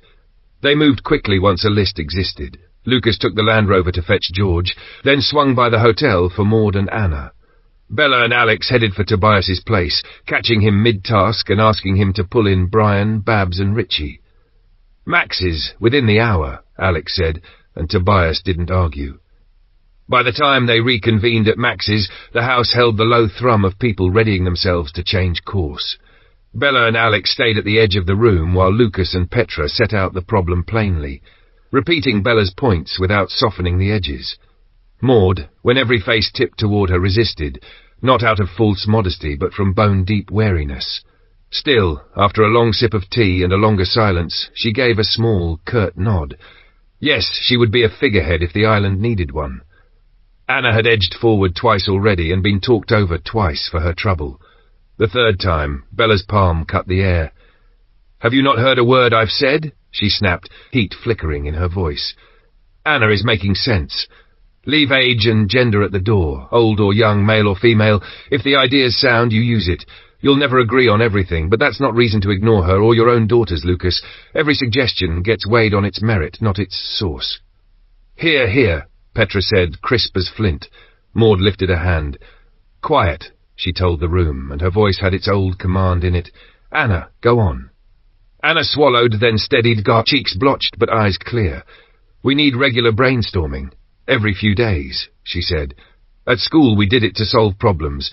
Everyone brings one idea, food, fuel, safety. No interruptions, no mocking, just a board of possibilities. Then we pick what's workable and assign teams. It was simple, practical, and everyone knew immediately it would help. Nods travelled round the room. Aye, George said. We can do that. Babs, taking her cue, lifted the notebook already open on her knee. I've started a list of places to check, she said, glancing at Bella. Based on what Bella told me yesterday about out-of-town depots and the like, I'll go through it with her after this and strike the daft ones. The kettle, forgotten, began to sing again. Max pulled it off the boil, but no one moved for their cups just yet. The air carried that rare island feeling. Purpose, shared and unblinking, of people who'd finally admitted that waiting was another way of choosing to lose. Bella watched Maud settle into authority as if she'd been waiting for someone to hand it back to her. Twice she cut across rising squabbles with a palm and a level look, turning heat into order, and the room softened around her. Max leaned in, voice for Bella alone. You've lit something here. Well done. I hope it holds, she murmured. Maud glanced over. Bella, anything you want to add? Bella didn't waste the room's attention. Start with blunt truth, with what you've got. Without slaughtering your breeding stock, how long can you feed everyone? Murmurs, quick head counts, Maud conferring with Petra and Lucas, and then the answer, 6 weeks. That's less than I'd hoped, Bella said. Then you start searching tonight. No drift, no dithering. Next, those not here. Will they work when asked? Every last one, Maud said, flint in her voice. I'll see to it. Good.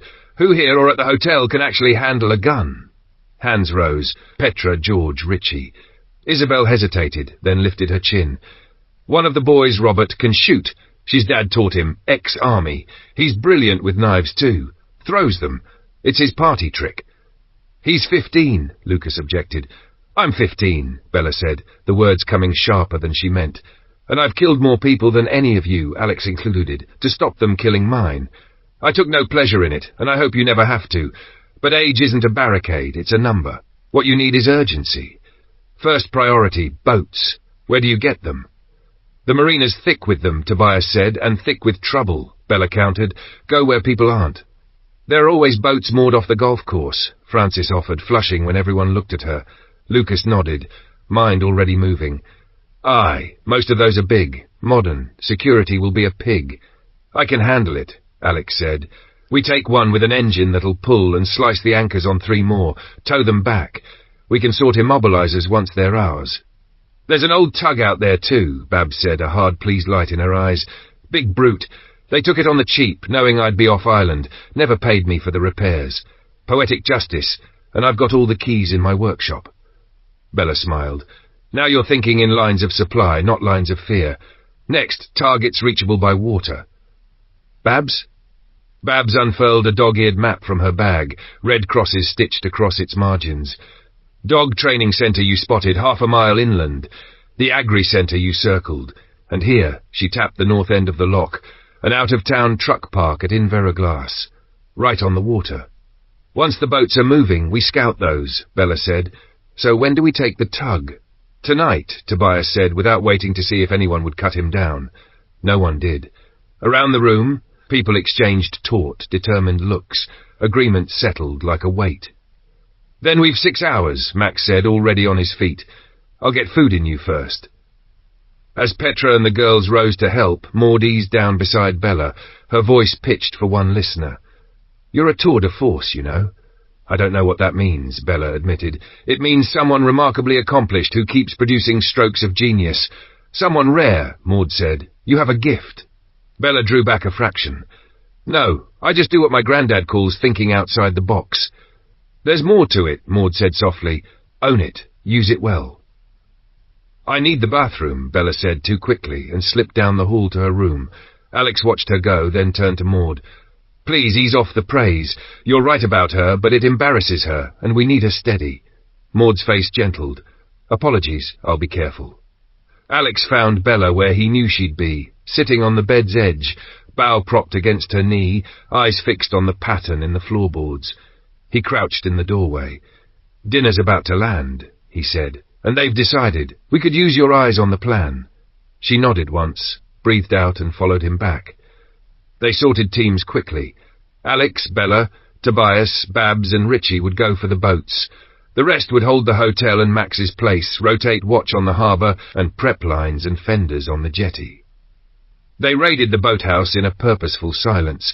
3 heavy pairs of bolt cutters clanked into a canvas sack. Coils of rope thumped by the door. Babs's tug keys jingled in her gloved fist like a promise. When they shouldered back into Max's kitchen, the room was warm and full. The table a small geography of bowls and plates. Petra and her daughters moving like they'd practiced this their whole lives. Eat, Max said, setting down a pot. Then we go. Chapter 32, Outnumbered and Nowhere to Run. When the dishes were dried and stacked and the table cleared to bare wood, Babs unfurled her map like a sail. Alex leaned over the creased paper, tapping a fingertip against the shoreline, while the room drew closer, breath held for the plan. We don't blunder in and start cutting ropes, he said. Whoever's been haunting these waters might think those boats are theirs. We move before dusk. Visibility's good now, which helps us scout and helps anyone watching us, so we look harmless and think like thieves. Bella? Bella straightened, tracing a slow circle on the map with her nail. First pass wide, she said. Steer as if we're headed to the marina, then loop past the moorings without stopping. If anyone's there, they'll clock us as routine. Boat out, boat back, nothing to see. We disappear, wait an hour and drift by again. If we spot people, we come home and rethink. If it's clear and the tug is where Babs says, you drop Alex and me ashore to approach on foot. If it's moored off, we rejoin you and try from the water. Either way, after the second pass, the boat holds off until full dark at a safe vantage, somewhere you can see all the moorings without being seen. We aim to start the tug at 10. If we're not back by 11, abort and collect us. Any unexpected light or movement, we cancel. We're not dying to prove a point. Objections? Alex asked. None. He circled a notch of shoreline with a pencil. Hold here if we're ashore. Babs, somewhere to land out of sight of the golf course? This inlet, Babs said, marking it. Short scramble, good cover. Perfect. Half an hour from there to a vantage, Alex judged. Signals if we abort or need pickup, watch for 2 torch flashes, wait a minute, then 2 more. Don't nose into shore until you see that exact pattern. Heads nodded. Coats and hats came down from pegs, the room turning to wool and leather and resolve. Not that one, Richie, Alex said, eyeing the bright coat. Too loud. Lucas handed over his waxed jacket without a word. Right, Bella said, slinging her quiver. Short day left, move. Alex took his crossbow and rifle, and they trod the path to the jetty, breath fogging in the brittle air. Their first glide past the golf course felt like skating under glass. The water lay flat, the banks hushed. No figures at the clubhouse windows. No lamplight. The tug, bigger than Alex had imagined, hulking and purposeful, sat where Babs had promised, knotted to the jetty. Babs peeled off at the inlet, let Alex and Bella step into the low brush, then carried on, a shadow among shadows, to complete the hour's circuit. The ascent through the trees was quiet work, hands on bark, boots testing roots, the world banded in moonlight and cloud. From the ridge they could see the suggestions of buildings, a low block with a chimney, clubhouse likely, and farther off the elegant roofline of a grand house. They waited, counting their breaths, counting the slow push of clouds. Nothing moved. After an hour they slid down to the clubhouse and circled it. No light lines under doors, no lingering warmth on glass. Then on to the large house, what had been a large house. When the moon shouldered free, the truth stood stark. The shell still loomed stately, but windows were black sockets, the doorway a mouth rimmed in char. Fire had gutted the interior, a carcass of a place, all dignity scorched away. They turned back toward the water, following a hedge, when Bella's palm brushed Alex's sleeve. She tipped her head, listening. A rustle, low, deliberate, then a shape unfurling from a clump of overgrown shrubs. Another. Then the eyes, a handful of them, level and unblinking. Not people. Dogs, rangy, rough-coated, rib shadows pressed against skin. The lead was a German shepherd with a stare that judged, not begged. They could run. They wouldn't outrun hunger. Bella's hand slipped into her pocket, past the cold little weight of the 22, and found the chocolate bar Max had pressed on her. For morale, he'd said with a wink.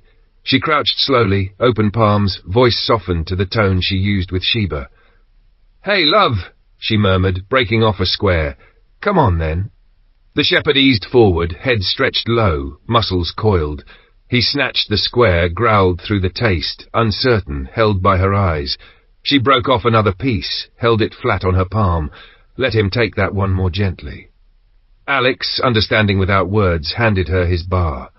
She fed a piece to the shepherd and kept the other hand moving, a careful stroke down the rough as though she were smoothing storm-bristled fur on an old friend. The growl rasped and died. The others hovered in the dark, wary outlines. When the chocolate was gone, she straightened inch by inch, her other hand resting on the 22 now, a contingency she prayed she wouldn't need. The shepherd tilted his head, weighing her as if on a scale only he understood. How many meals could she be? How many threats had she promised not to be? He huffed, made his decision, and melted back toward the ruin. The pack flowed after him like smoke. They were alone again in the cold breath of the burned house. That, Alex said under his breath, was not on my list of tonight's problems. Nice touch with the sweets. Could have gone very wrong. I know, she said, exhaling a laugh that didn't quite reach relief, but I had nothing else. Not many plans include dog diplomacy. Thank you, Max. 10:30 was ticking toward the hour. They slid down to the jetty, careful of slick boards. Babs's keys were blessedly simple. The tug's engine turned and caught with a throaty, patient rumble, as if relieved to have a purpose again. Bella cast off. Alex eased the throttle. The bow nosed toward the rendezvous. Babs ghosted out of the dark, her boat lifting on their wake. "We were about to fetch you," she said as she pulled alongside, relief edged with irritation. "Thought you'd gone cold." "Long story," Alex said. "Later. Work first. We take the 3 cabin cruisers nearest the tug and ignore the sailboat. Furthest first, tow forward to the next, then the next." They fell into motion. The tug's bulk pressed alongside the first cruiser. Brian leaned and bit a thick rope through a forward cleat. Tobias's bolt cutters clamped and snapped at the mooring chain with a ringing bite. The tug took the strain, the cruiser swung free, and they crept it down to the second. Brian hit its stern with a bowline. Tobias cut that chain, and the pair began to follow like reluctant calves. They nursed both to the third cruiser. By then the tug was groaning, engine note deepening under the weight. "Bring us up to her bow," Alex called. "Tobias! Line!" The coil arched and landed. Bella caught it, ran it to a stern cleat on the tug and dropped her weight against it until the knot set. Babs idled aft, ready to chase anything that slipped. They shepherded the string of steel and fiberglass around the point toward home. The loch kind for the moment, gave them back without drama. Lucas and Max were dark figures on the harbour wall, rifles slung, eyes up. They stepped the flotilla into the berths like threading needles with cold hands, slow, steady, no heroics. Lines on, fenders cushioned, engines quieted. The night let them keep what they'd stolen. Lucas beckoned 2 young men forward. "Stephen, Stanley, your first watch, boathouse." Alex's voice carried, clipped and plain. "If you see anything you don't like, press the button in the office and keep it pressed until the indicator light comes on and the foghorn sounds. If for any reason the horn doesn't go, fire 2 shots into the air. 2 and only 2. Clear?" "Got it," Stephen said, bristling. "We're not stupid." Lucas shot him a look. "Remember last week, lad? You don't want that again." Stephen swallowed, nodded once. "Aye, 2 shots only." On the quay, their breath smoked in the lamplight. The tug's engine ticked as it cooled. The harbour settled back into its old rhythm, altered by the 3 new hulls rocking at their lines. For the moment, they had boats, a plan, and just enough luck to carry both. The rest would come with the dark, and the discipline to meet it. Chapter 33, Shot in the Leg. Back at Max's, Petra had the kettle singing before anyone had shrugged off their coats. She moved with the brisk competence of someone who'd spent a lifetime feeding people through crises large and small, teacups lined up like little assurances on the scrubbed table. "In the morning I'll open all 3 boats and get them running," Alex said, warming his hands around a mug. Lucas nodded, already half out the door in his head. "We'll have to be off early. Animals need us at first light, but we'll be at the boathouse by 10.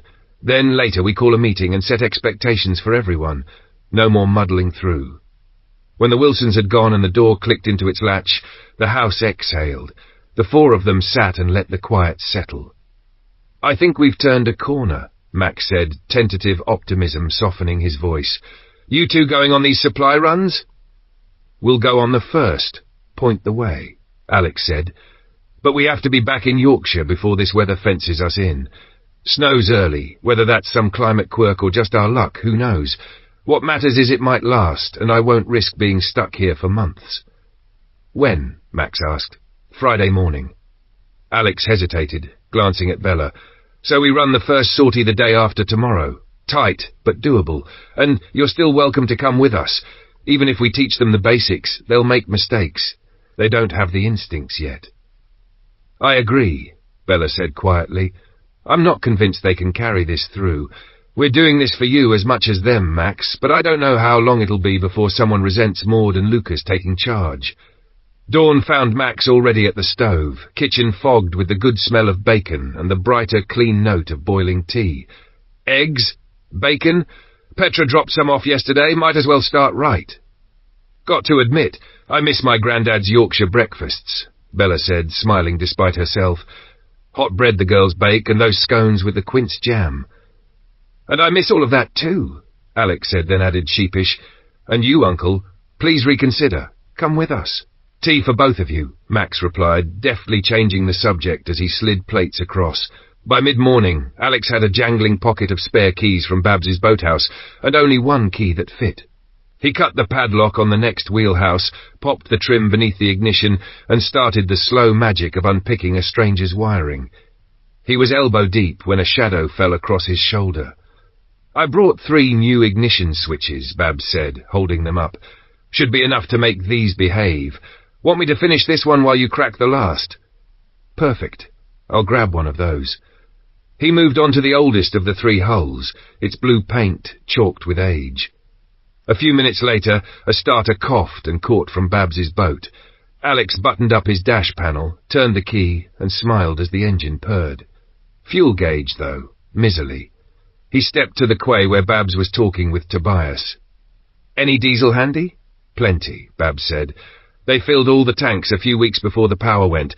There's a hose reel between the boathouse and the shed, gravity feed already primed. This one needs topping, too. What about the 3rd? Key from your boathouse fits it. Tank's full." He topped both, rolled the hose away, and reached for the familiar weight of his rifle at the boathouse door. Bella was already stepping aboard, bow slung over her shoulder. "Which first?" she asked. "The old blue one." He tightened the last cap and cast off. Once clear of the harbour's arms, he eased the throttle forward. The boat rose, eager. "Old, 20-something feet, but she's lively," he said, pleased. "Alex, there?" Bella's voice sharpened. A boat nosing straight for them, bow high, intent unmistakable. "You armed?" "Always." He dropped to an idle and let them drift. Rifle in his hands, but angled down, non-threatening, Bella's fingers slid into her coat pocket and closed around the pistol. Hands went up on the other boat. "Let's talk." Alex lifted his palm and beckoned them in. The man on their bow, big, broad-shouldered, cupped a hand to his mouth. "Where'd you get that boat?" Bella's voice drifted, almost casual.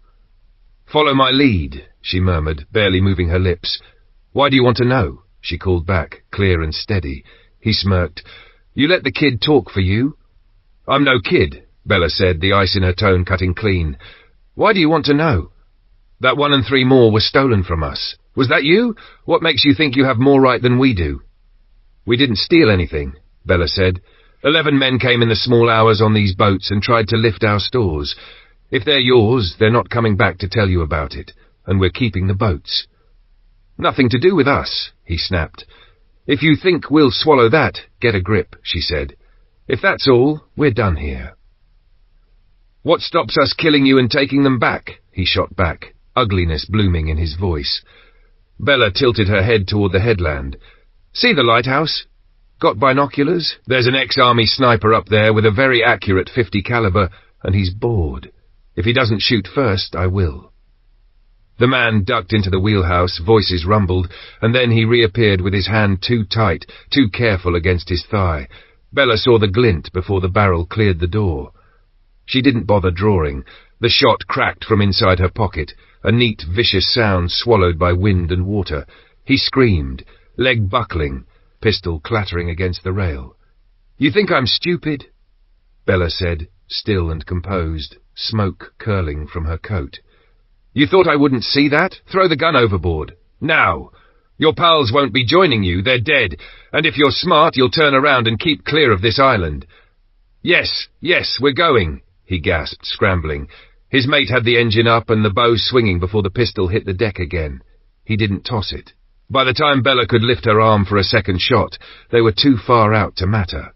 Alex exhaled, half a laugh, half the rush of not dying.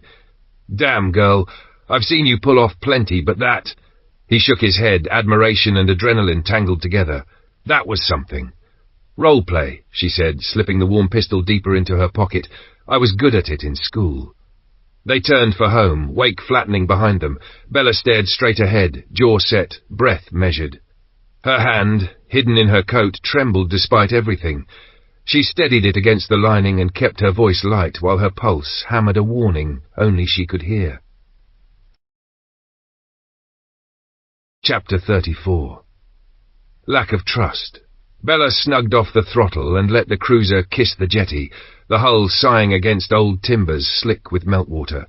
She looped a line, made it fast, then glanced over her shoulder as Alex tapped the deck with 2 fingers, his signal for 2 minutes, and jogged off toward the boathouse loo. She had 1 boot on the next boat's gunwale when Lucas and George appeared at a half-trot, breath steaming, eyes hunting for trouble before their feet even stopped. "Who was that out there?" Lucas asked, chin tipping to the open water. "They claimed these boats were theirs," Bella said, tugging the line through a cleat and checking the knot with a firm pull. "We sent them on their way. I don't think they'll be back." Lucas's brows drew together. "How can you be so sure?" "It's a long story," she said, a small smile that didn't reach her eyes. "Worry about your side of the harbour. We're fine on ours." Alex reappeared, zipping his coat. "Take that one," he said, nodding to the second cruiser. "We'll put this one through its paces." "George?" Lucas asked. "Of course," George replied, already stepping aboard. "Let's get it done." They ran the engines long enough to feel for misfires, listened for the telltale clatter of a lazy lifter, rolled the throttle forward, then back, then forward again until the boats had told their truths. Satisfied, they brought the vessels home, lines cleated, fenders kissed, and headed uphill to the hotel for the meeting. In the kitchen, Lucas, George, Maud, and Babs ducked behind a half-closed door for a fast, low-voiced huddle. Alex drifted to his usual perch at the bar, shoulders settling as if he could bleed out the day's tension into the grain of the wood. Bella scanned the room, caught Anna's eye near the far wall, and threaded through people to her. "We didn't get to talk yesterday," Bella said, voice softening. "How are you holding up?" Anna drew the sleeves of her cardigan over her knuckles and managed a brave sort of smile. "Sore, but it's better when I'm not alone. Will you teach me? Some of the things you know?" Guilt pricked. Bella hated the answer she had to give. "We're leaving Friday, and tomorrow we're out on a supply run for everyone. Can I come?" Anna asked quickly, hope leaping to her face as if it might outrun the no. "I don't see why not," Bella said, glancing towards the bar where Alex was watching without intruding. "We'll talk after the meeting, all right?" The meeting began on a hum of goodwill, that fragile murmur that always precedes the first shouted, "Yes, but..." It didn't take long. Voices sharpened, chairs grated back, old grievances rose like ghosts in the heat. Bella felt the air tighten, that thickening in the chest that meant nothing sensible would land now. She slipped away to look for Anna, didn't find her, and in the end fled the building entirely, boots crunching over the whitening path to Max's cottage. She hadn't meant to sleep. She dropped onto the settee for quiet and woke instead to raised voices spilling from the kitchen like hot oil. Lucas and George were at it, faces flushed, Maud in the middle trying to stem the overflow with 2 small hands and a will of iron. Max, refusing to feed the storm, struck a match, set a kettle to the ring, and caught Bella's eye with a weary, rueful look that said it all. "What on earth?" Bella said, pushing herself upright. "It was bad enough at the hotel, but to carry it on here? I thought you were meant to be on the same side." She turned to Maud. "What's the matter?" Maud's mouth tightened. "Most of them don't like the new arrangement. They swear there's plenty of food, accuse us of hoarding. They want to eat the farm animals through winter and replace them in spring, as if life works to a shopping list. George says his farm should feed his family first, and the rest can look to themselves, which has Tobias, Brian and Richie ready to pack and leave. Stephen and Stanley want to take their families in a boat and be done with the island altogether. Reasoning isn't getting through." She spread her hands, worn and practical and empty. "I'm at my wit's end." George opened his mouth. "We can grow enough." "Stop," Bella said, and something in her tone cut the room clean across. "Be quiet and listen." She stepped to the table, palms flat to the wood, and found each set of eyes until they stayed with her. "Adults like to tell us that children don't understand the real world," she went on, voice steady, not loud. "The real world is this: even with your livestock and whatever's left in your larders, you won't get through winter, never mind produce enough for the year ahead. In cold weather, people burn through energy. A working adult will need around 3,000 calories a day just to keep going. That's roughly 3 kilos of food per person, every day. Over a year, it comes to a ton per head. Do you have that? Do you have the means to make that for your own families, let alone everyone on this island?" No one answered. The silence had weight. "Take those facts back to the loudest voices and ask them if they truly prefer starvation with a side of denial. Eating your breeding stock buys you a few quiet weeks and guarantees you a hungry spring. You'll die slower, that's all." She glanced toward the window, the grey light glancing off the loch. We leave Friday. There's no point in us showing you where to find supplies if you can't even work together to carry them. We'll come with you tomorrow, but only if this is settled tonight. So go. Face them. Be brave enough to say what's true, or be fools together and starve. She turned to Maud. You're the one they listen to. Take control and end it. You've lived side by side for years. Now, when it actually matters, you're pulling yourselves to pieces. You're inviting the next gang of thugs to put you back in chains. Someone said it better than I can. Together we stand, divided we fall. In this new world, that isn't a metaphor. It's a timetable. Bella pushed her chair back, shrugged into her coat, and stepped onto the porch where the cold took the heat out of her cheeks. Behind her, Max began to clap once, twice, a slow farmer's applause that was more verdict than praise. Alex was standing by the rail, watching the sky slide into evening. Couldn't hear the words, he said, but I heard the silence you left behind. What did you tell them?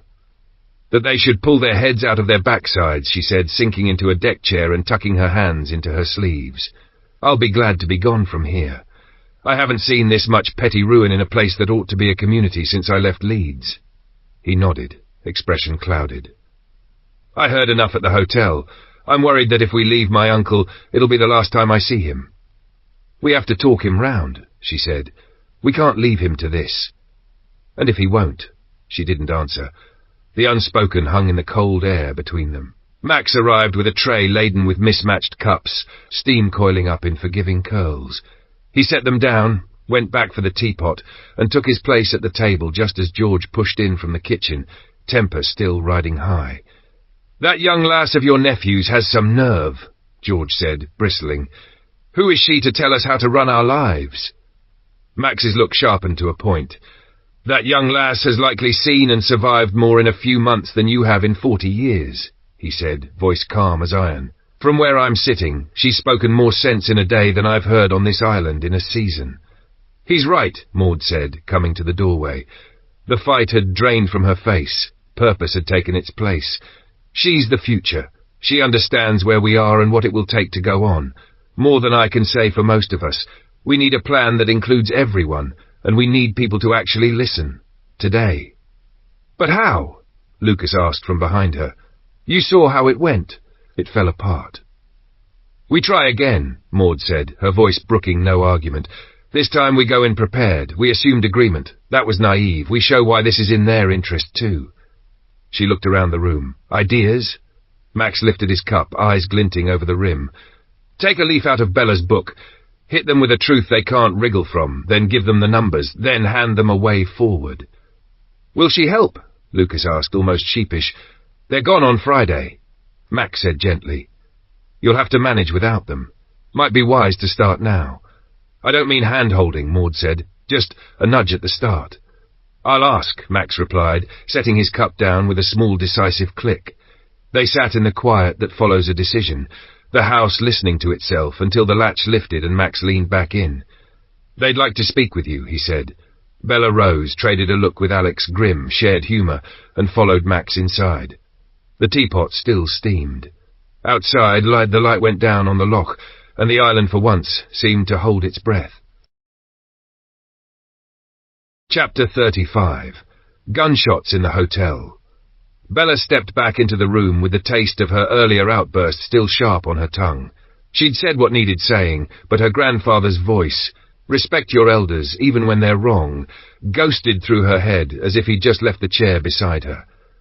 Max said you want a starting point, she began, meeting each face, making sure she had the room. Then start prepared. Write it down. Use bullet points if you have to. Don't let them derail you. Lay out the food you'll need to keep everyone alive for 6 months. Tell them the ground won't be ready the second the snow melts. Fields have to be turned, seeds sown, plants given time to grow. Say who does that work. Speak about fuel for the coming winter and the plans for the year after that. Logs are cut in summer if you want heat in winter. Who's on that? Do you expect the same hands to work while others watch? Remind them we don't have freezers anymore. Preserving food will be hard. Where do you get vinegar and salt? Show them potatoes and beets can be kept without power if you build proper stores, then ask who is building them. And for those dreaming of leaving, Where exactly do they think they'll find a place safer than this island? Half of your people are too young, too old, or too unwell to carry the load. That's reality. So it's fair that those who do the work should have more say in decisions. Present the facts, then give them time to think. Step out. Let them stew. When they call you back, and they will, bring a plan. Tasks, timelines, names next to each. If anyone digs their heels in, tell them plainly you'll help the ones who show up. Expect a storm of questions if you're lucky. Be ready with answers. And if you can't find common ground, I'm not sure any of you will be here next year. Maud exhaled, some tightness leaving her shoulders. We've work ahead of us, she said. Sensible work. I'll see if we can pull everyone together again, she added, turning to Max. I'll need your help, if that's all right. Give me a coat and a minute, he said, already reaching for the peg. I'll be with you. Name a time, Bella said. 2 hours, Maud decided. 5 o'clock. 5 it is. Bella turned and noticed Alex in the doorway, hands tucked into his pockets as if keeping the cold off. How long have you been there? She asked. Long enough, he said. We start with Tobias. He's closest. Lead on. On the porch, Max caught them up. I don't like leaving what's mine, he said, eyes slipping to the loch, to the place that had been his life. But I'm warming to it. I'll give you an answer after the meeting. Tobias answered his door on the first knock, relief and resolve warring in his face. He wanted to keep working the logistics, but he knew his voice would carry sway with the stubborn ones. He grabbed his keys. He drove them to the harbour to collect Babs from the exchange. Then went after Petra and the girls so they could mind the lighthouse and keep an eye on the water while the rest of the island talked. Luck was with them.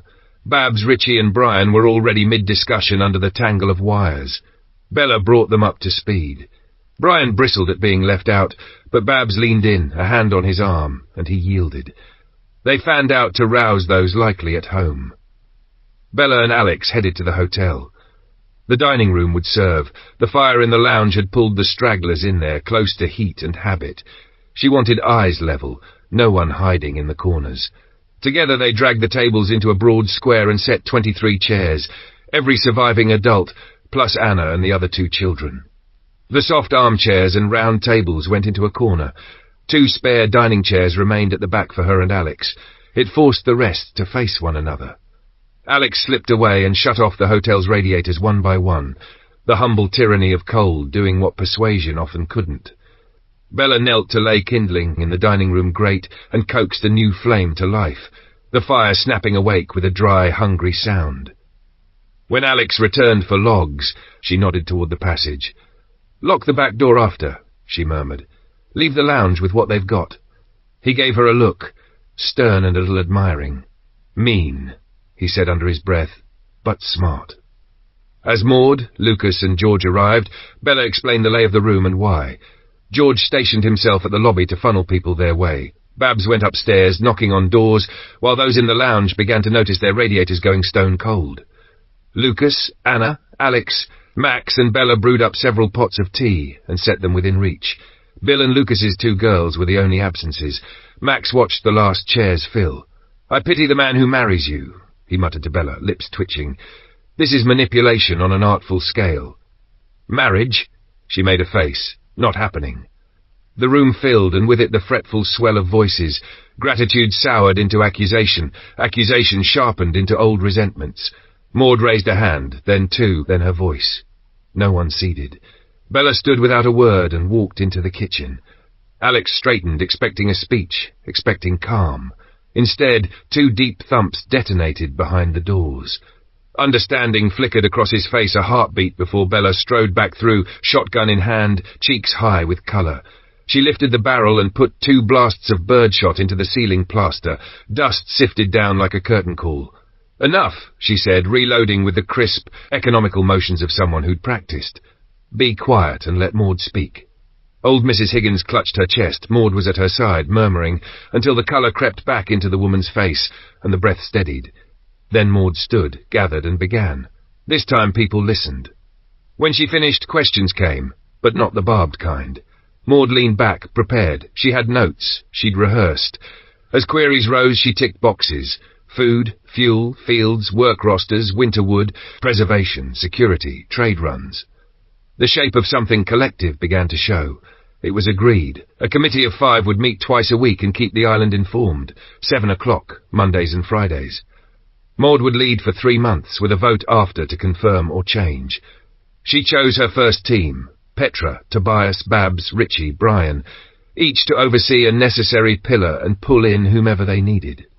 Lucas and George took responsibility for food production and livestock, the 2 farms treated as common resources rather than fiefdoms. There was grumbling at the next part, but the room on the whole accepted it. If you wouldn't contribute, you wouldn't stay. Better one hard boundary now than 100 deaths later. They argued details without venom, then raised hands. The vote carried almost unanimously. A few held out, then lowered their eyes and lifted their palms anyway. In the quiet after, the fire breathed, and the room thawed a fraction. Bella set the shotgun, open and safe, on a side table and met Maud's gaze. No one applauded. No one needed to. The island had at last stopped talking itself to death and started to plan how to live. Chapter 36. Seeing in the Dark. After the meeting finally dissolved into the soft murmur of chairs scraping back and people breathing easier, Bella and Alex found Babs by the door to the exchange, map still tucked under her arm like an extra limb. "That went well, don't you think?" Babs said, eyes bright in a way Bella hadn't seen before. Most of them actually agreed on a path forward. "Let's hope they mean it." "I hope so too," Bella replied. "So, tomorrow, where are we heading?" "The seed place," Babs said without hesitation. "It's out of the way and close enough to the loch for easy loading. There are a few other businesses on that little trading estate. Might have what we need." "Who's going?" Alex asked. "And what time?" "Tobias and Brian, you 2 and me," Babs said. "Time's your call." "Can we bring Anna?" Bella asked. It'd do her good to be useful again. "No objection here," Babs said. Alex ran the plan aloud as if laying out tools on a bench. "Normally I'd leave a couple hours before dusk, watch through the night and go in at first light if it looked empty. But we're set on leaving early Friday, so that won't work. Let's shove off at 10. We'll sit offshore for a few hours and watch. Then Bella, me and 1 other go ashore to scout before we risk bringing the tug in." "We're taking the big tug?" Babs asked. "Has the most capacity," Alex said. "Makes the most sense. We should see it at night too," Bella added. "If anyone's living there, we'll spot lights or heat. It's close, why not go now?" "I'm game," Babs said immediately. "Hells, why not?" Alex agreed. "Safer than stumbling around in daylight with people watching us. You sure you can run us there in the dark?" "No problem," Babs said, a small grin. "She's got radar and sonar. It'll be a breeze."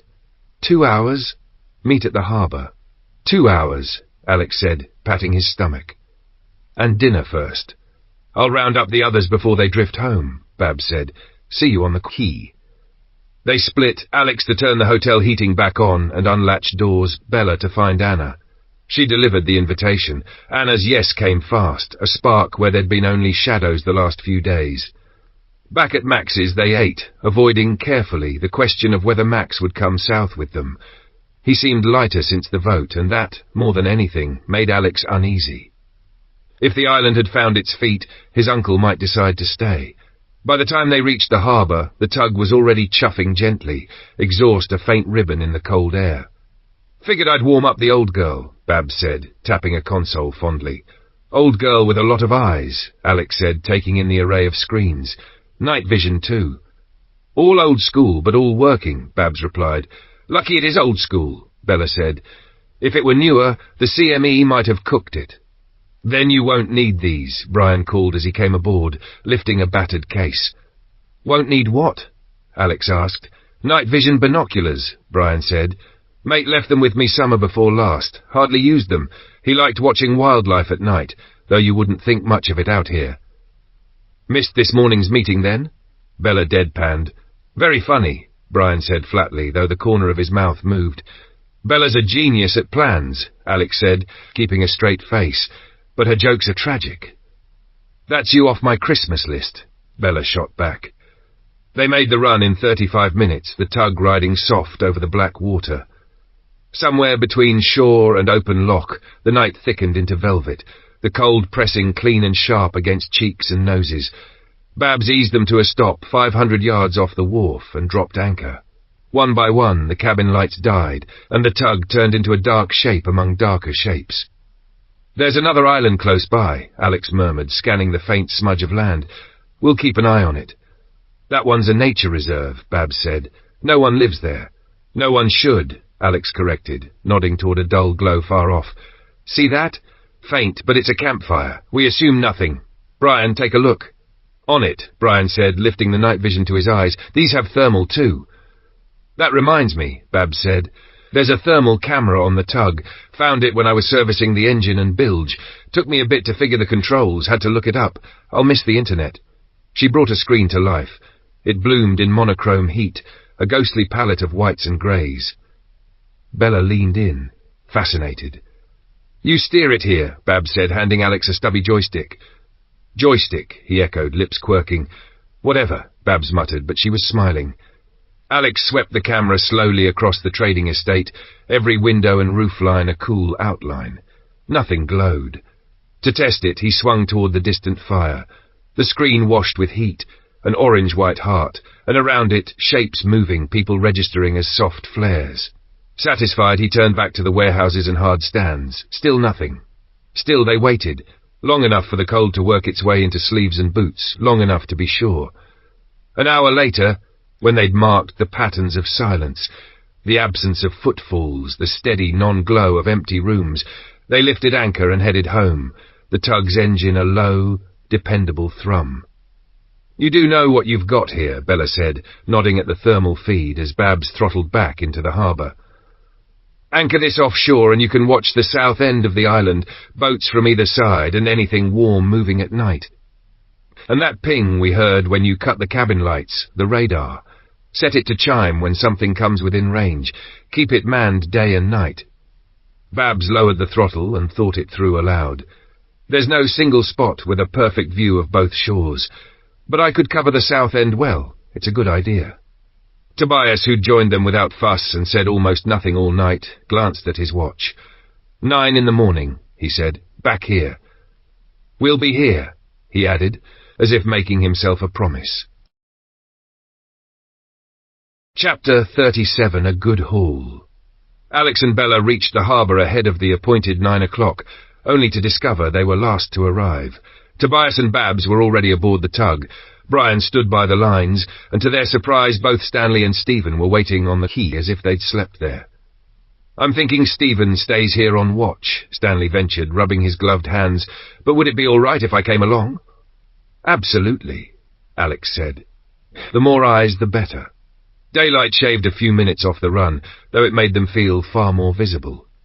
Alex posted Stanley and Brian on the stern to keep the island in view, while he, Babs and Bella swept the shoreline and the trading estate through glass and instinct. For good measure, Babs spun up the radar, one slow sweep after another, so nothing could ghost in behind them. Near noon, when caution had ripened into certainty, Babs idled the tug toward the wharf. They dropped anchor and kept the engine ticking over, warm, ready. Alex handed out the plan like rations. "Engine stand by. No one ashore except Bella and me until we clear it," he said, slinging his rifle and settling the crossbow. Bella checked her bowstring, then nodded. "Weapons ready, but listen. Lethal only if it's them or you. This might be someone's patch. We're here to salvage, not steal." He opened a metal case and passed out the captured sidearms, one to each pair of hands. Faces tightened, shoulders squared. Then he and Bella slipped over the side and went to ground. Half an hour later, they ghosted back along the fence line, boots whispering on frost-hardened gravel. "Quiet," Alex reported. "Stay sharp. We work fast." The complex agri-centre yielded grudgingly, heavy locks that took sweat and patience, which was their first good sign. No one else had bothered with the effort. Alex eased inside, cleared the aisles, then beckoned them through. They found flatbed trolleys and fanned out, working to Bella's list. While she and Anna hunted seed, Alex knelt at the back door and fitted a fresh padlock so the place would still be theirs, if only for a while. Tobias, Brian, Stanley. "Here," Bella said, pressing folded slips into their palms. "Seeds that double as staples. If you see them, take them." She and Anna moved aisle to aisle with the urgency of two people who understood that spring could be won or lost in an afternoon. They found what they'd come for first. 2 sacks apiece of neeps, carrots, sugar beet, beetroot, parsnip and radish, then combed for salad crops. Only an odd lettuce and spring onions turned up.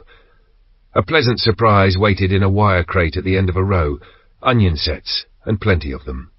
They heaved 10 nets onto a trolley that squealed in protest but rolled. At the trade counter they struck gold, revolving stands thick with paper packets, garden varieties in their hundreds. Bella and Anna tipped the racks into empty Hessian sacks, then swept gloves, hand tools and overalls from the hooks. 3 bulging loads later, they trundled everything to the tug and piled it into Babs's waiting arms before turning back for more. Alex, meanwhile, pillaged the ironmongery of a small civilization. Toolkits, tractor batteries and chargers, fuel cans, picks and sledgehammers, floods and work lights, reels of cable, boxes of electric fencing gear, and, for good measure, a platoon of wheelbarrows he frog-marched in relays to the quay. The tug's deck swallowed it, but even she began to look full. Snow thickened in the air like ash from some distant fire. Babs glanced at the whitening boards and made the call. Time. They rolled the last trolleys back under cover. Alex turned once in the dim warehouse, locked the door with his modest padlock, and pressed the key into Babs's palm when he climbed aboard. "Loch won't stop a determined thief," he said, voice low, "but it'll slow the curious. If you come back and find plenty left, treat it like a first visit. Watch again before you enter. And on the way home, avoid contact.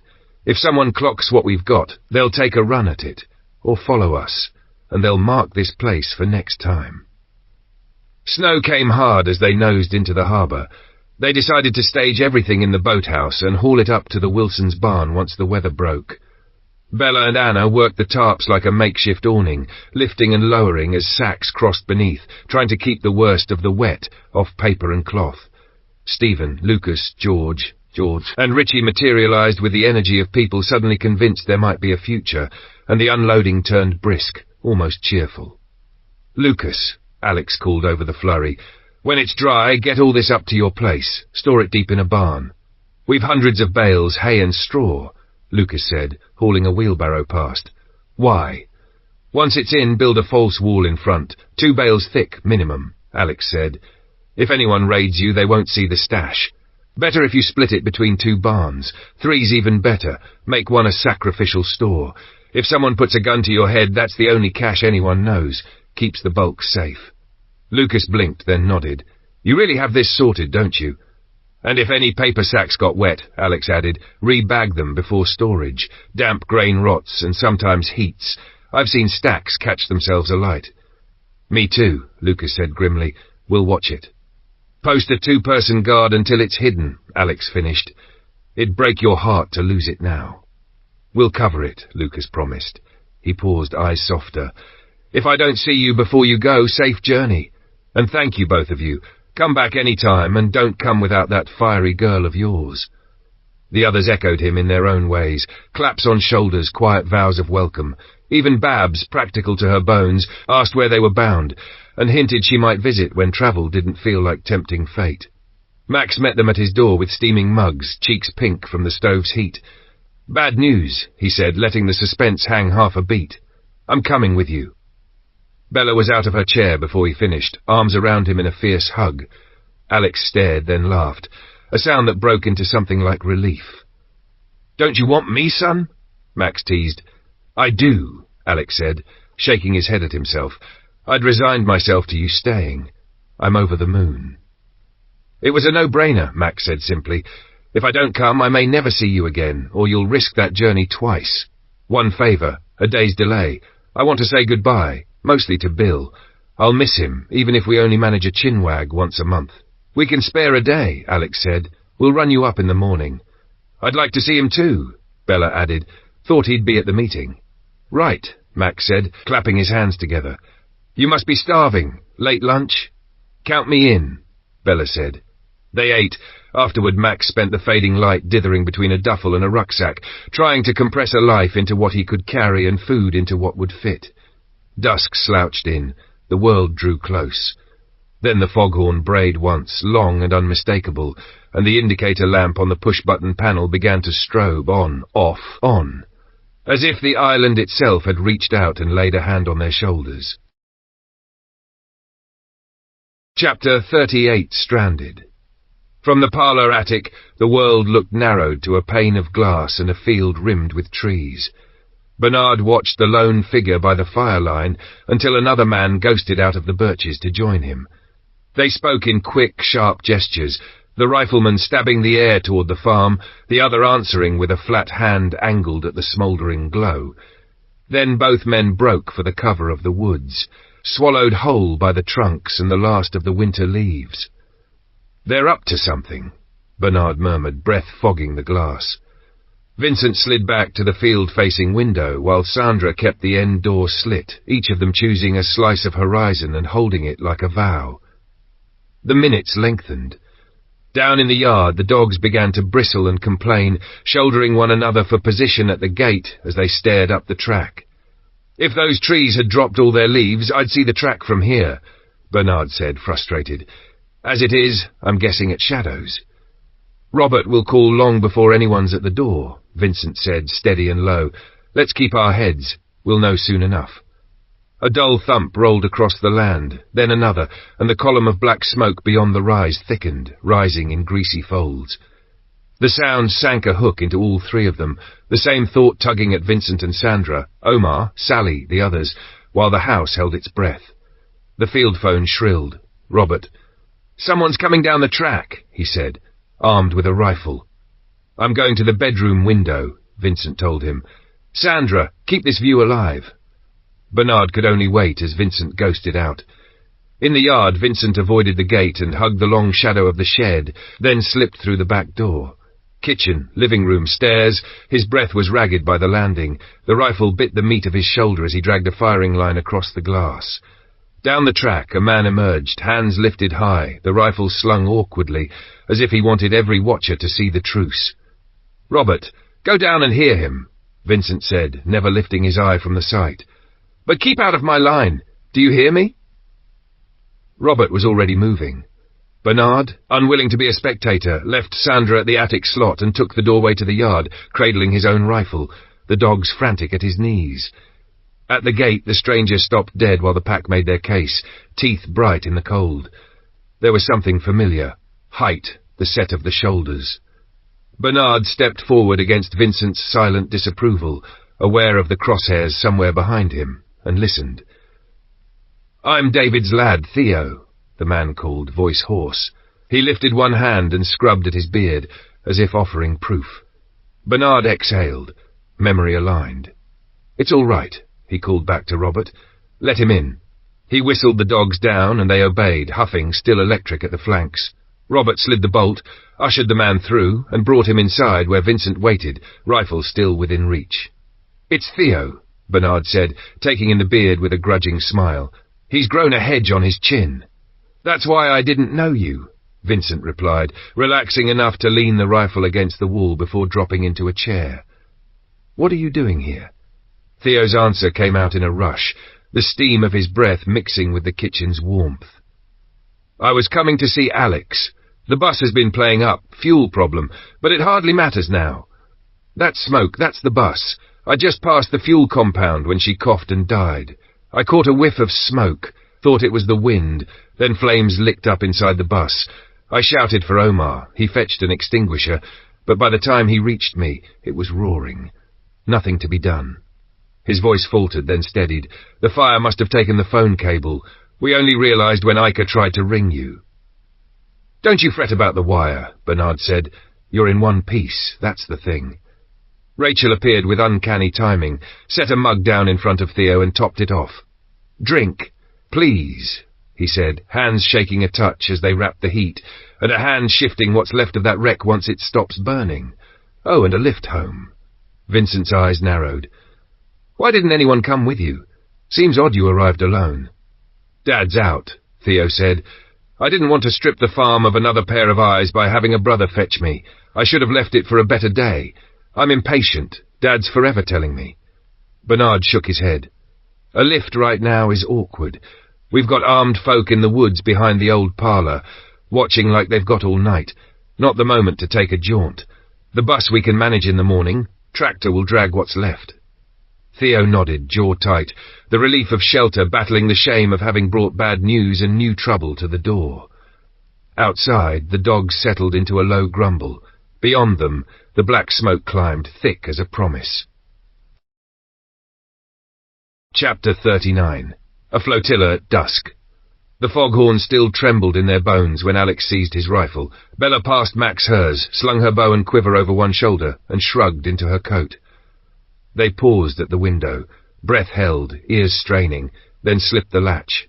Outside, the cold had a grip like iron. The snow around the cabin lay smooth and unbroken. "No prints," Alex murmured. He tipped his head toward the trees. "Harbour via the woods," he added under his breath. "Same as last time, quiet. Sound carries." Max fell in behind them. They ghosted from trunk to trunk, the snow taking their weight with a soft squeal, every footfall measured. At Tobias's, Alex signalled halt and slipped ahead alone. A quick glance at the ground told its own story. Tobias's tracks cut a clean line straight toward the water. They angled on, hugging the island's southern edge until the harbour lay a few hundred yards off, a dark bite taken out of the shoreline. Beyond it, lantern pricks drifted on the dusk, 3, maybe 4 boats offshore, and 2 others already nosing toward the entrance, each with at least 2 figures aboard. "Max, hold here," Bella whispered. "Alex, same split as before, but both of us swing behind the big shed. Good sightline from there." They slid into place. Down at the jetty, a knot of islanders stood exposed and empty-handed, breath silvering the air.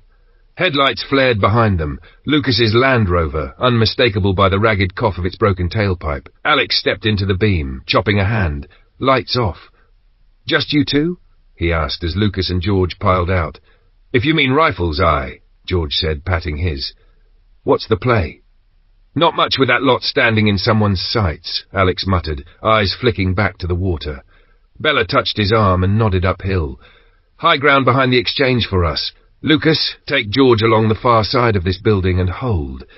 Wait for our signal. If they commit into the harbour, we hit from both sides. We'll be at their backs." Positions set, the first boat slid past.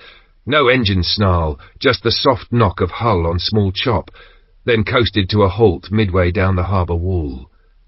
The second checked at the mouth, almost beneath Bella's perch. She studied silhouettes, a woman at the tiller, a boy barely out of childhood beside her. No obvious weapons. On the wall, a man and woman climbed off the first boat. They looked unarmed, but something shifted on deck, another presence staying low. Alex tapped Bella's shoulder, then eased down to the harbour walkway, moving in the lee of the stone until he came up behind the couple and levelled his rifle. "Who's still aboard?" he asked, his voice flat and close, cold steel inches from the man's ear. "My son," the woman blurted, hands already raised. "He's 5. Bradley, come here, love." "What brings you here?" Alex kept his eyes on the man. "It's complicated," the man said, glancing toward the boat. "Please, let him get back inside. He's freezing." "We'll all go aboard," Alex decided. "You can explain where it's warm." He lifted his head and called, voice carrying over water and stone. "Maud, George, Lucas, Tobias, Babs." They gathered fast. Alex didn't lower the rifle. "Babs, take the tug out," he ordered. "Far enough to keep eyes on the offshore boats. Use the radar, count them for me and give 1 horn per boat. George, go with her and take your rifle. No heroics. Lucas, swap with Bella on the bank. Keep your bead on that second boat. If they twitch, put a warning round in the air. 2 shots only if the horn fails." Once Bella rejoined, they stepped into the little wheelhouse. It smelled of cold diesel and salt. "Talk," Alex said. "Why arrive like a flotilla at dusk?" The man swallowed, then squared himself. "Danton," he said. "My wife Victoria, our son Bradley." He nodded toward the cabin where a small face peered out. "We were prisoners, same as you once were, I gather. Your Grace, girl from this island, was brought to us. Spoke of you. Yesterday one of them came back with a bullet in his leg. Name of Sampson, and we heard Jessup say a young girl shot him. He warned us off your island. Said you'd killed the thieves who stole their boats and had ex-army snipers here." His eyes flicked to Bella's coat pocket, where the stitched hole had a story of its own. "When 4 of them went off to raid, only Sampson, your man with the leg, and Jessup stayed behind. My wife was told to tend the wound. She's a trainee doctor. She gave him too much ketamine on purpose. When Jessup walked in, she put a scalpel in his neck." He didn't look proud. simply told it straight.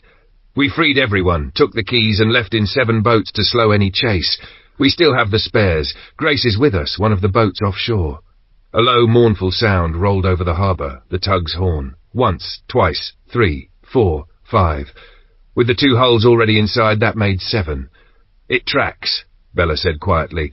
Aside from returning Grace, what are you asking? Sanctuary, Danton answered, and we'll earn it. They killed anyone who couldn't be of use. We're what's left. Victoria's medical, I'm a design engineer. Boats. There are 15 of us, agriculture, commercial fishing, construction logistics. 1 ex-army storeman who became a transport manager, 3 ex-military in total. A nurse, 2 chefs from the golf course, a bookkeeper, my boy, and a lad of 19 who was visiting his parents. He's from Kew Gardens, propagation training. We mean to contribute, not consume. Alex glanced at Maud, at Babs, at Tobias and the others who'd come down to the water. It's your island, he said. You lost 13 people. These know what captivity looks like. They understand stakes. If it were only up to me, I'd say yes. You need what they bring. For safety, Bella added, bring the boats in 1 at a time. Interview each group separately. Make sure their stories match before anyone sets foot ashore. Please stay, Maud said, surprising herself with the steadiness of it. You've spoken with them. What's your read? Honest fear, Petra said, and competence. Maud nodded once. I'm inclined to accept, cautiously, as Bella suggests. Where do we put them? Richie asked, practical as ever. The house and the holiday cottages above Max's are empty, Maud said, and the place the raiders' leader used. No one wants it. That's enough for now. We can sort permanents once we've a rhythm. She took a breath and lifted her hand. All in favour of bringing them in, 1 by 1, vetted as they come? Hands rose around the little room, Tobias, Richie, Brian, Babs, Petra, then Lucas and George from the doorway, and after a heartbeat, Stephen and Stanley outside in the lamplight, rifles held easy but ready. Unanimous, Maud said. Out on the water, the tug idled like a patient dog, her radar sweep turning. Beyond her, 5 shadows waited on the skin of the loch, a small fleet holding its breath, the last of the light dying on their decks. Chapter 40. It didn't go well for Bella. The interview stretched long into the night, a slow unspooling of horror that never contradicted itself. Every voice circled the same story. Their captors were worse than the islanders had faced, harder, leaner, pleased by suffering. The newcomers had been penned in the big house until a few weeks back they set a blaze to cover an escape. 10 men and women were cut down as they ran, and the old place burned from the inside out, windows belching flame while the rest fled to the marina's visitor centre and learned the shape of fear. The 4 who remained in charge killed with ease, women, children, anyone who wasn't useful. Bella listened with her jaw tight, the litany too familiar, grief sharpening into a steady, practical anger. If those monsters came again, they'd come to finish things. Double the guard, she said at last, voice even, and put the tug offshore. If trouble's coming, better it sees us coming first. Babs volunteered without being asked, a nod toward the water already in her posture. One glance at Bella told Alex she'd be aboard too. He offered to go, he always did, and a woman among the newcomers stepped forward as well, Helen, who'd had 2 tours in far places and spoke with a soldier's calm. I can follow orders, she said simply. Maud agreed. They briefed Max by the door, promised a dawn return, and trod down to the pier with the cold pitching off the loch like breath.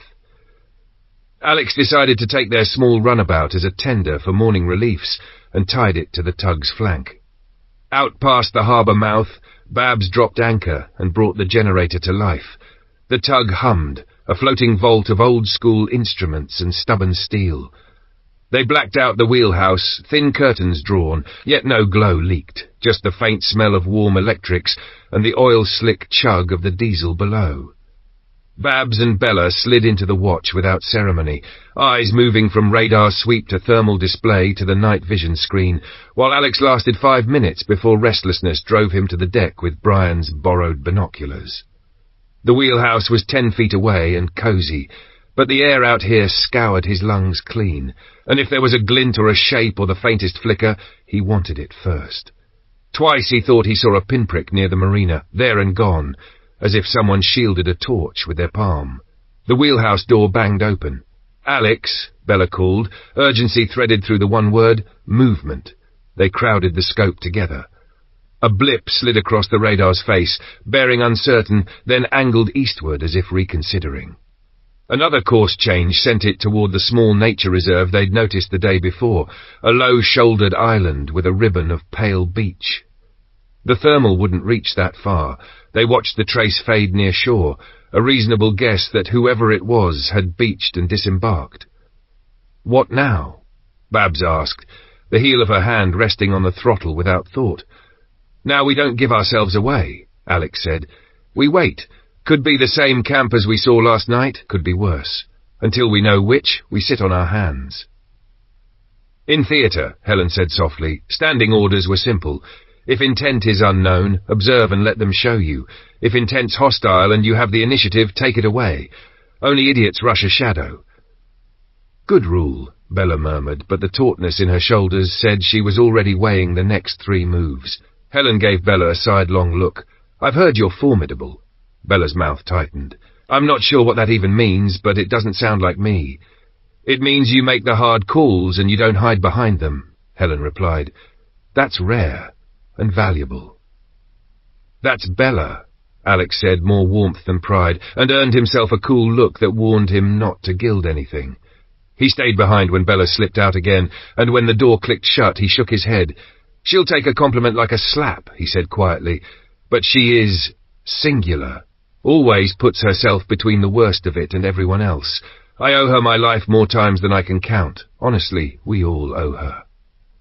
Babs nodded, eyes never leaving the glass. "If not for her, we'd be bones in a shed. Half of them she dropped herself, and the rest she taught us how. I've never met a mind like hers, certainly not at her age." "High bar," Helen said, under her breath. "Let's keep her alive to clear it." Outside, the loch breathed and settled. Bella leaned against the deck rail, listening past the low thrum to the night itself. From the reserve came a brief vicious burst of automatic fire, short, controlled, and over almost before she could pass it. She cracked the door, reported what she'd heard, then returned to the dark, scanning. "There's a hull coming from the far side of that island," Babs said a few minutes later, finger tracing the screen, "and the first boat just pushed off again. They're angling this way." Helen moved to the wheelhouse door and called it out. She took a crouch beside the frame, rifle ready, eyes level.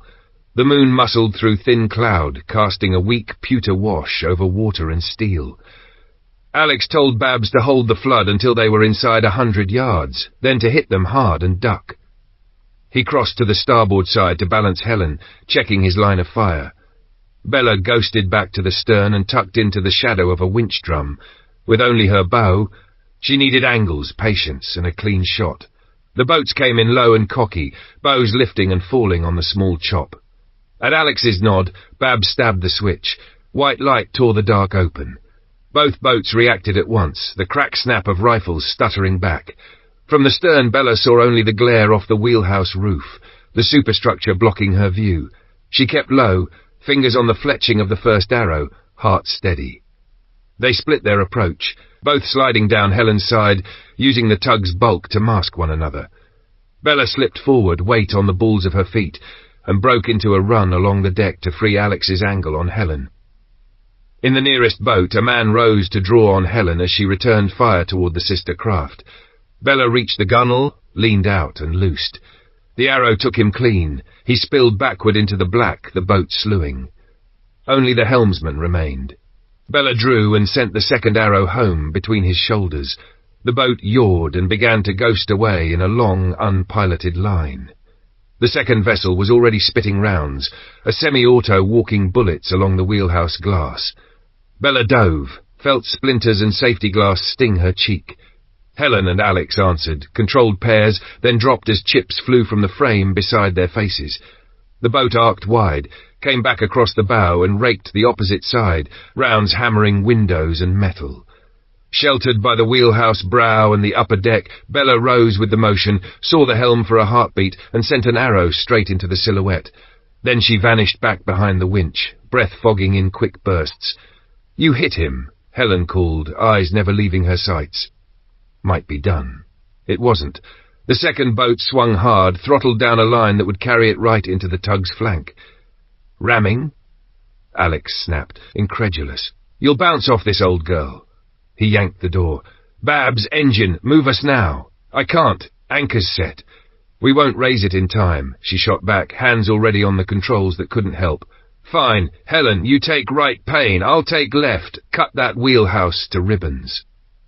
Bella grabbed the rifle Alex had left for Babs and stepped into the shattered light with them.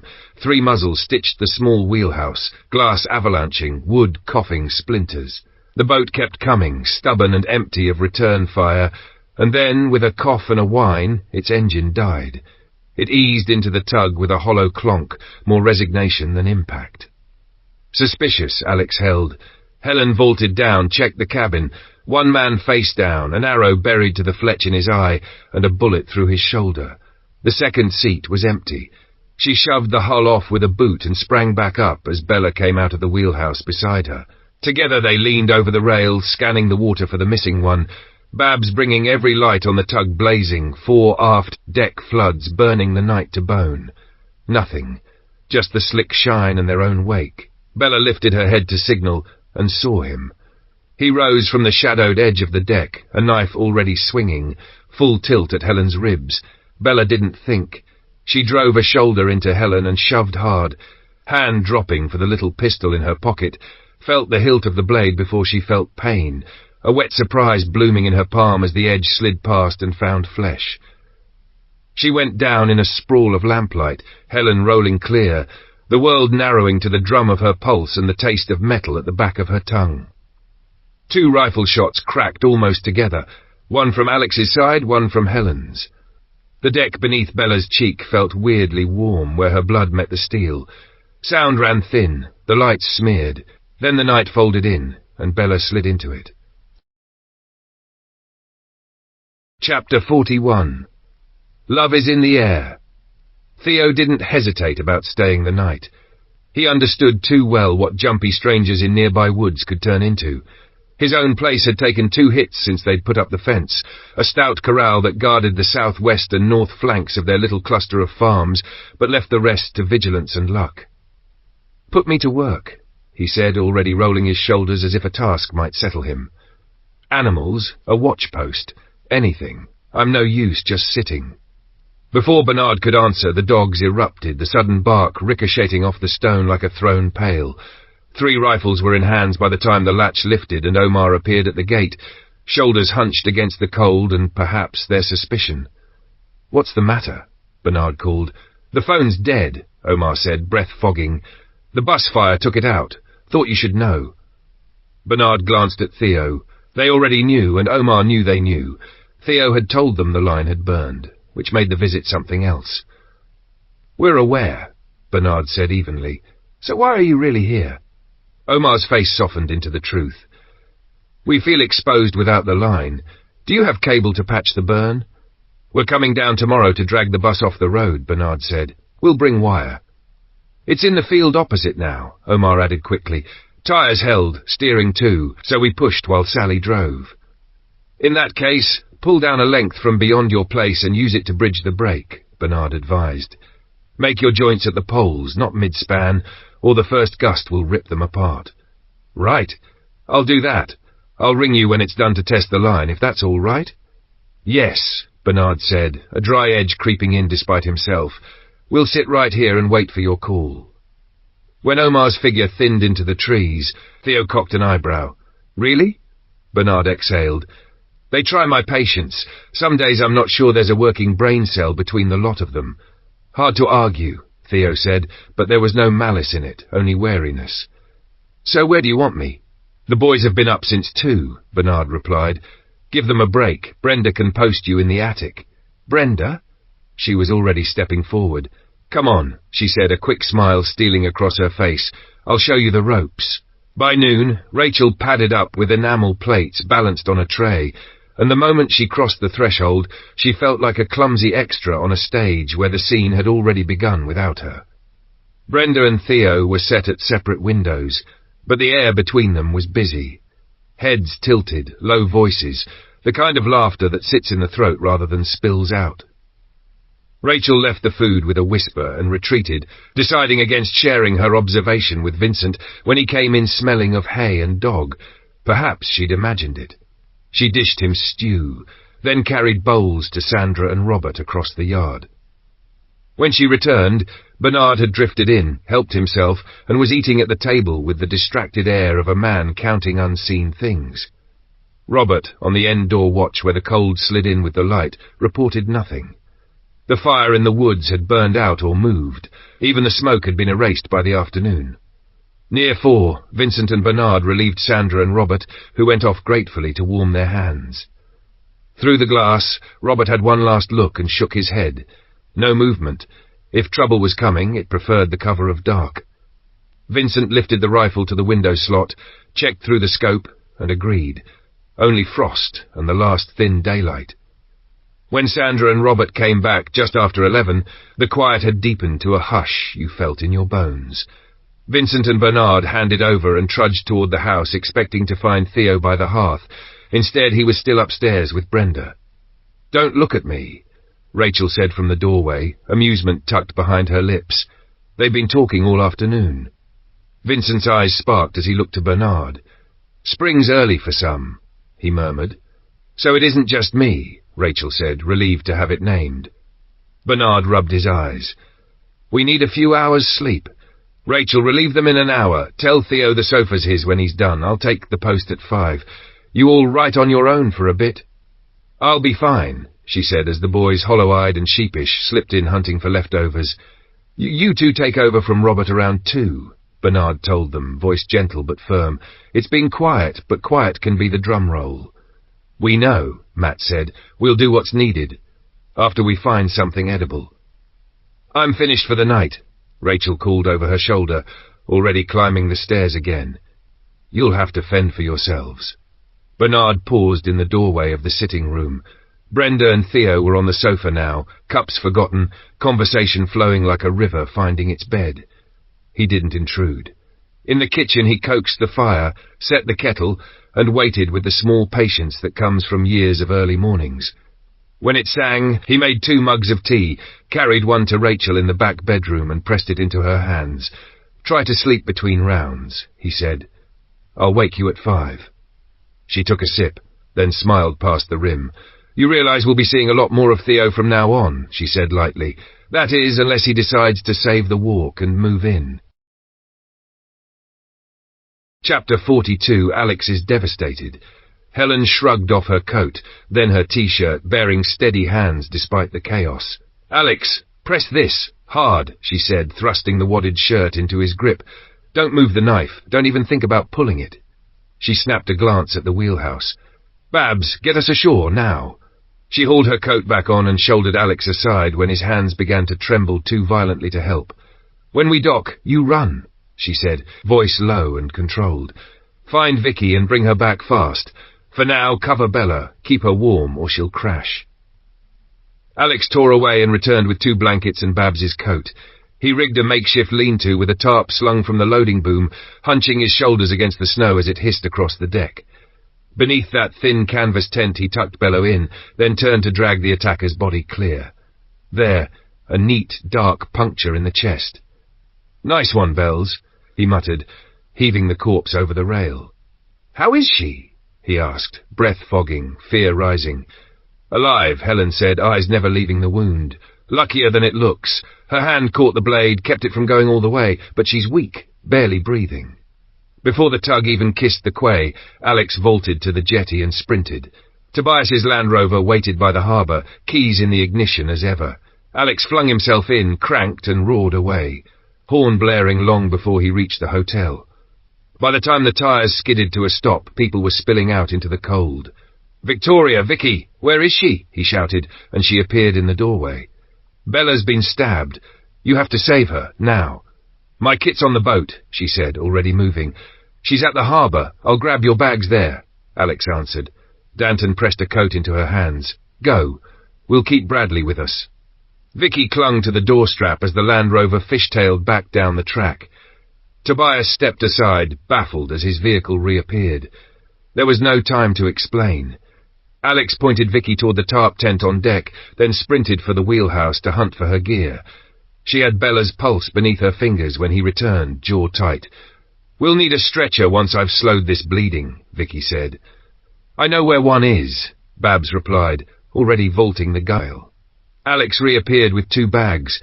Didn't know which, brought both. "Good, and it's Vicky, only Danton calls me Victoria," she said, snapping a head torch in place. "I need more light." Babs pounded back up the gangway with a basket stretcher, floats bristling at its sides. "Work lights, stern locker, port side," she added, veering for the generator. "I'll get her humming." The lights flared to life, washing the deck in hard white. Vicky flicked her gaze around. "Where's the nearest bed we can use?" "The main cabin," Babs said. "Alex, come."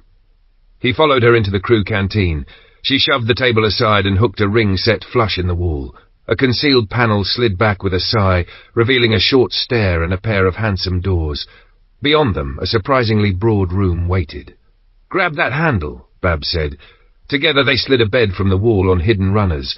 It came out smooth as breath, already made, the cabin wide enough to swallow its bulk with ease. "Not many tugs like this," Alex said, awed despite himself. "This one was rebuilt for the jerk who owned it," Babs replied. "Wouldn't bet he paid the bill." Back on deck, Vicky had her field dressings prepped. "Helen, head. Babs, feet. Alex, mirror me. On my count. 3, 2, 1, lift. Slow, steady. Good. Alex, you take the back. Helen and I the front. Babs, clear the way." They threaded the narrow passage. Minutes later, Bella lay on clean sheets beneath the glare of the worklight. Babs left the engine ticking to feed the heaters. Alex set the lamp where Vicky pointed. Then he and Babs were ushered out with a firm nod. Tobias had sent Brian to fetch Max. By the time Alex climbed to the deck again, Max stood at the rail.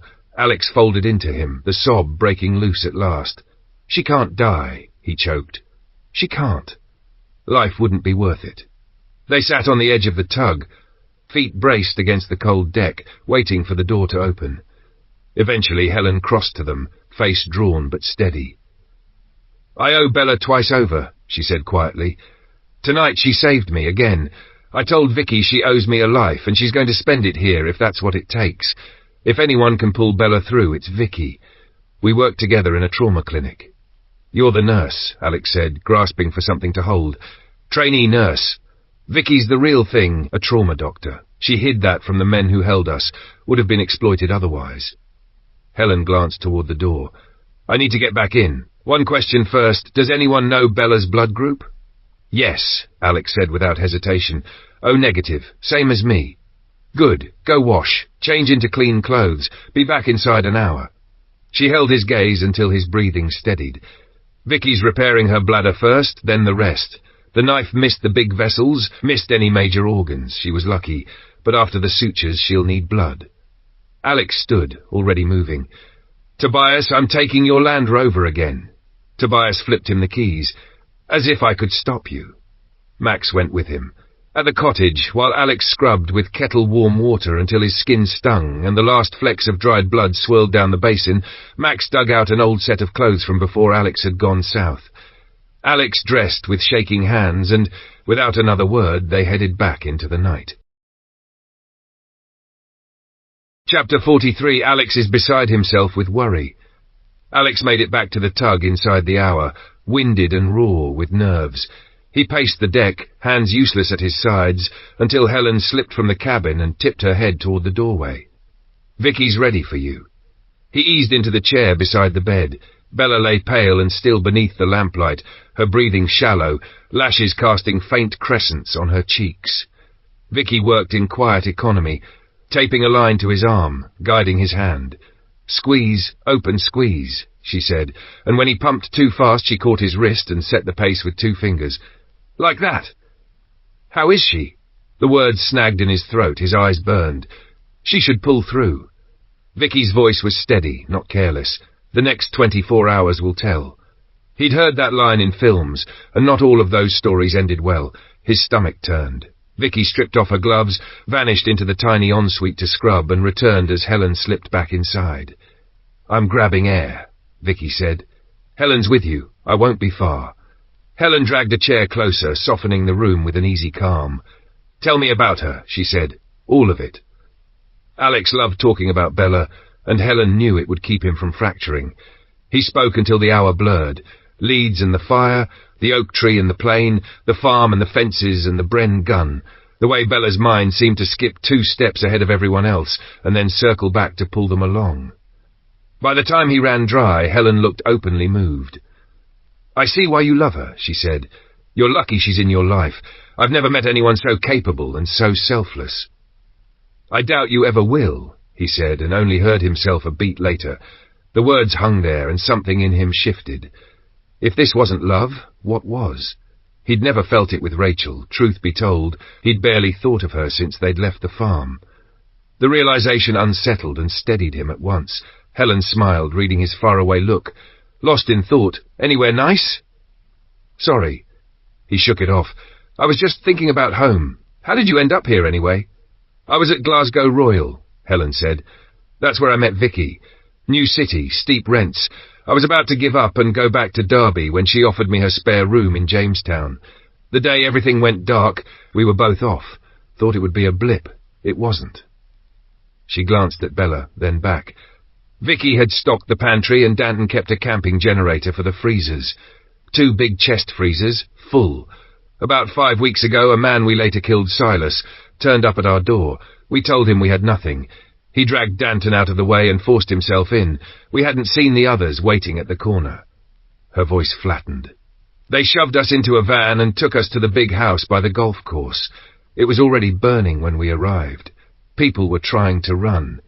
Silas lined them up on the lawn, men, women, kids, and shot a handful at random. Then he shot 2 of his own guards. After that, he carted us to the marina and kept the survivors there. If you didn't have a skill he wanted, you were disposable. There were rapes. People disappeared. We knew we were on borrowed time. When they dragged Grace in and we heard about you, and when Samson came back with a hole in his leg, we knew somebody was hitting them back. So when we got the chance, we ran. Straight here. And I am sorry." The apology was quiet, raw. "We led trouble to your door and hurt you besides. Please forgive us." "You don't need forgiving," Alex said. "They'd have found this place eventually. We just have missed the chance to stop them. We were leaving tomorrow anyway. Yorkshire's waiting." Helen checked the line, then tapped his wrist. "Time to take you off before we drain you dry." "I thought Vicky was coming back," Alex said. "She will in the morning," Helen said. "I'm staying here. Vicky won't be far. She'll catch an hour upstairs in the crew quarters. Lie down if you can. The bed's big enough, and Bella won't mind." He towed off his boots and stretched out beside the blankets, facing her. Sleep perched just out of reach, but he watched her breathing, counted it, matched it. The count must have carried him for a while. Helen woke him at 9 with a steaming cup in one of Babs's dented mugs. "She's resting," Helen said. "Vicky's been in and out all night. She says things look much better, expects Bella to recover. It's a matter of time." The reassurance loosened a knot he hadn't noticed had set. Another memory surfaced unbidden. Rachel sitting vigil by Brenda not long ago, and guilt nudged him. He understood it better now, the helpless watching. He sat up, moved to the chair, sipped the tea until the heat steadied his hands. "I'm going to check on my uncle," he said, "and find a loo that isn't 2 steps from a surgery." "I'll be here," Helen said. He offered her a look. "Sleep?" "I'm ex-military and a nurse," she said with a crooked smile. "We learned to do without." In the canteen, Max and Vicky were both asleep on the bench seat, heads tipped in mirror poses that would have been funny on any other night. Outside, the snow had gentled to a sift. A knot of islanders stood gathered at the dock, breath pluming in the cold, faces turned toward the tug as if proximity could help.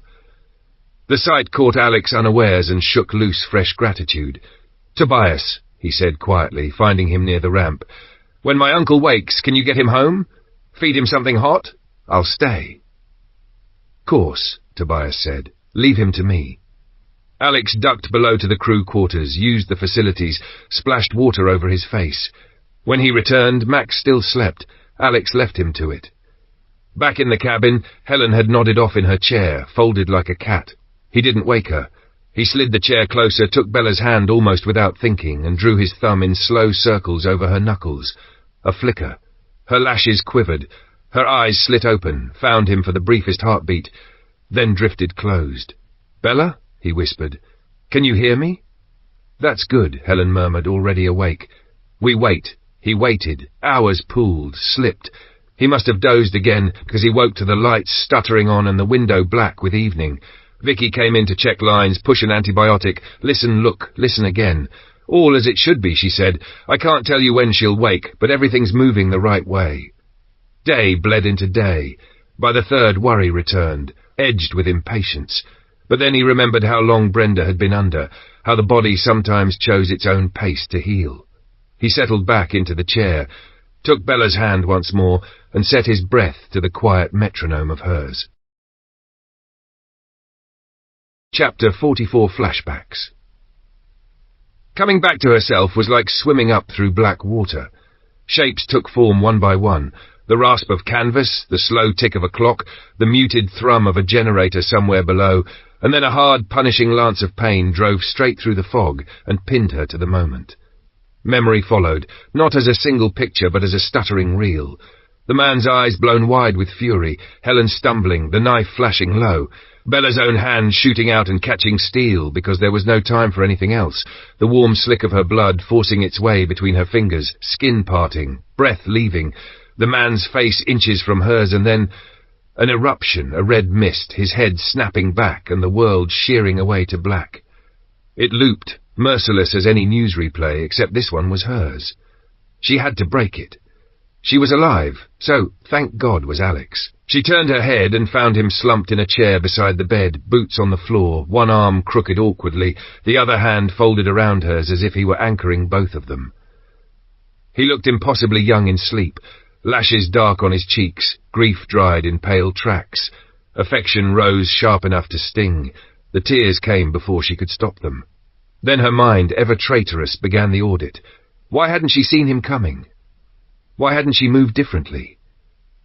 She tried to push herself up, and pain tore through her midriff like a hot wire. The sound that ripped from her throat startled even her.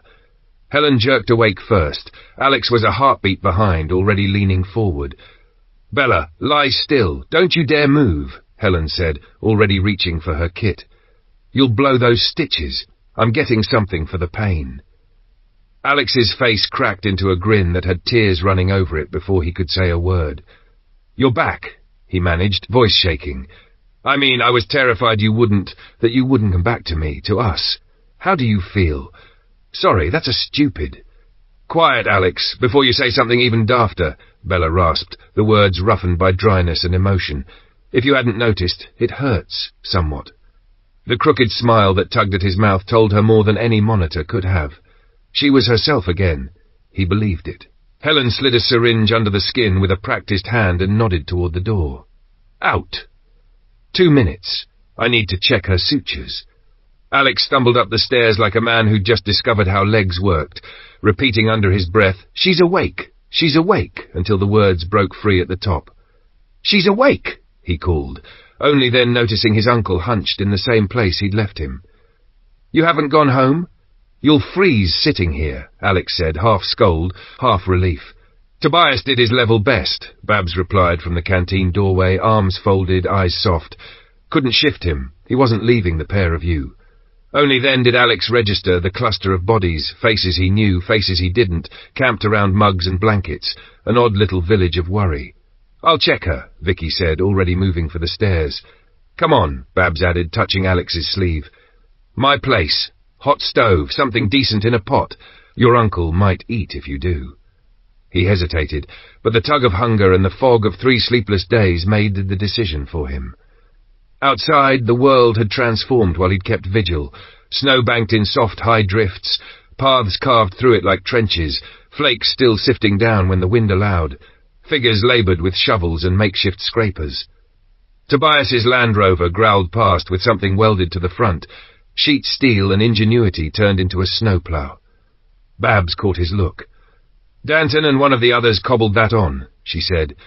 "Cleared up to the hotel twice already. It's like sweeping the tide."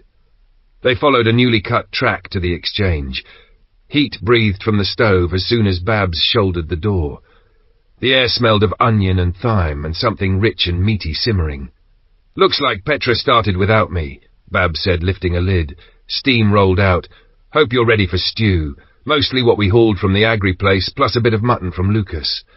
You shouldn't be eating the few sheep you have, Alex said automatically, then flushed. It smells incredible. It was a barren ewe, Petra said from the corner, sleeves rolled, hair escaping her scarf. 2 years tried and failed, Hallard. She's awake, he said, the smile arriving before the words. Vicky says she'll be okay, just needs time. Petra's hand went to her heart. Thank God, too much light in that girl to lose her so young. I heard what she did for Nurse Helen, that's courage. Aye, Max said quietly. And true, Babs added, setting bowls with brisk finality. Eat, and have you slept at all? I was asleep when she woke, he admitted, guilt-nipping. I feel like I should have. Don't be daft, Max cut in. Bodies aren't machines. She'll be glad you were there when she opened her eyes. The stew was thick and savoury, and vanished almost without him tasting it, but when he scraped the bowl clean, the fog in his head had lifted enough to think again. Thank you. I need to get back. We figured as much, Petra said. Go. If you don't mind the company, Babs offered, already shrugging into her coat. Please. He turned to Max. Uncle, stay where it's warm. I'll come back later. Petra, don't let him wander back. He'll pretend a bench is a feather bed and freeze. Leave him to me, Petra said. Give Bella our love and tell her to heal quick. Back on the tug, the wheelhouse hummed softly, the heat working hard against the cold. Bella was propped a little higher now, colour beginning to return to her mouth, a stubborn spark alive in her eyes when Alex stepped through the door. Why? He began, and realised he sounded like someone's father. Did you walk straight into a man with a knife? I misjudged, she said simply. Got it wrong. Then, before he could protest, anyway, I've been told I've been out for 4 days, and Vicky said I shouldn't travel for at least a week. They're going to be frantic back home. Can we aim to leave this time next week? No, Helen said from the foot of the bed, gentle but firm. What Vicky said was that in a week she'll assess you and decide when you can travel. Alex folded his arms, gentleness gone from his tone. We're not leaving until you're fit, no matter how long that takes. And look outside. Snow's too deep even for the ferret. I'm not risking getting stranded in the back of beyond. Bikes are useless in this. We wait for a thaw. But, no buts, he said, softening the words with a hand on the blanket. For once you'll do as you're told and let yourself mend. We don't move until Vicky gives the word. Now close those eyes and rest. The world can manage without you for a few hours. She huffed, which on Bella passed for surrender, and let her head tip back. Alex took the chair again, found her hand without looking, and settled in to match his breathing to hers, the quiet rhythm of the room slowly pushing the worst of the night further away. Chapter 45. The snow just kept falling. 4 days passed with no sign of the watchers in the trees. Theo had stayed an extra night after his father arrived in the wake of the bus fire, and now he was stranded with the rest of them. Bernard had to admit Rachel had been closer to the mark than he'd let on. For all intents and purposes, Theo had moved in.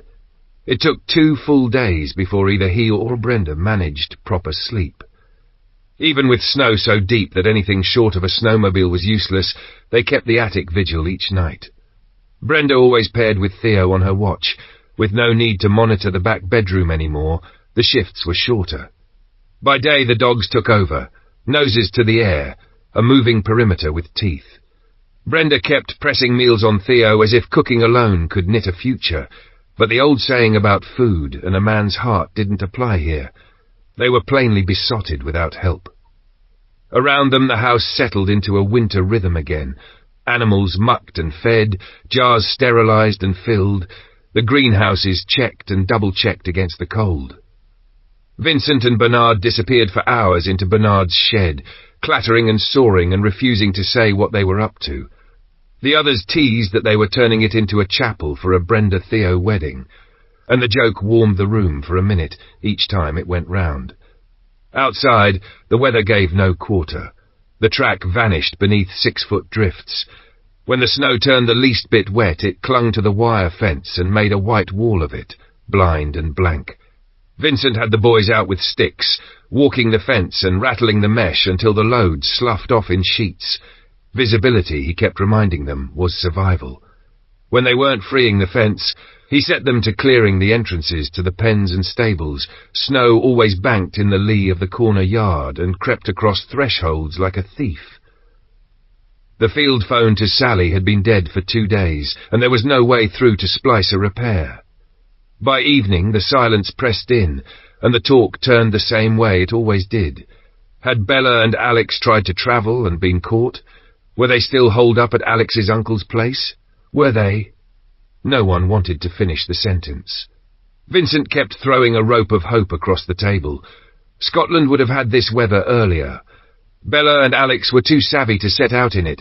They were almost certainly waiting where they were until it eased. Then he would add, because honesty was its own kind of kindness, that Scottish snow had a habit of lingering. They were finishing breakfast when the phone shrilled, a sound so out of place against the white hush that all three of them flinched. Bernard lifted the receiver. "The attic roof's cracking," came a breathless voice. "What do you mean, Matt?" Bernard asked, already standing. "I think it's about to come down. Get out." "Now." He relayed it in 2 sentences to Vincent and Rachel. "We need that weight off the roof," he added, reaching for his coat. "Rouse everyone." Boots thumped, bolts through, and they were moving. Bernard grabbed the keys to the big Massey on his way through the porch. At the parlour he found Daz and Matt staring upward, faces pinched. "Rope and a fence post," Bernard said, climbing into the cab. Theo jogged up as Bernard turned the engine over. Bernard began to explain, but Theo cut in, calm and certain. "I know the drill, but use an aluminium ladder instead of a post. Safer. I'll go up." They stared at him, then at the roof, 3 feet of snow at least, the timbers groaning under it. Theo clambered into the loader bucket with a length of ladder and a coil of rope. He tied the rope to the ladder's centre, while Bernard nosed the tractor through the drift to the parlour wall and lifted the bucket as high as the hydraulics would take it. Theo clipped himself to the bucket with a second line, reached and slid the ladder up onto the pitch, then yanked it hard until the rungs bit. He signalled. Bernard eased the tractor back. A slab of snow tore loose and sluiced down. Not enough. They did it again and again. For the better part of an hour they worked like that, Theo bracing and setting, Bernard reversing a few feet at a time, white sheets tumbling, the sound of it like surf. The real objective came suddenly, a long low crack from the ridge, then an avalanche pouring off the near slope, and in sympathy, a smaller slide shedding from the far side. The roof lightened, the groans ceased. Bernard backed off and lowered the bucket. Theo scanned the rest of the buildings, judging lines and loads with a practised eye. "Other roofs are fine for now," he called down, "but keep an eye on the stables." Bernard nodded, breath fogging. "From now on," he said, turning to the knot of faces below, "whoever's on attic watch keeps that fire fed constantly while this weather holds. Warm air will keep the snow from settling deep again. We can't let it build like that a second time." Chapter 46. Planning her escape. The week dragged like an anchor through silt. Bella improved a little each day, but never quickly enough for her liking. The boredom rasped at her temper. Alex stayed close, trying to keep her mind busy. Monopoly, Scrabble, chess, each one held her attention for half an hour at best, before the pieces felt like prison bars and the boards like doors she couldn't open. Visitors came with books and good intentions until she asked them, gently but firmly, to stop. 8 days after she first woke, Vicky allowed her on deck. The smile that broke across Bella's face, her first in 2 days, faltered when she stepped into the light and saw how the world had been swallowed whole. Snow brimmed against bollards and stairwells, drifted shoulder-high along the pier, and lay ocean still across the hills. Even the ferret would disappear in that lot, she thought. The passes would be worse. Still, the air was sharp and clean, and the sky felt like a reminder that there was more to breathe than the warmth of a stuffy, as she'd called it, cabin. While Alex ran an errand, she lingered in the canteen with Babs. The older woman spun the loch's history like yarn, then told the tug's tale, how in the 60s they'd tried hauling a retired oil industry brute upriver, only to strand it on the Clyde for 8 months, while they prayed for winter melt to fatten the leaven. Even with a shallow draft, the tug had scraped and complained the whole way. Getting it onto the loch had been an act of stubbornness more than engineering. "Babs, do you have a map book I could look at?" Bella asked at last. What for? Babs cocked her head. I've old map books, 10 years out of date, and newer OS sheets like the ones we used for the warning system. They're big, mind. I need something useful to chew on, Bella said. If we're stuck a while, I can at least plan a safer route home. Both, then, if you don't mind wrangling paper. Babs' mouth tilted. Brian's due. I'll have him fetch them. When Brian arrived, they disappeared to the boathouse and returned bow-backed beneath 2 heavy boxes. These books are newish, but a decade out, Babs said, setting them down with a thump. These OS Explorers are only 3 years old. We ended up with several sets by mistake early in the year. Told the courier, nobody ever came back. Bella ran her fingers over the crisp covers. They look right, and the details perfect. She sifted, sorted, and in short order had a stack, 42 sheets she thought she might need, then began flicking through the book to cross-check links. It's turning cold up here again, Vicky said, stepping in. Feet up, please. Brian, could you take these down to the cabin? Bella asked, already reaching for the handrail. No problem. He gathered the maps, barely a fraction of what he'd hauled over, and the book, and vanished below. Vicky steadied Bella on the stairs and saw her settled. The book, Bella said, holding out a hand, a little sheepish. I need something to occupy my head. You can read, Vicky said, passing it over, but when Helen comes, the light goes off and you sleep. Do you hear me? I hear you, Bella sighed. I'll sleep. She read until the lines started to blur. Every way she traced south, the least populated path was still the path they'd taken north. Backtracking looked inevitable, barring small detours. There would be fewer people now, yes, fewer, but meaner. The ones still breathing would be ruthless, well-organized or well-hidden. The ruthless were obvious trouble. The organized would be guarding stockpiles and ground with the same ferocity. She worried about both. Wind pushed at the hull. The tug rocked gently. When Helen arrived, Bella surrendered the book and drifted. She woke early. Snowlight poured through the portholes and painted everything pale. Helen snored softly on the bench by the door, on watch perhaps at Alex's insistence, a sweet thought, if a legless one. Bella limped to the loo, and there, mid-grumble, mid-nothing, her idea arrived whole. The sea, she whispered, the sea. Back in bed, she flipped the book open, found Loch Lomond, ran a finger down to the River Clyde, then out to salt water. Follow the coast south to Lancaster, landfall somewhere near, then the problem hit. Even if a small boat made it to sea, what then? 30 miles inland on foot with no transport they could trust to find, and Max to think of, Max who wouldn't cover 30 miles in 2 or 3 winter days. She was back to start. The tug could do the water, yes, but the last leg would still be snow and muscle and luck. Canals? She traced the lattice and grimaced, more built up, more exposed, more than 100 miles of bends, and to reach the cut they'd have to thread right through a town. Vicky came at 9, glanced at Helen asleep, and set a gentle hand on the duvet. Stitches inspection. How soon can they come out? Bella asked. A while yet. A week. Maybe 10 days. Why so long? I had head stitches once. They were out in a week. Location, Vicky said.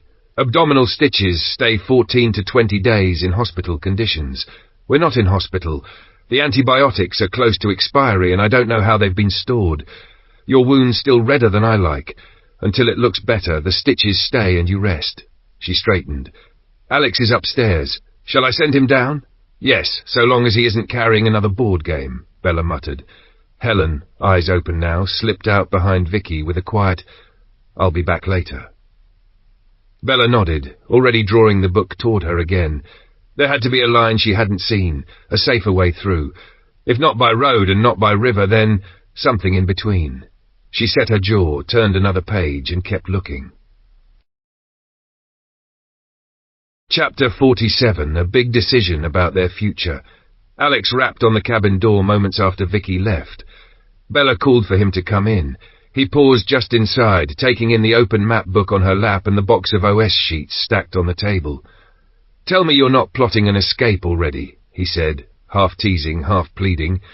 The snow's far too deep, and Vicky was clear. You're in that bed for another week.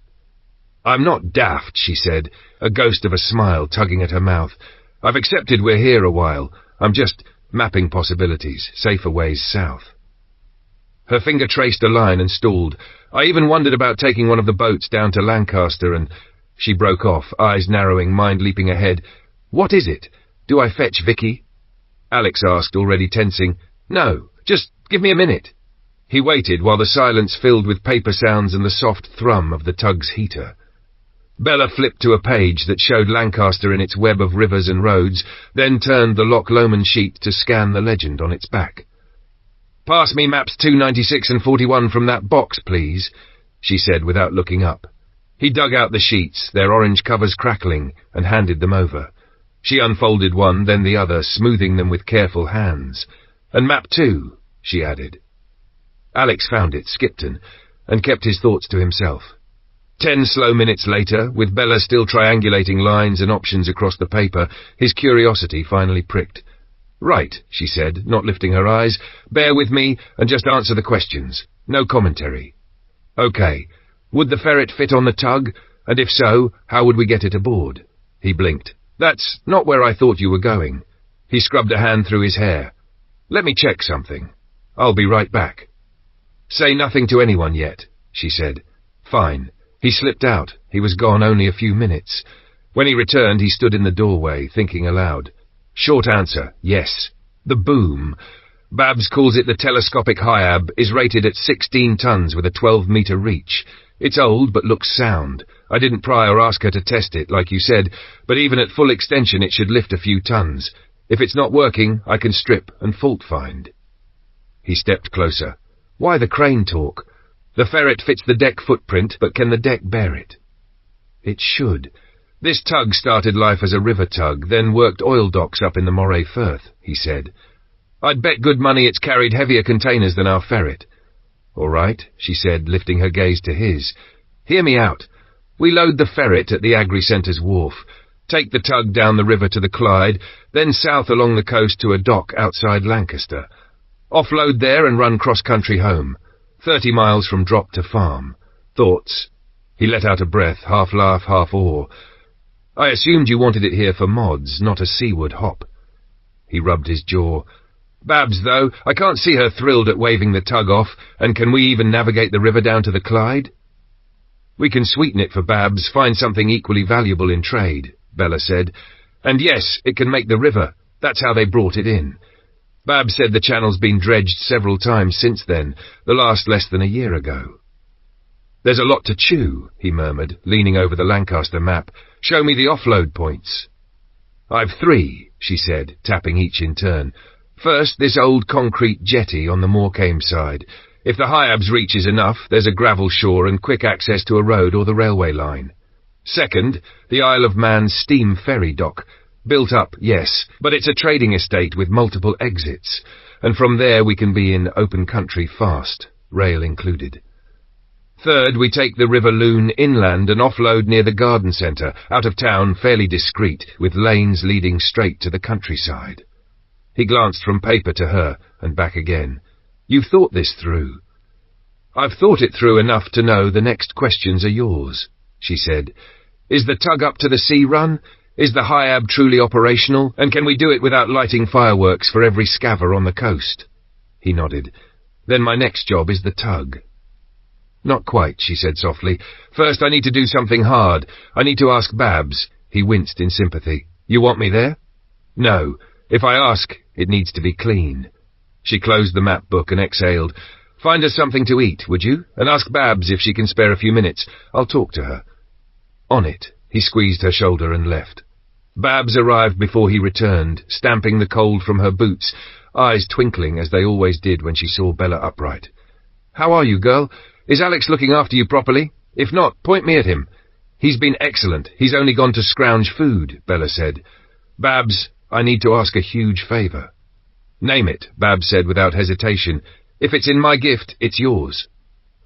It might not be fair to ask, Bella said, meeting her eyes. And you have every right to say no. Please hear me out before you answer, and truly think on it. Babs lifted a brow, but stayed quiet. When we go south, Max will be with us. I won't be fully fit. Alex is already worn to a thread, and Max isn't a fighter. The road's a risk we can't afford. So the plan is, take the tug to the coast, slip down to Lancaster, offload and finish the last 30 miles overland. She swallowed. But it's your tug. It's the island's tug. I'm asking you to consider lending it, to talk to everyone and decide together. Don't rush it. If it's a no, we accept that. Babs's surprise flashed, then softened. I didn't see that coming, she said honestly. But, yes, in principle, yes. Bella held up a hand. Consult them. It's a big ask. I will, Babs promised. I'll take it to the group and let you know. Alex came in then with a tray, tea steaming, bread heel, a slab of cheese. He'd been gone long enough to make it a meal. Right, Babs said, backing toward the door. Eat. I'll speak to the others and get you an answer. When the door clicked shut, Bella looked at the plate. And where's yours? My uncle fed me. I ate before I came, he said. How did you get back up there in all this? She cocked her head. Let me guess. Boat. I heard an engine. You guessed it. He nudged the plate closer. Eat. She obeyed, small bites between sips of tea. Babs agreed in principle, she said at last. But I asked her to put it to the island first. She'll tell us later. That's the right way, Alex said, relief and resolve warring in his voice. If they say yes, we start turning a plan into a route. He glanced at the maps, then at her. And if they say no, we keep drawing lines until one of them turns into home. Chapter 48, D-Day. Bella had barely set her empty mug aside when Babs swept back in, cheeks pink from the cold, purpose already in her stride. Minimal debate, Babs said without preamble. As expected, no objections. One favour, though. The raiders sank my boat in the harbour. Could we use the boom to lift her before you go? I poured a lifetime of hours into that hull. I can't bear to leave her down there. Of course, Alex said. Perfect shakedown for the Hyab and its mountings. Then the tug is yours, Babs declared, a quick, fierce smile. But you'll share the plan with me. I want to see how this caper of yours works. Thank you, Bella said, the words small for the weight behind them. We know what you're giving up.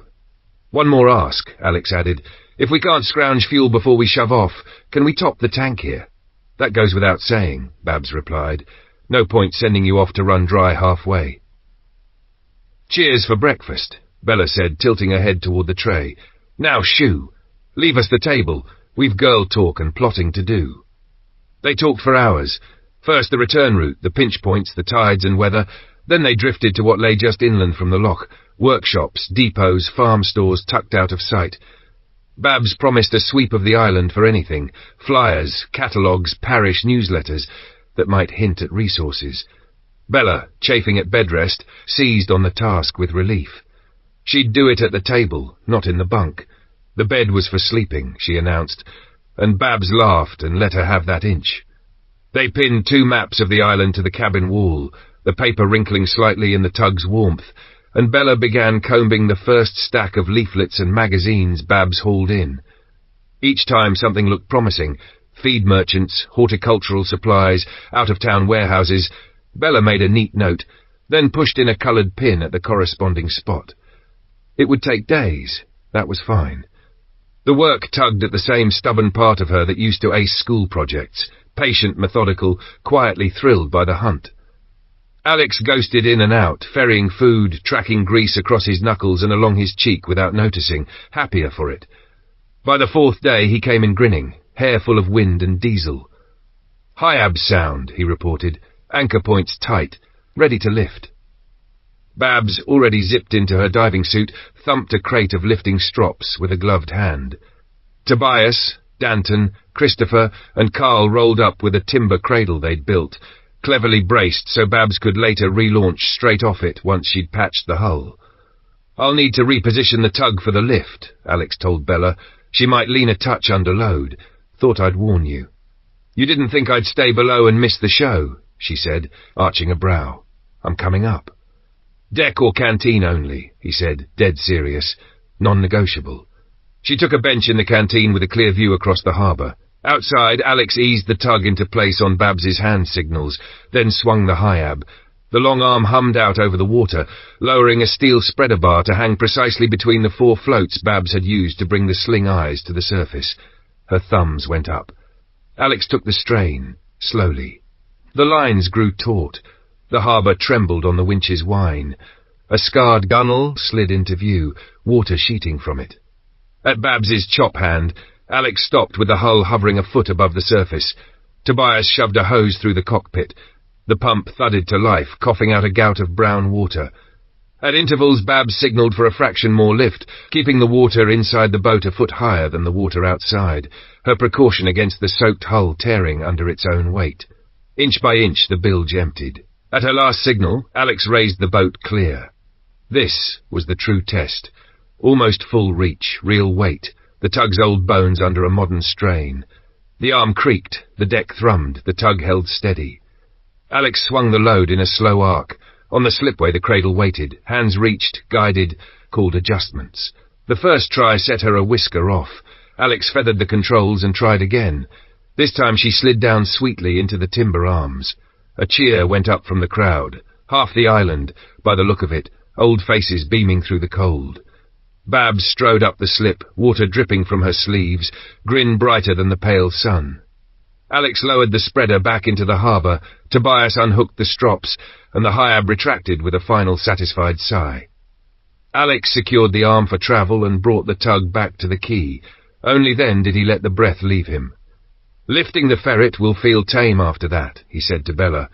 "I'm due to get these stitches out in a few days, if all's well," she said. "Then can we fetch the ferret?" "Only when Vicky says so," he reminded gently. "And the weather has a vote. You remember where we left it. The snow there'll be deeper than here. We've still got the 2-mile run to the wharf before we can even think about loading." She retreated to her dungeon, as she'd christened the chart-strewn cabin, and bent to the paper tide. By the week's end she'd marked 21 promising sites within half a mile of the water, and 14 more inland. Odd symbols on the map that didn't match any leaflet got a pink pen question mark.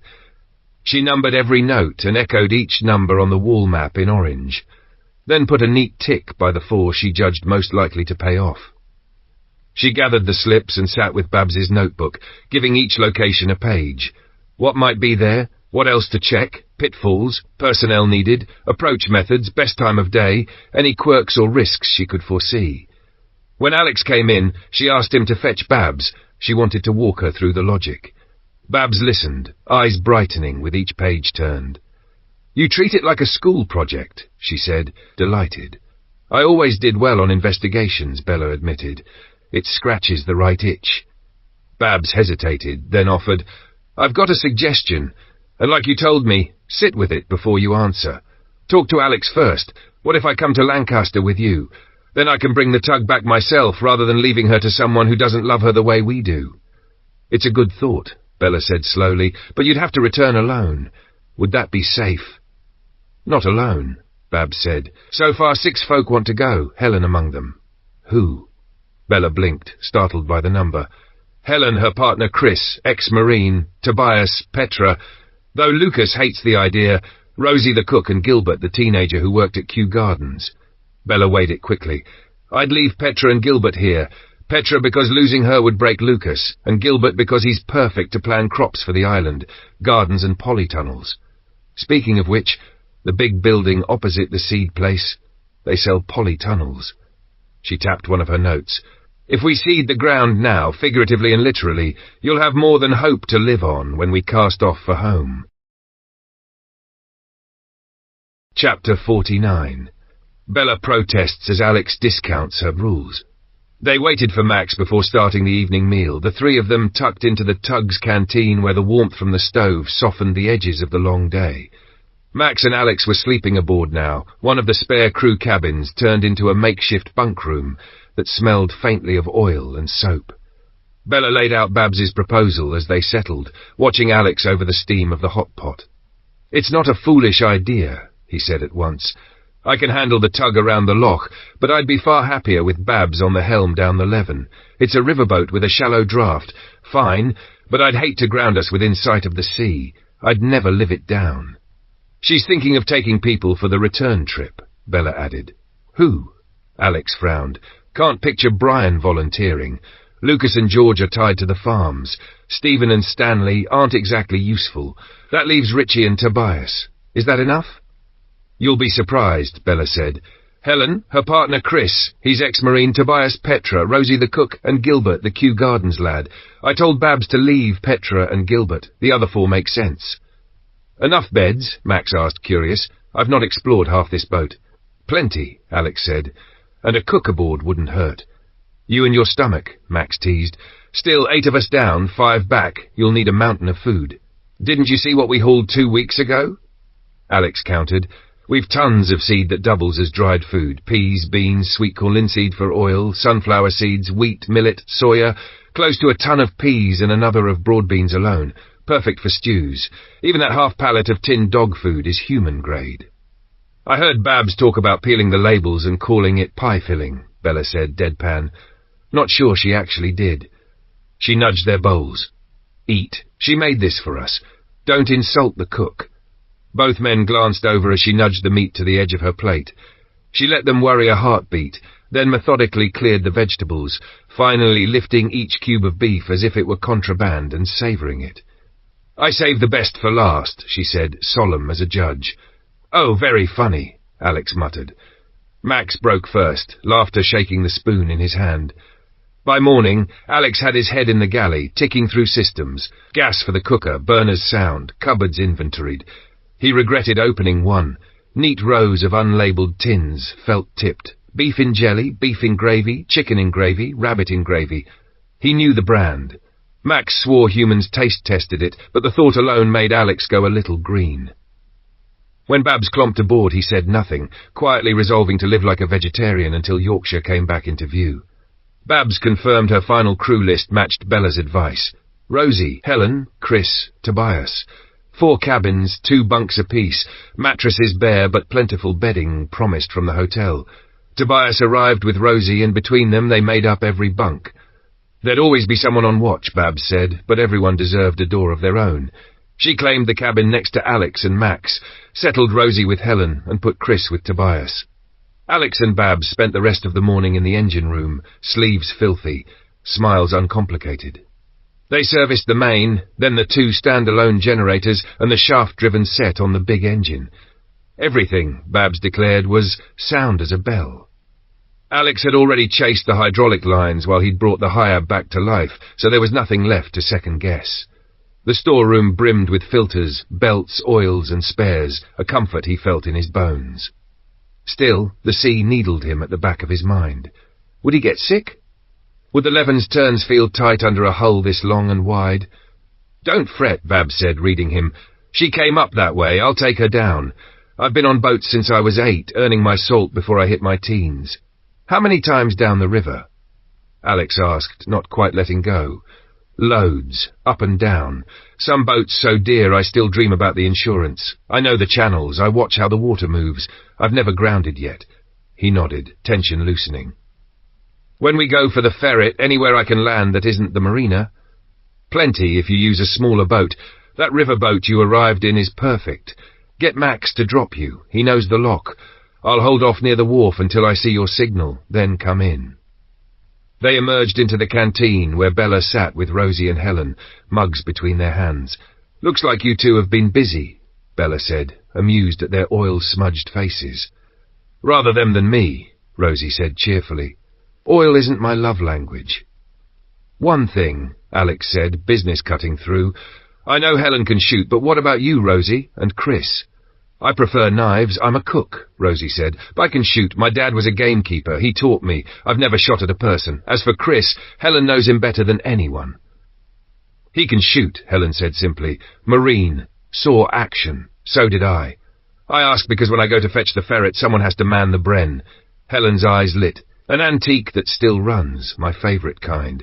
I tried a ferret at Bovington once on the south coast. The Bren I've only seen behind museum glass, never live." "And what about me?" Bella cut in, heat under the words. "I'm fine now. Why not me? Swapping me out already? On to the scrap heap for one small scratch." "Slow down," Alex said. "I thought jumping from a boat and hiking half a mile might not be the best idea while you're still healing." Bella stood, tugged her waistband down just enough to show the neat line of stitches. "Look, all better." By then Alex had turned away, ears flushing. "Aren't you going to look?" she needled, knowing full well he wouldn't. She huffed, pulled her trousers back up, and dropped into the chair. "It's safe to turn around," Helen told him, half smiling. Then to Bella, gentler, "He's right, I wouldn't send you bushwhacking yet." "You as well," Bella shot back. I'll tell the lot of you. I'm as fit as any of you. For the first time, Alex didn't yield. I'll decide who's coming when we go, he said, firm enough to make the air still. Bella's jaw set. She gathered her mug, the scrape loud in the quiet, and walked out without another word, the door's soft thud landing like a gavel. Chapter 50. Bella gets her own back. Bella knew Alex and Helen were right about her needing time, but that wasn't the point. They'd made the call without her, speaking over the top of her, as if she were a ghost in the doorway. It wasn't being left out of every decision that stung, it was being left out of the one that was hers. Alex, meanwhile, fumed at the closed door she'd walked through. He couldn't see what had gone wrong. He'd told her plainly that Vicky would decide when she was fit, so why the storm-off? You were a bit insensitive, Rosie said, spoon paused halfway to her mouth. You handed her an ultimatum and expected a smile. Why not talk to her first instead of dropping a fait accompli on her lap? I did tell her Vicky needed to clear her, he insisted. Rosie's right, Babs said, dry as salt. You went at it sideways. Go apologize and don't leave it an hour. I don't even know what I did wrong. It's called tact, love, Babs replied. There's a dictionary in the chart drawer if you need a definition. He left, baffled and stubborn in equal measure. Babs waited a beat, then headed for Bella's cabin. She knocked. It's me, she called softly. Can I come in? Not if you've come to speak for Alex, came the muffled reply. No, just me. Whatever. Babs slipped inside, sat on the bunk's edge, and folded Bella into a hug that smelled of soap and engine oil. None of us realized he hadn't spoken to you first, she murmured. Face it, he's a man. Tact isn't a common tool in their kit. Brilliant with machines, hopeless with feelings. He wasn't cutting you out. He was trying, badly, to keep you safe. He loves you more than he knows what to do with.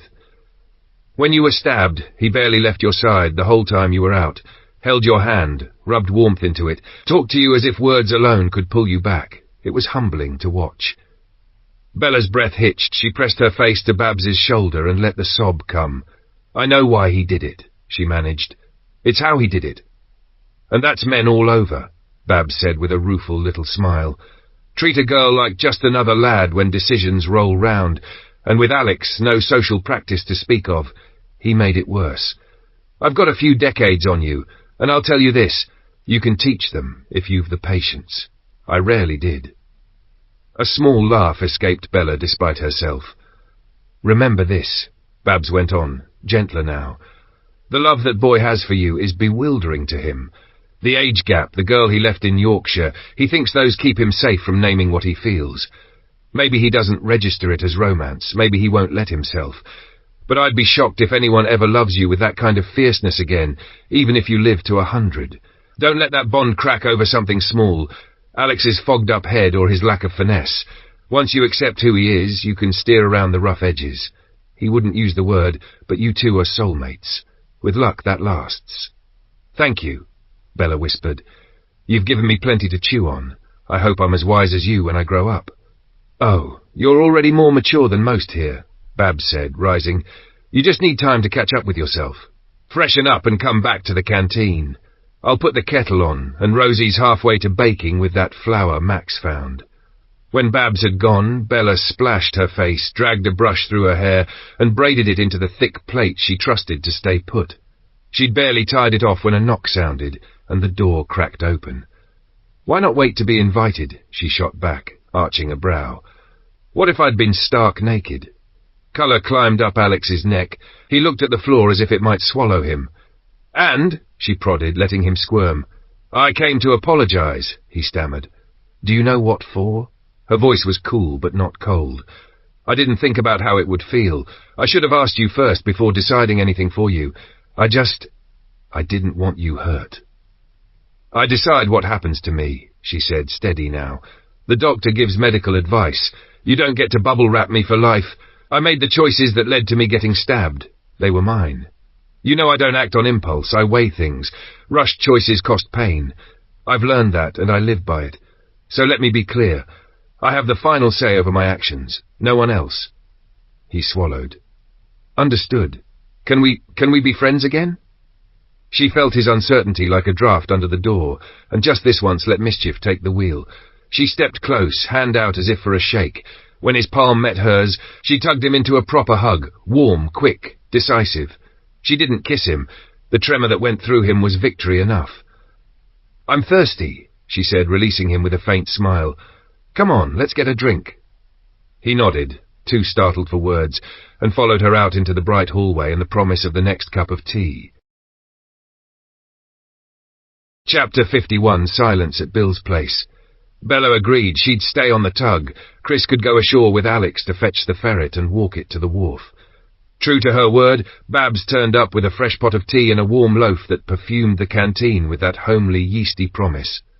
"Bella, Alex, this is Chris," Helen said, ushering in a tall man with quiet eyes and a marine's economy of motion. They ate as they talked, tearing into the loaf with their fingers. The taste tugged at Alex's memory. Rachel's bred back in Yorkshire, and a little ache of homesickness settled behind his ribs. "Chris, you've got the gist," Alex said. "We'll go out, recover the ferret. Would you be okay on the Bren while I drive?" Chris just about sprayed tea. Helen thumped his back, laughing. "A Bren gun?" he managed. "Isn't that a museum piece? Does it even work?" Helen said the same, Alex replied. "It works beautifully. Vincent, National Service in the 60s, rebuilt and tested it. It didn't bark until Bella used it for warning shots on a pack of aggressive farmers. No casualties, just a very clear message." "I can man it," Chris said, clearing his throat. "The one I drove was amphibious, though. I thought these all were." "They are," Alex said, "but this one's an elder statesman. I'm not about to roll it into the loch for bragging rights. It's there to get us home under armour if things go sideways, not to see if it floats. Sinking it to prove a point helps no one." "Fair enough," Chris said, nodding. They spent the next hour walking through contingencies, routes, signals, fallbacks. Max would run them over and loiter offshore for an hour in case anything unravelled, then head back. Brian had already volunteered to ride shotgun with him. The weather tightened its grip. A new belt of heavy snow pinned the island, and when no one had seen Bill for more than a week, worry began to gnaw. Bella and Max decided to check on him. The riverboat, shallow draught and stubborn as a goat, was the only sensible choice for the narrows near Bill's jetty. They slipped out before Alex woke, and Babs promised to say nothing unless he came looking. It felt a shade warmer than the bite of recent days, but the air still threw down a ragged mix of flakes and sleet. "Wetter," Max said, squinting into it. "Might be we get a small thaw." They tied up at the jetty inside the hour. The beach lay clean of snow, the trees powdered by about a foot, but as they skirted around to the far side, the wind's work reared up. A white wall higher than a man, 8 feet if an inch, drifted into the timber like a barricade. The path inland vanished beneath it. "We'll use the trees for cover and look for a weakness," Bella said. They threaded the fringe of trunks, sidestepping deadfall, the hush of the snowfall, broken by the soft hiss of sleet on their coats. After an hour's patient doglegging, they found it. A shallow bite eaten into the drift where the wind had scoured. They waded through, calves burning, and spilled into Bill's clearing. From inside the open space, the drift looked monstrous. A frozen tide stopped mid-surge. Around the sides and back of Bill's cottage, the ground lay mostly bare, a quirk of wind and eaves, but the front was swallowed nearly to the roofline. They pushed through to the back porch and knocked, knuckles sharp in the cold. No answer. Max tried the handle, unlocked. Inside, the room's cold hit like a cellar. Bill sat cocooned in a blanket, asleep in his chair, face pale in the dim light. "Bill?" Max said gently, but he didn't stir. Bella knelt, fingers finding his wrist. The chill of her touch made him start and flinch awake. Both she and Max jumped with him. "Why haven't you lit the fire?" Max demanded, worry dressing itself in gruffness. "You look half dead." "Bella's ice hands nearly finished the job," Bill muttered, then focused, surprise easing into relief. "Bella, you're up, thank God. Last I saw you, half the island had written you off." Max wasn't letting go. "I'll ask again. Have you lost your mind? Where's your fire?" "Chimney's blocked with snow," Bill said. "I thought keeping it going would melt what drifted in. Wrong. Smoke built up. I had to open the door to clear it. House froze. This old goose quilt saved me last night." "Right," Max said, rolling up his sleeves. "Hot drink in you, fire drawing, and then you're coming with us. This isn't safe. We'll bring you back when the thaw sets in." He glanced up at the ceiling edges. Wind's taken most off the roof, only up to the gutter. If the flue's open, we're golden. You got paper? No, but there's a sack of straw on the front porch, Bill said. Bella fetched it, boots whispering on the cold floorboards. Max scooped ash and crusted snow from the grate and angled a small mirror into the chimney. Daylight, he said, satisfied. Bella, that kindling. She passed him straw and splints. He built the heart of the fire with practised hands, coaxed the flame, fed it like a living thing until it licked steady and bright. And don't think a warm hearth means you're staying, he added, feeding on authority as much as wood. You're coming back with us. No arguments. What about the chickens? Bill asked, almost sheepish. You've a gravity feeder somewhere, Max said. We'll top it and it'll see them a week. If it's still bad, we'll come back and fill it again. No loopholes. Bill pointed Bella to the grain and the gear. She crossed the yard, breath pluming, and set 2 feeders in the run, the birds crowding around with soft clucks of complaint and gratitude. 3 eggs sat in the nest box like small suns. She slipped them into her pocket and hurried back, cheeks stung pink by the sleet. Max had the stove drawing now. Herbal, he announced, pouring from a dented kettle. Not your usual, but it's hot. Bella wrapped her hands around the mug and let the heat seep in. It wasn't the drink she craved so much as the warmth and the way it reached the ache in her bones. Outside, the snow had turned to a needling, freezing rain. When they were ready, Max damped the stove, secured the door, and led the way out. Bella glanced one last time at that vast white wall rammed into the line of trees and understood. Travel like this would be measured in patience, not miles. Departure would wait. Back at the harbour, Tobias took Bill straight to the hotel and wedged him by a blazing fire. Kim, one of the newcomers, appeared with the quiet authority of someone used to kitchens and care, set a hot drink in his hands, and followed it with a plate they'd all share from in one way or another. Chapter 52, A Fish Supper. Day after day the sky toyed with them, softening into rain just long enough to gnaw the drifts, then hardening at night so the melt froze and fresh snow feathered over everything anew. Each cycle replaced what little they'd gained, and then some. Fewer hands bothered clearing paths. By the end of the week they were functionally marooned on the tug, tempers thinning, patience worn to threads. When at last, a week after they'd brought Bill down, the sun shouldered through, it lifted every face but Alex's. He eyed the blue as if it were a trick of light. "It'll be back tonight," he muttered, retreating to the canteen when Bella challenged him to a snowball skirmish. It took him 3 more days to concede, grudgingly, that the weather was genuinely turning. Even then he counted dwindling cylinders and levels, gas for the galley, diesel in the generator tanks, the larder's thin edge. "You know my rule," Bella said, catching his eye. "Don't complain, solve. Babs and I will take Tobias to pull in more food. You, pessimist-in-chief, make sure we can cook it and keep the lights on." No one liked the delay. Everyone understood it. While Tobias stacked a trolley with peas, beans, sweet corn, and a discreet slab of Babs's unlabelled meat, Bella and Babs worked the well pump, filling carboys for Tobias or Chris to wheel back to the boat. Gas, though, was the rub. Babs had 3 bottles in the boathouse and wouldn't raid the main store. Hotel needs theirs, same as us. "We'll have to find more," Babs said. "I know," Bella replied, already reaching for the maps. "Let's go back through the list. Maybe we've missed a pocket." They cleared a wall in the canteen, maps pinned, notebook open, locations cross-hatched in pencil. They walked page by page, hunting for any hint of bottled gas. The golf club's kitchen, possible. A garden centre, riskier. Too close to town, almost certainly picked clean. They were one sigh away from giving up when Rosie wandered in, shaking sleet from her hair. "What's the war room for?" she asked. "Gas," Bella said. "Bottled, preferably." Rosie frowned, thinking, then brightened. "Craft centre off the A82, near the other golf club, Arne Burnside. Kilns. They kept loads of bottles in a big cage behind the art rooms." She hesitated. "There's also a big Boac place, propane, up at the far end of the loch, River Fallock side, near the SSE cable yard, the one with wind turbine bits. My ex was a driver's mate there. Hated the clang of bottles. It's grim up that way, but the shed was right by the river. Should be reachable by water." Babs blew out a low whistle. "2 gold stars, Rosie." "Show us," Bella said, sliding a map across.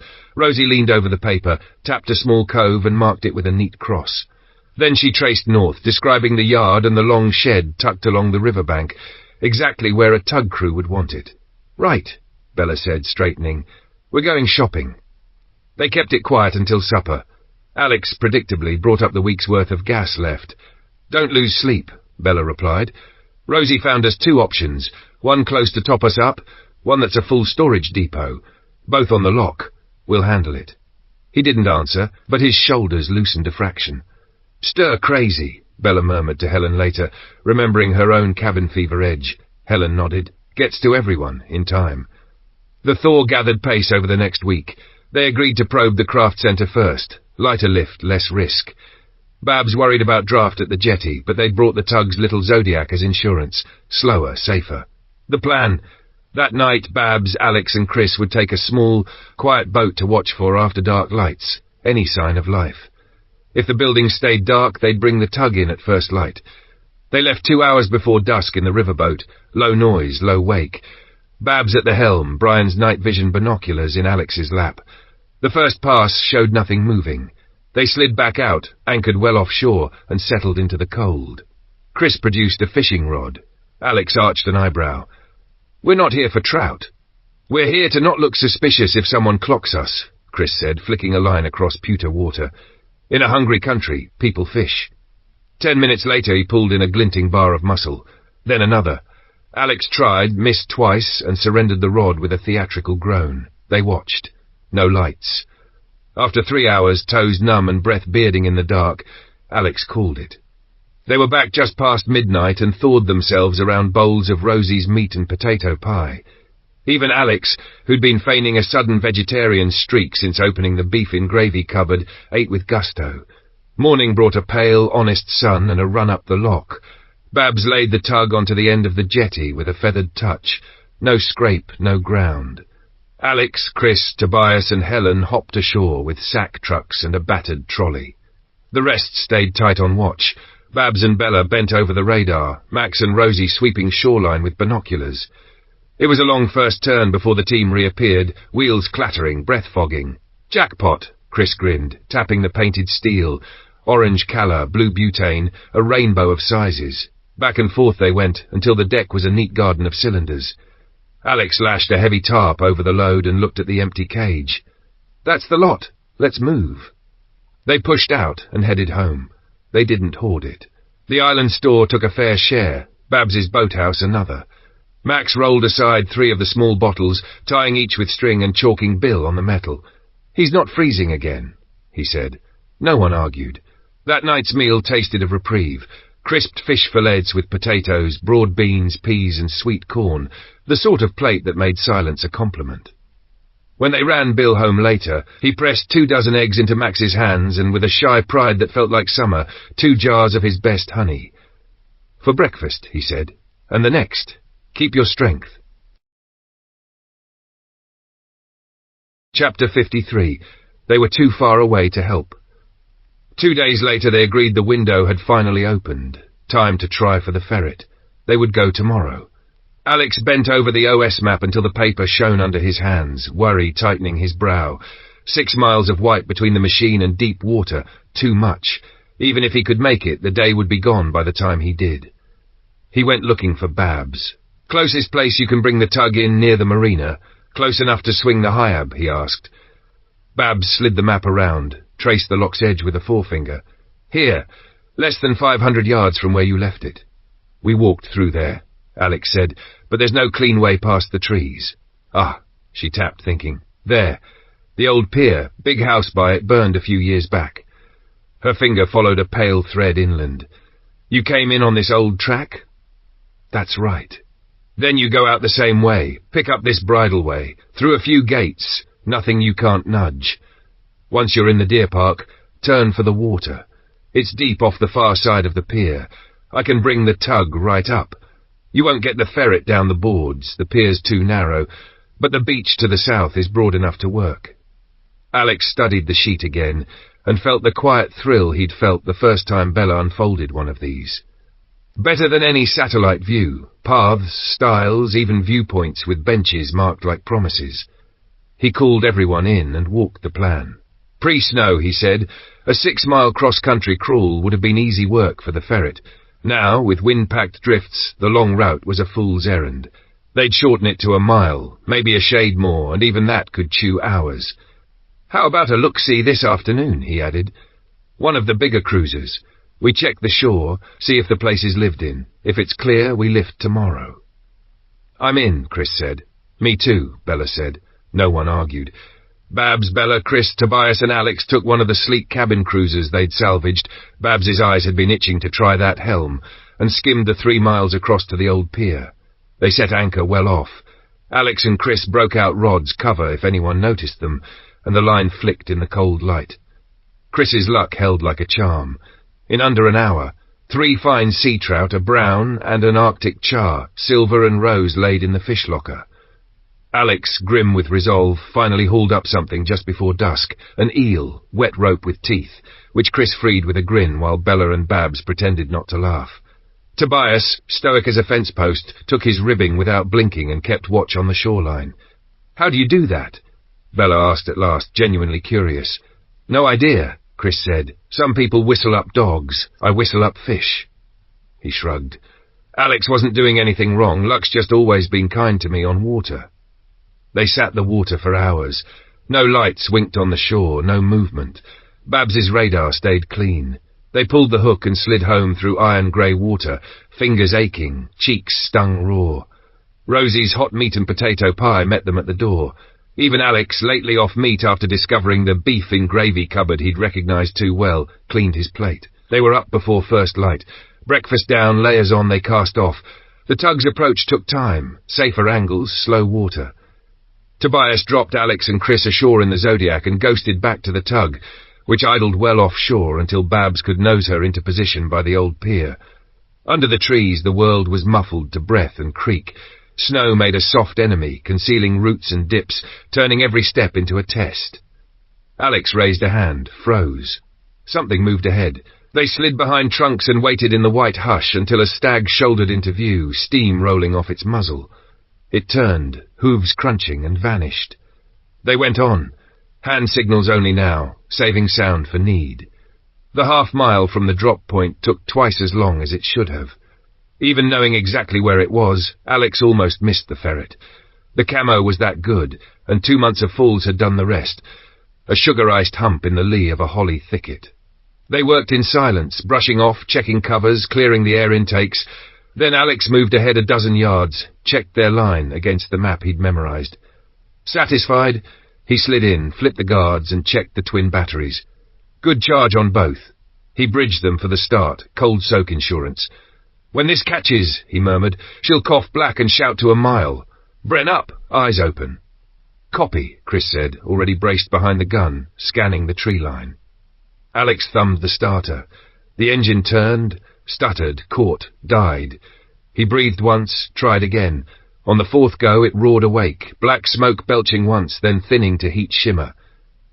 He eased her onto the old track. The first 100 yards were a wrestling match, drifts blown down off the hedges, the bridleway lost and found. Then the ground opened into a pale ribbon that the wind had scoured almost clean, and the ferret settled into her stride. The first wooden gate loomed out of the powder. Alex didn't bother with latches. The old timber went to splinters under the nose as if it were paper, shards ticking off the armour. Out of the trees the park rolled white and unkind. Here the drifts had teeth. Twice they bellied out and rocked and clawed free. A third time Alex backed into the shelter of a hedge and ran its shadow like a road, where the wind had shorn the snow thin. The tug lay offshore now, a dark shape beyond the pier, Babs warily holding her line. They broke onto the beach at last, tyres finding gravel instead of sugar, traction biting. Alex angled toward the lift point and then saw them. 2 boats sliding in from opposite quarters, closing on the tug's position with the quiet purpose of men who'd already decided what they were about to do.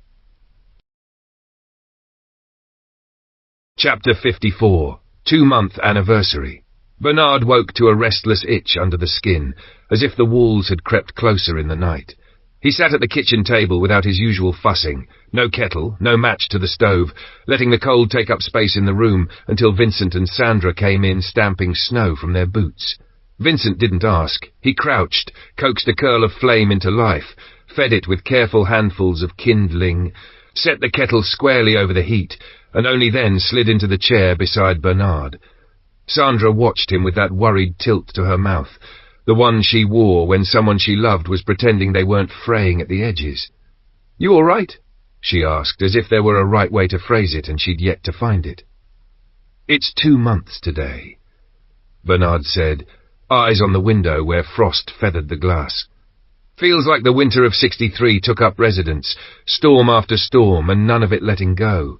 Christmas in a few days, supposed to be a time for family, and Marjorie's not here. Bella's God knows where. It's the season for missing people, that's all. Don't fret. I'll shake it off." He pushed back from the table too abruptly and drifted into the living room. A few minutes later, Robert and Bobby tumbled into the kitchen, cheeks ruddy from the cold. "Where's Dad?"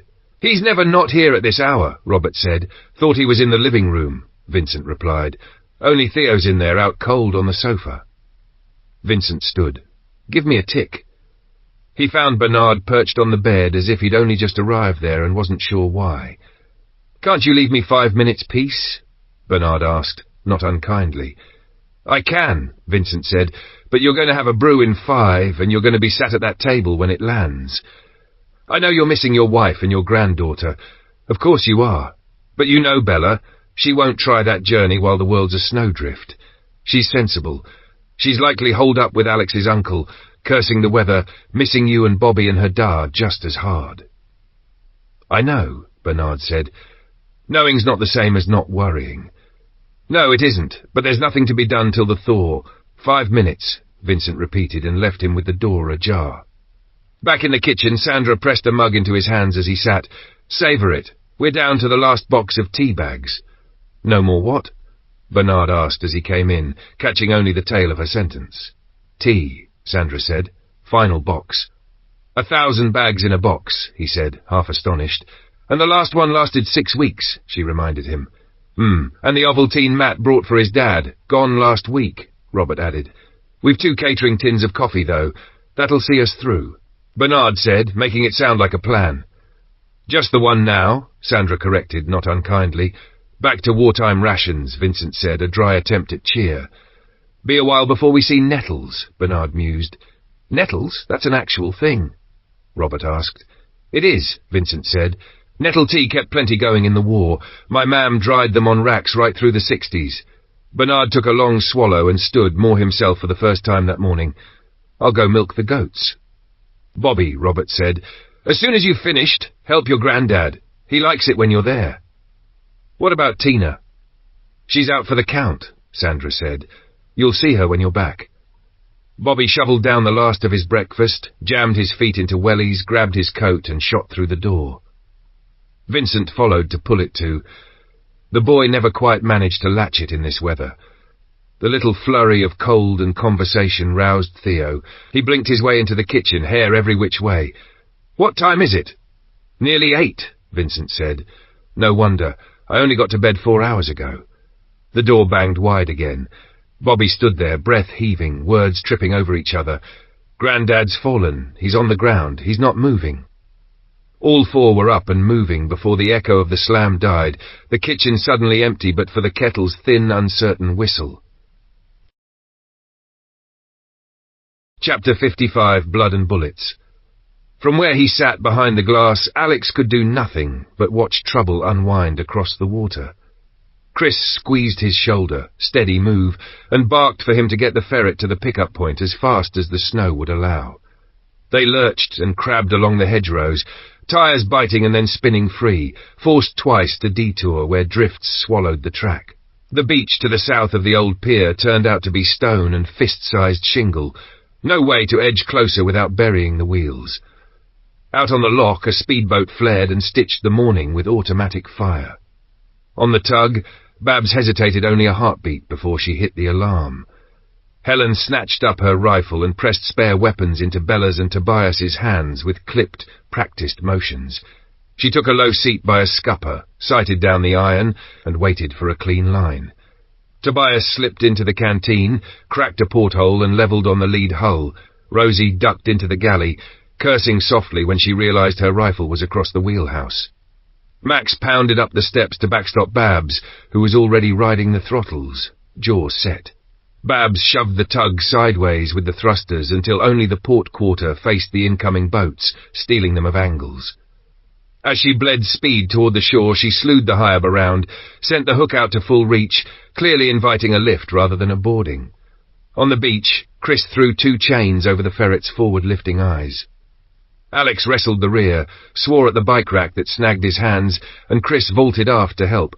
1 chain, then the other, stubbornly out of line. Babs felt what they meant to do and lifted. Steel groaned. The ferret rose, dripping snow. Alex leapt for the glacis, missed and slammed into the stones, breathless.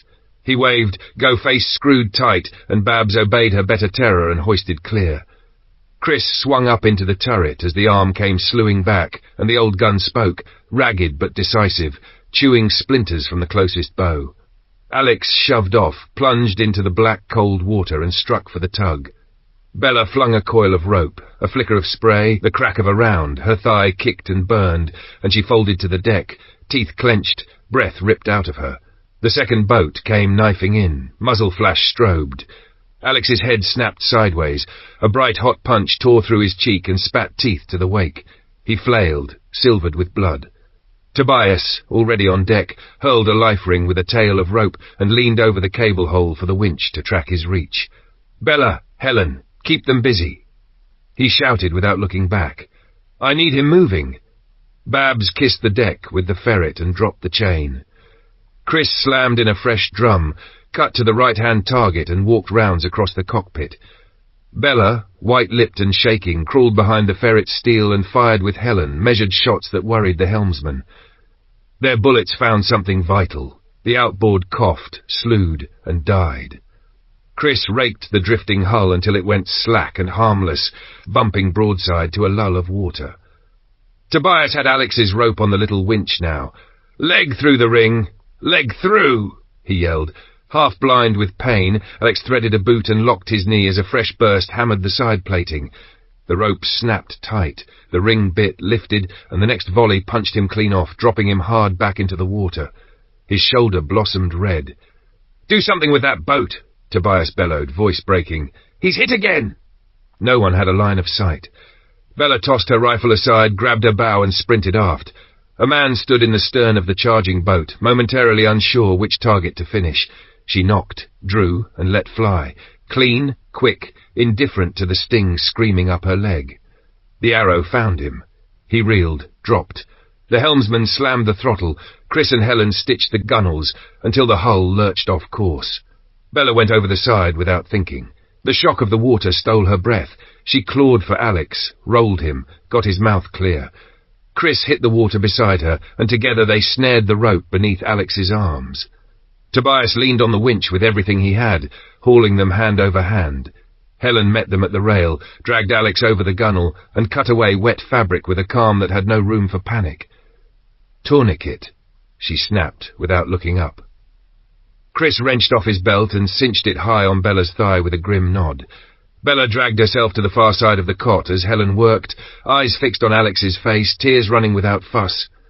"He'll live if I can stop the bleeding," Helen said, voice steady and low. 3 through-and-throughs, face, shoulder, upper arm. No major vessels. Looks worse than it is. 3? Bella whispered, knuckles white on the mattress. "Where's the third?" "Upper arm," Helen said, already packing the wound. "He'll be weak there for a while." The tannoy cracked. Babs's voice tight. "We're clear of the beach. Full ahead." Aft, Chris and Tobias chained the ferret to the deck points and were still lashing it down when Max burst through the canteen door, breathless. "Rosie, she's down," he managed. "Blood all over the floor. She's out. Galley, now!" They found her crumpled by the stove, blood threading from her hairline. Chris knelt, found the pulse, exhaled. "Alive. Help me lift." They eased her onto the stainless counter. "Clean towel," he said, and Tobias had one in his hand before the word finished. Chris wiped away the blood, leaned close, probing gently. "Not a bullet." Head strike, ducked at the wrong moment. Rosie groaned, eyes rolling. "Rosie, hear me?" "Not so loud," she whispered, testing to sit and failing. "My head. Stay put, you've cracked it good." The tannoy hissed again, harsher this time. 3 boats, Babs reported, heading straight for us, less than a mile.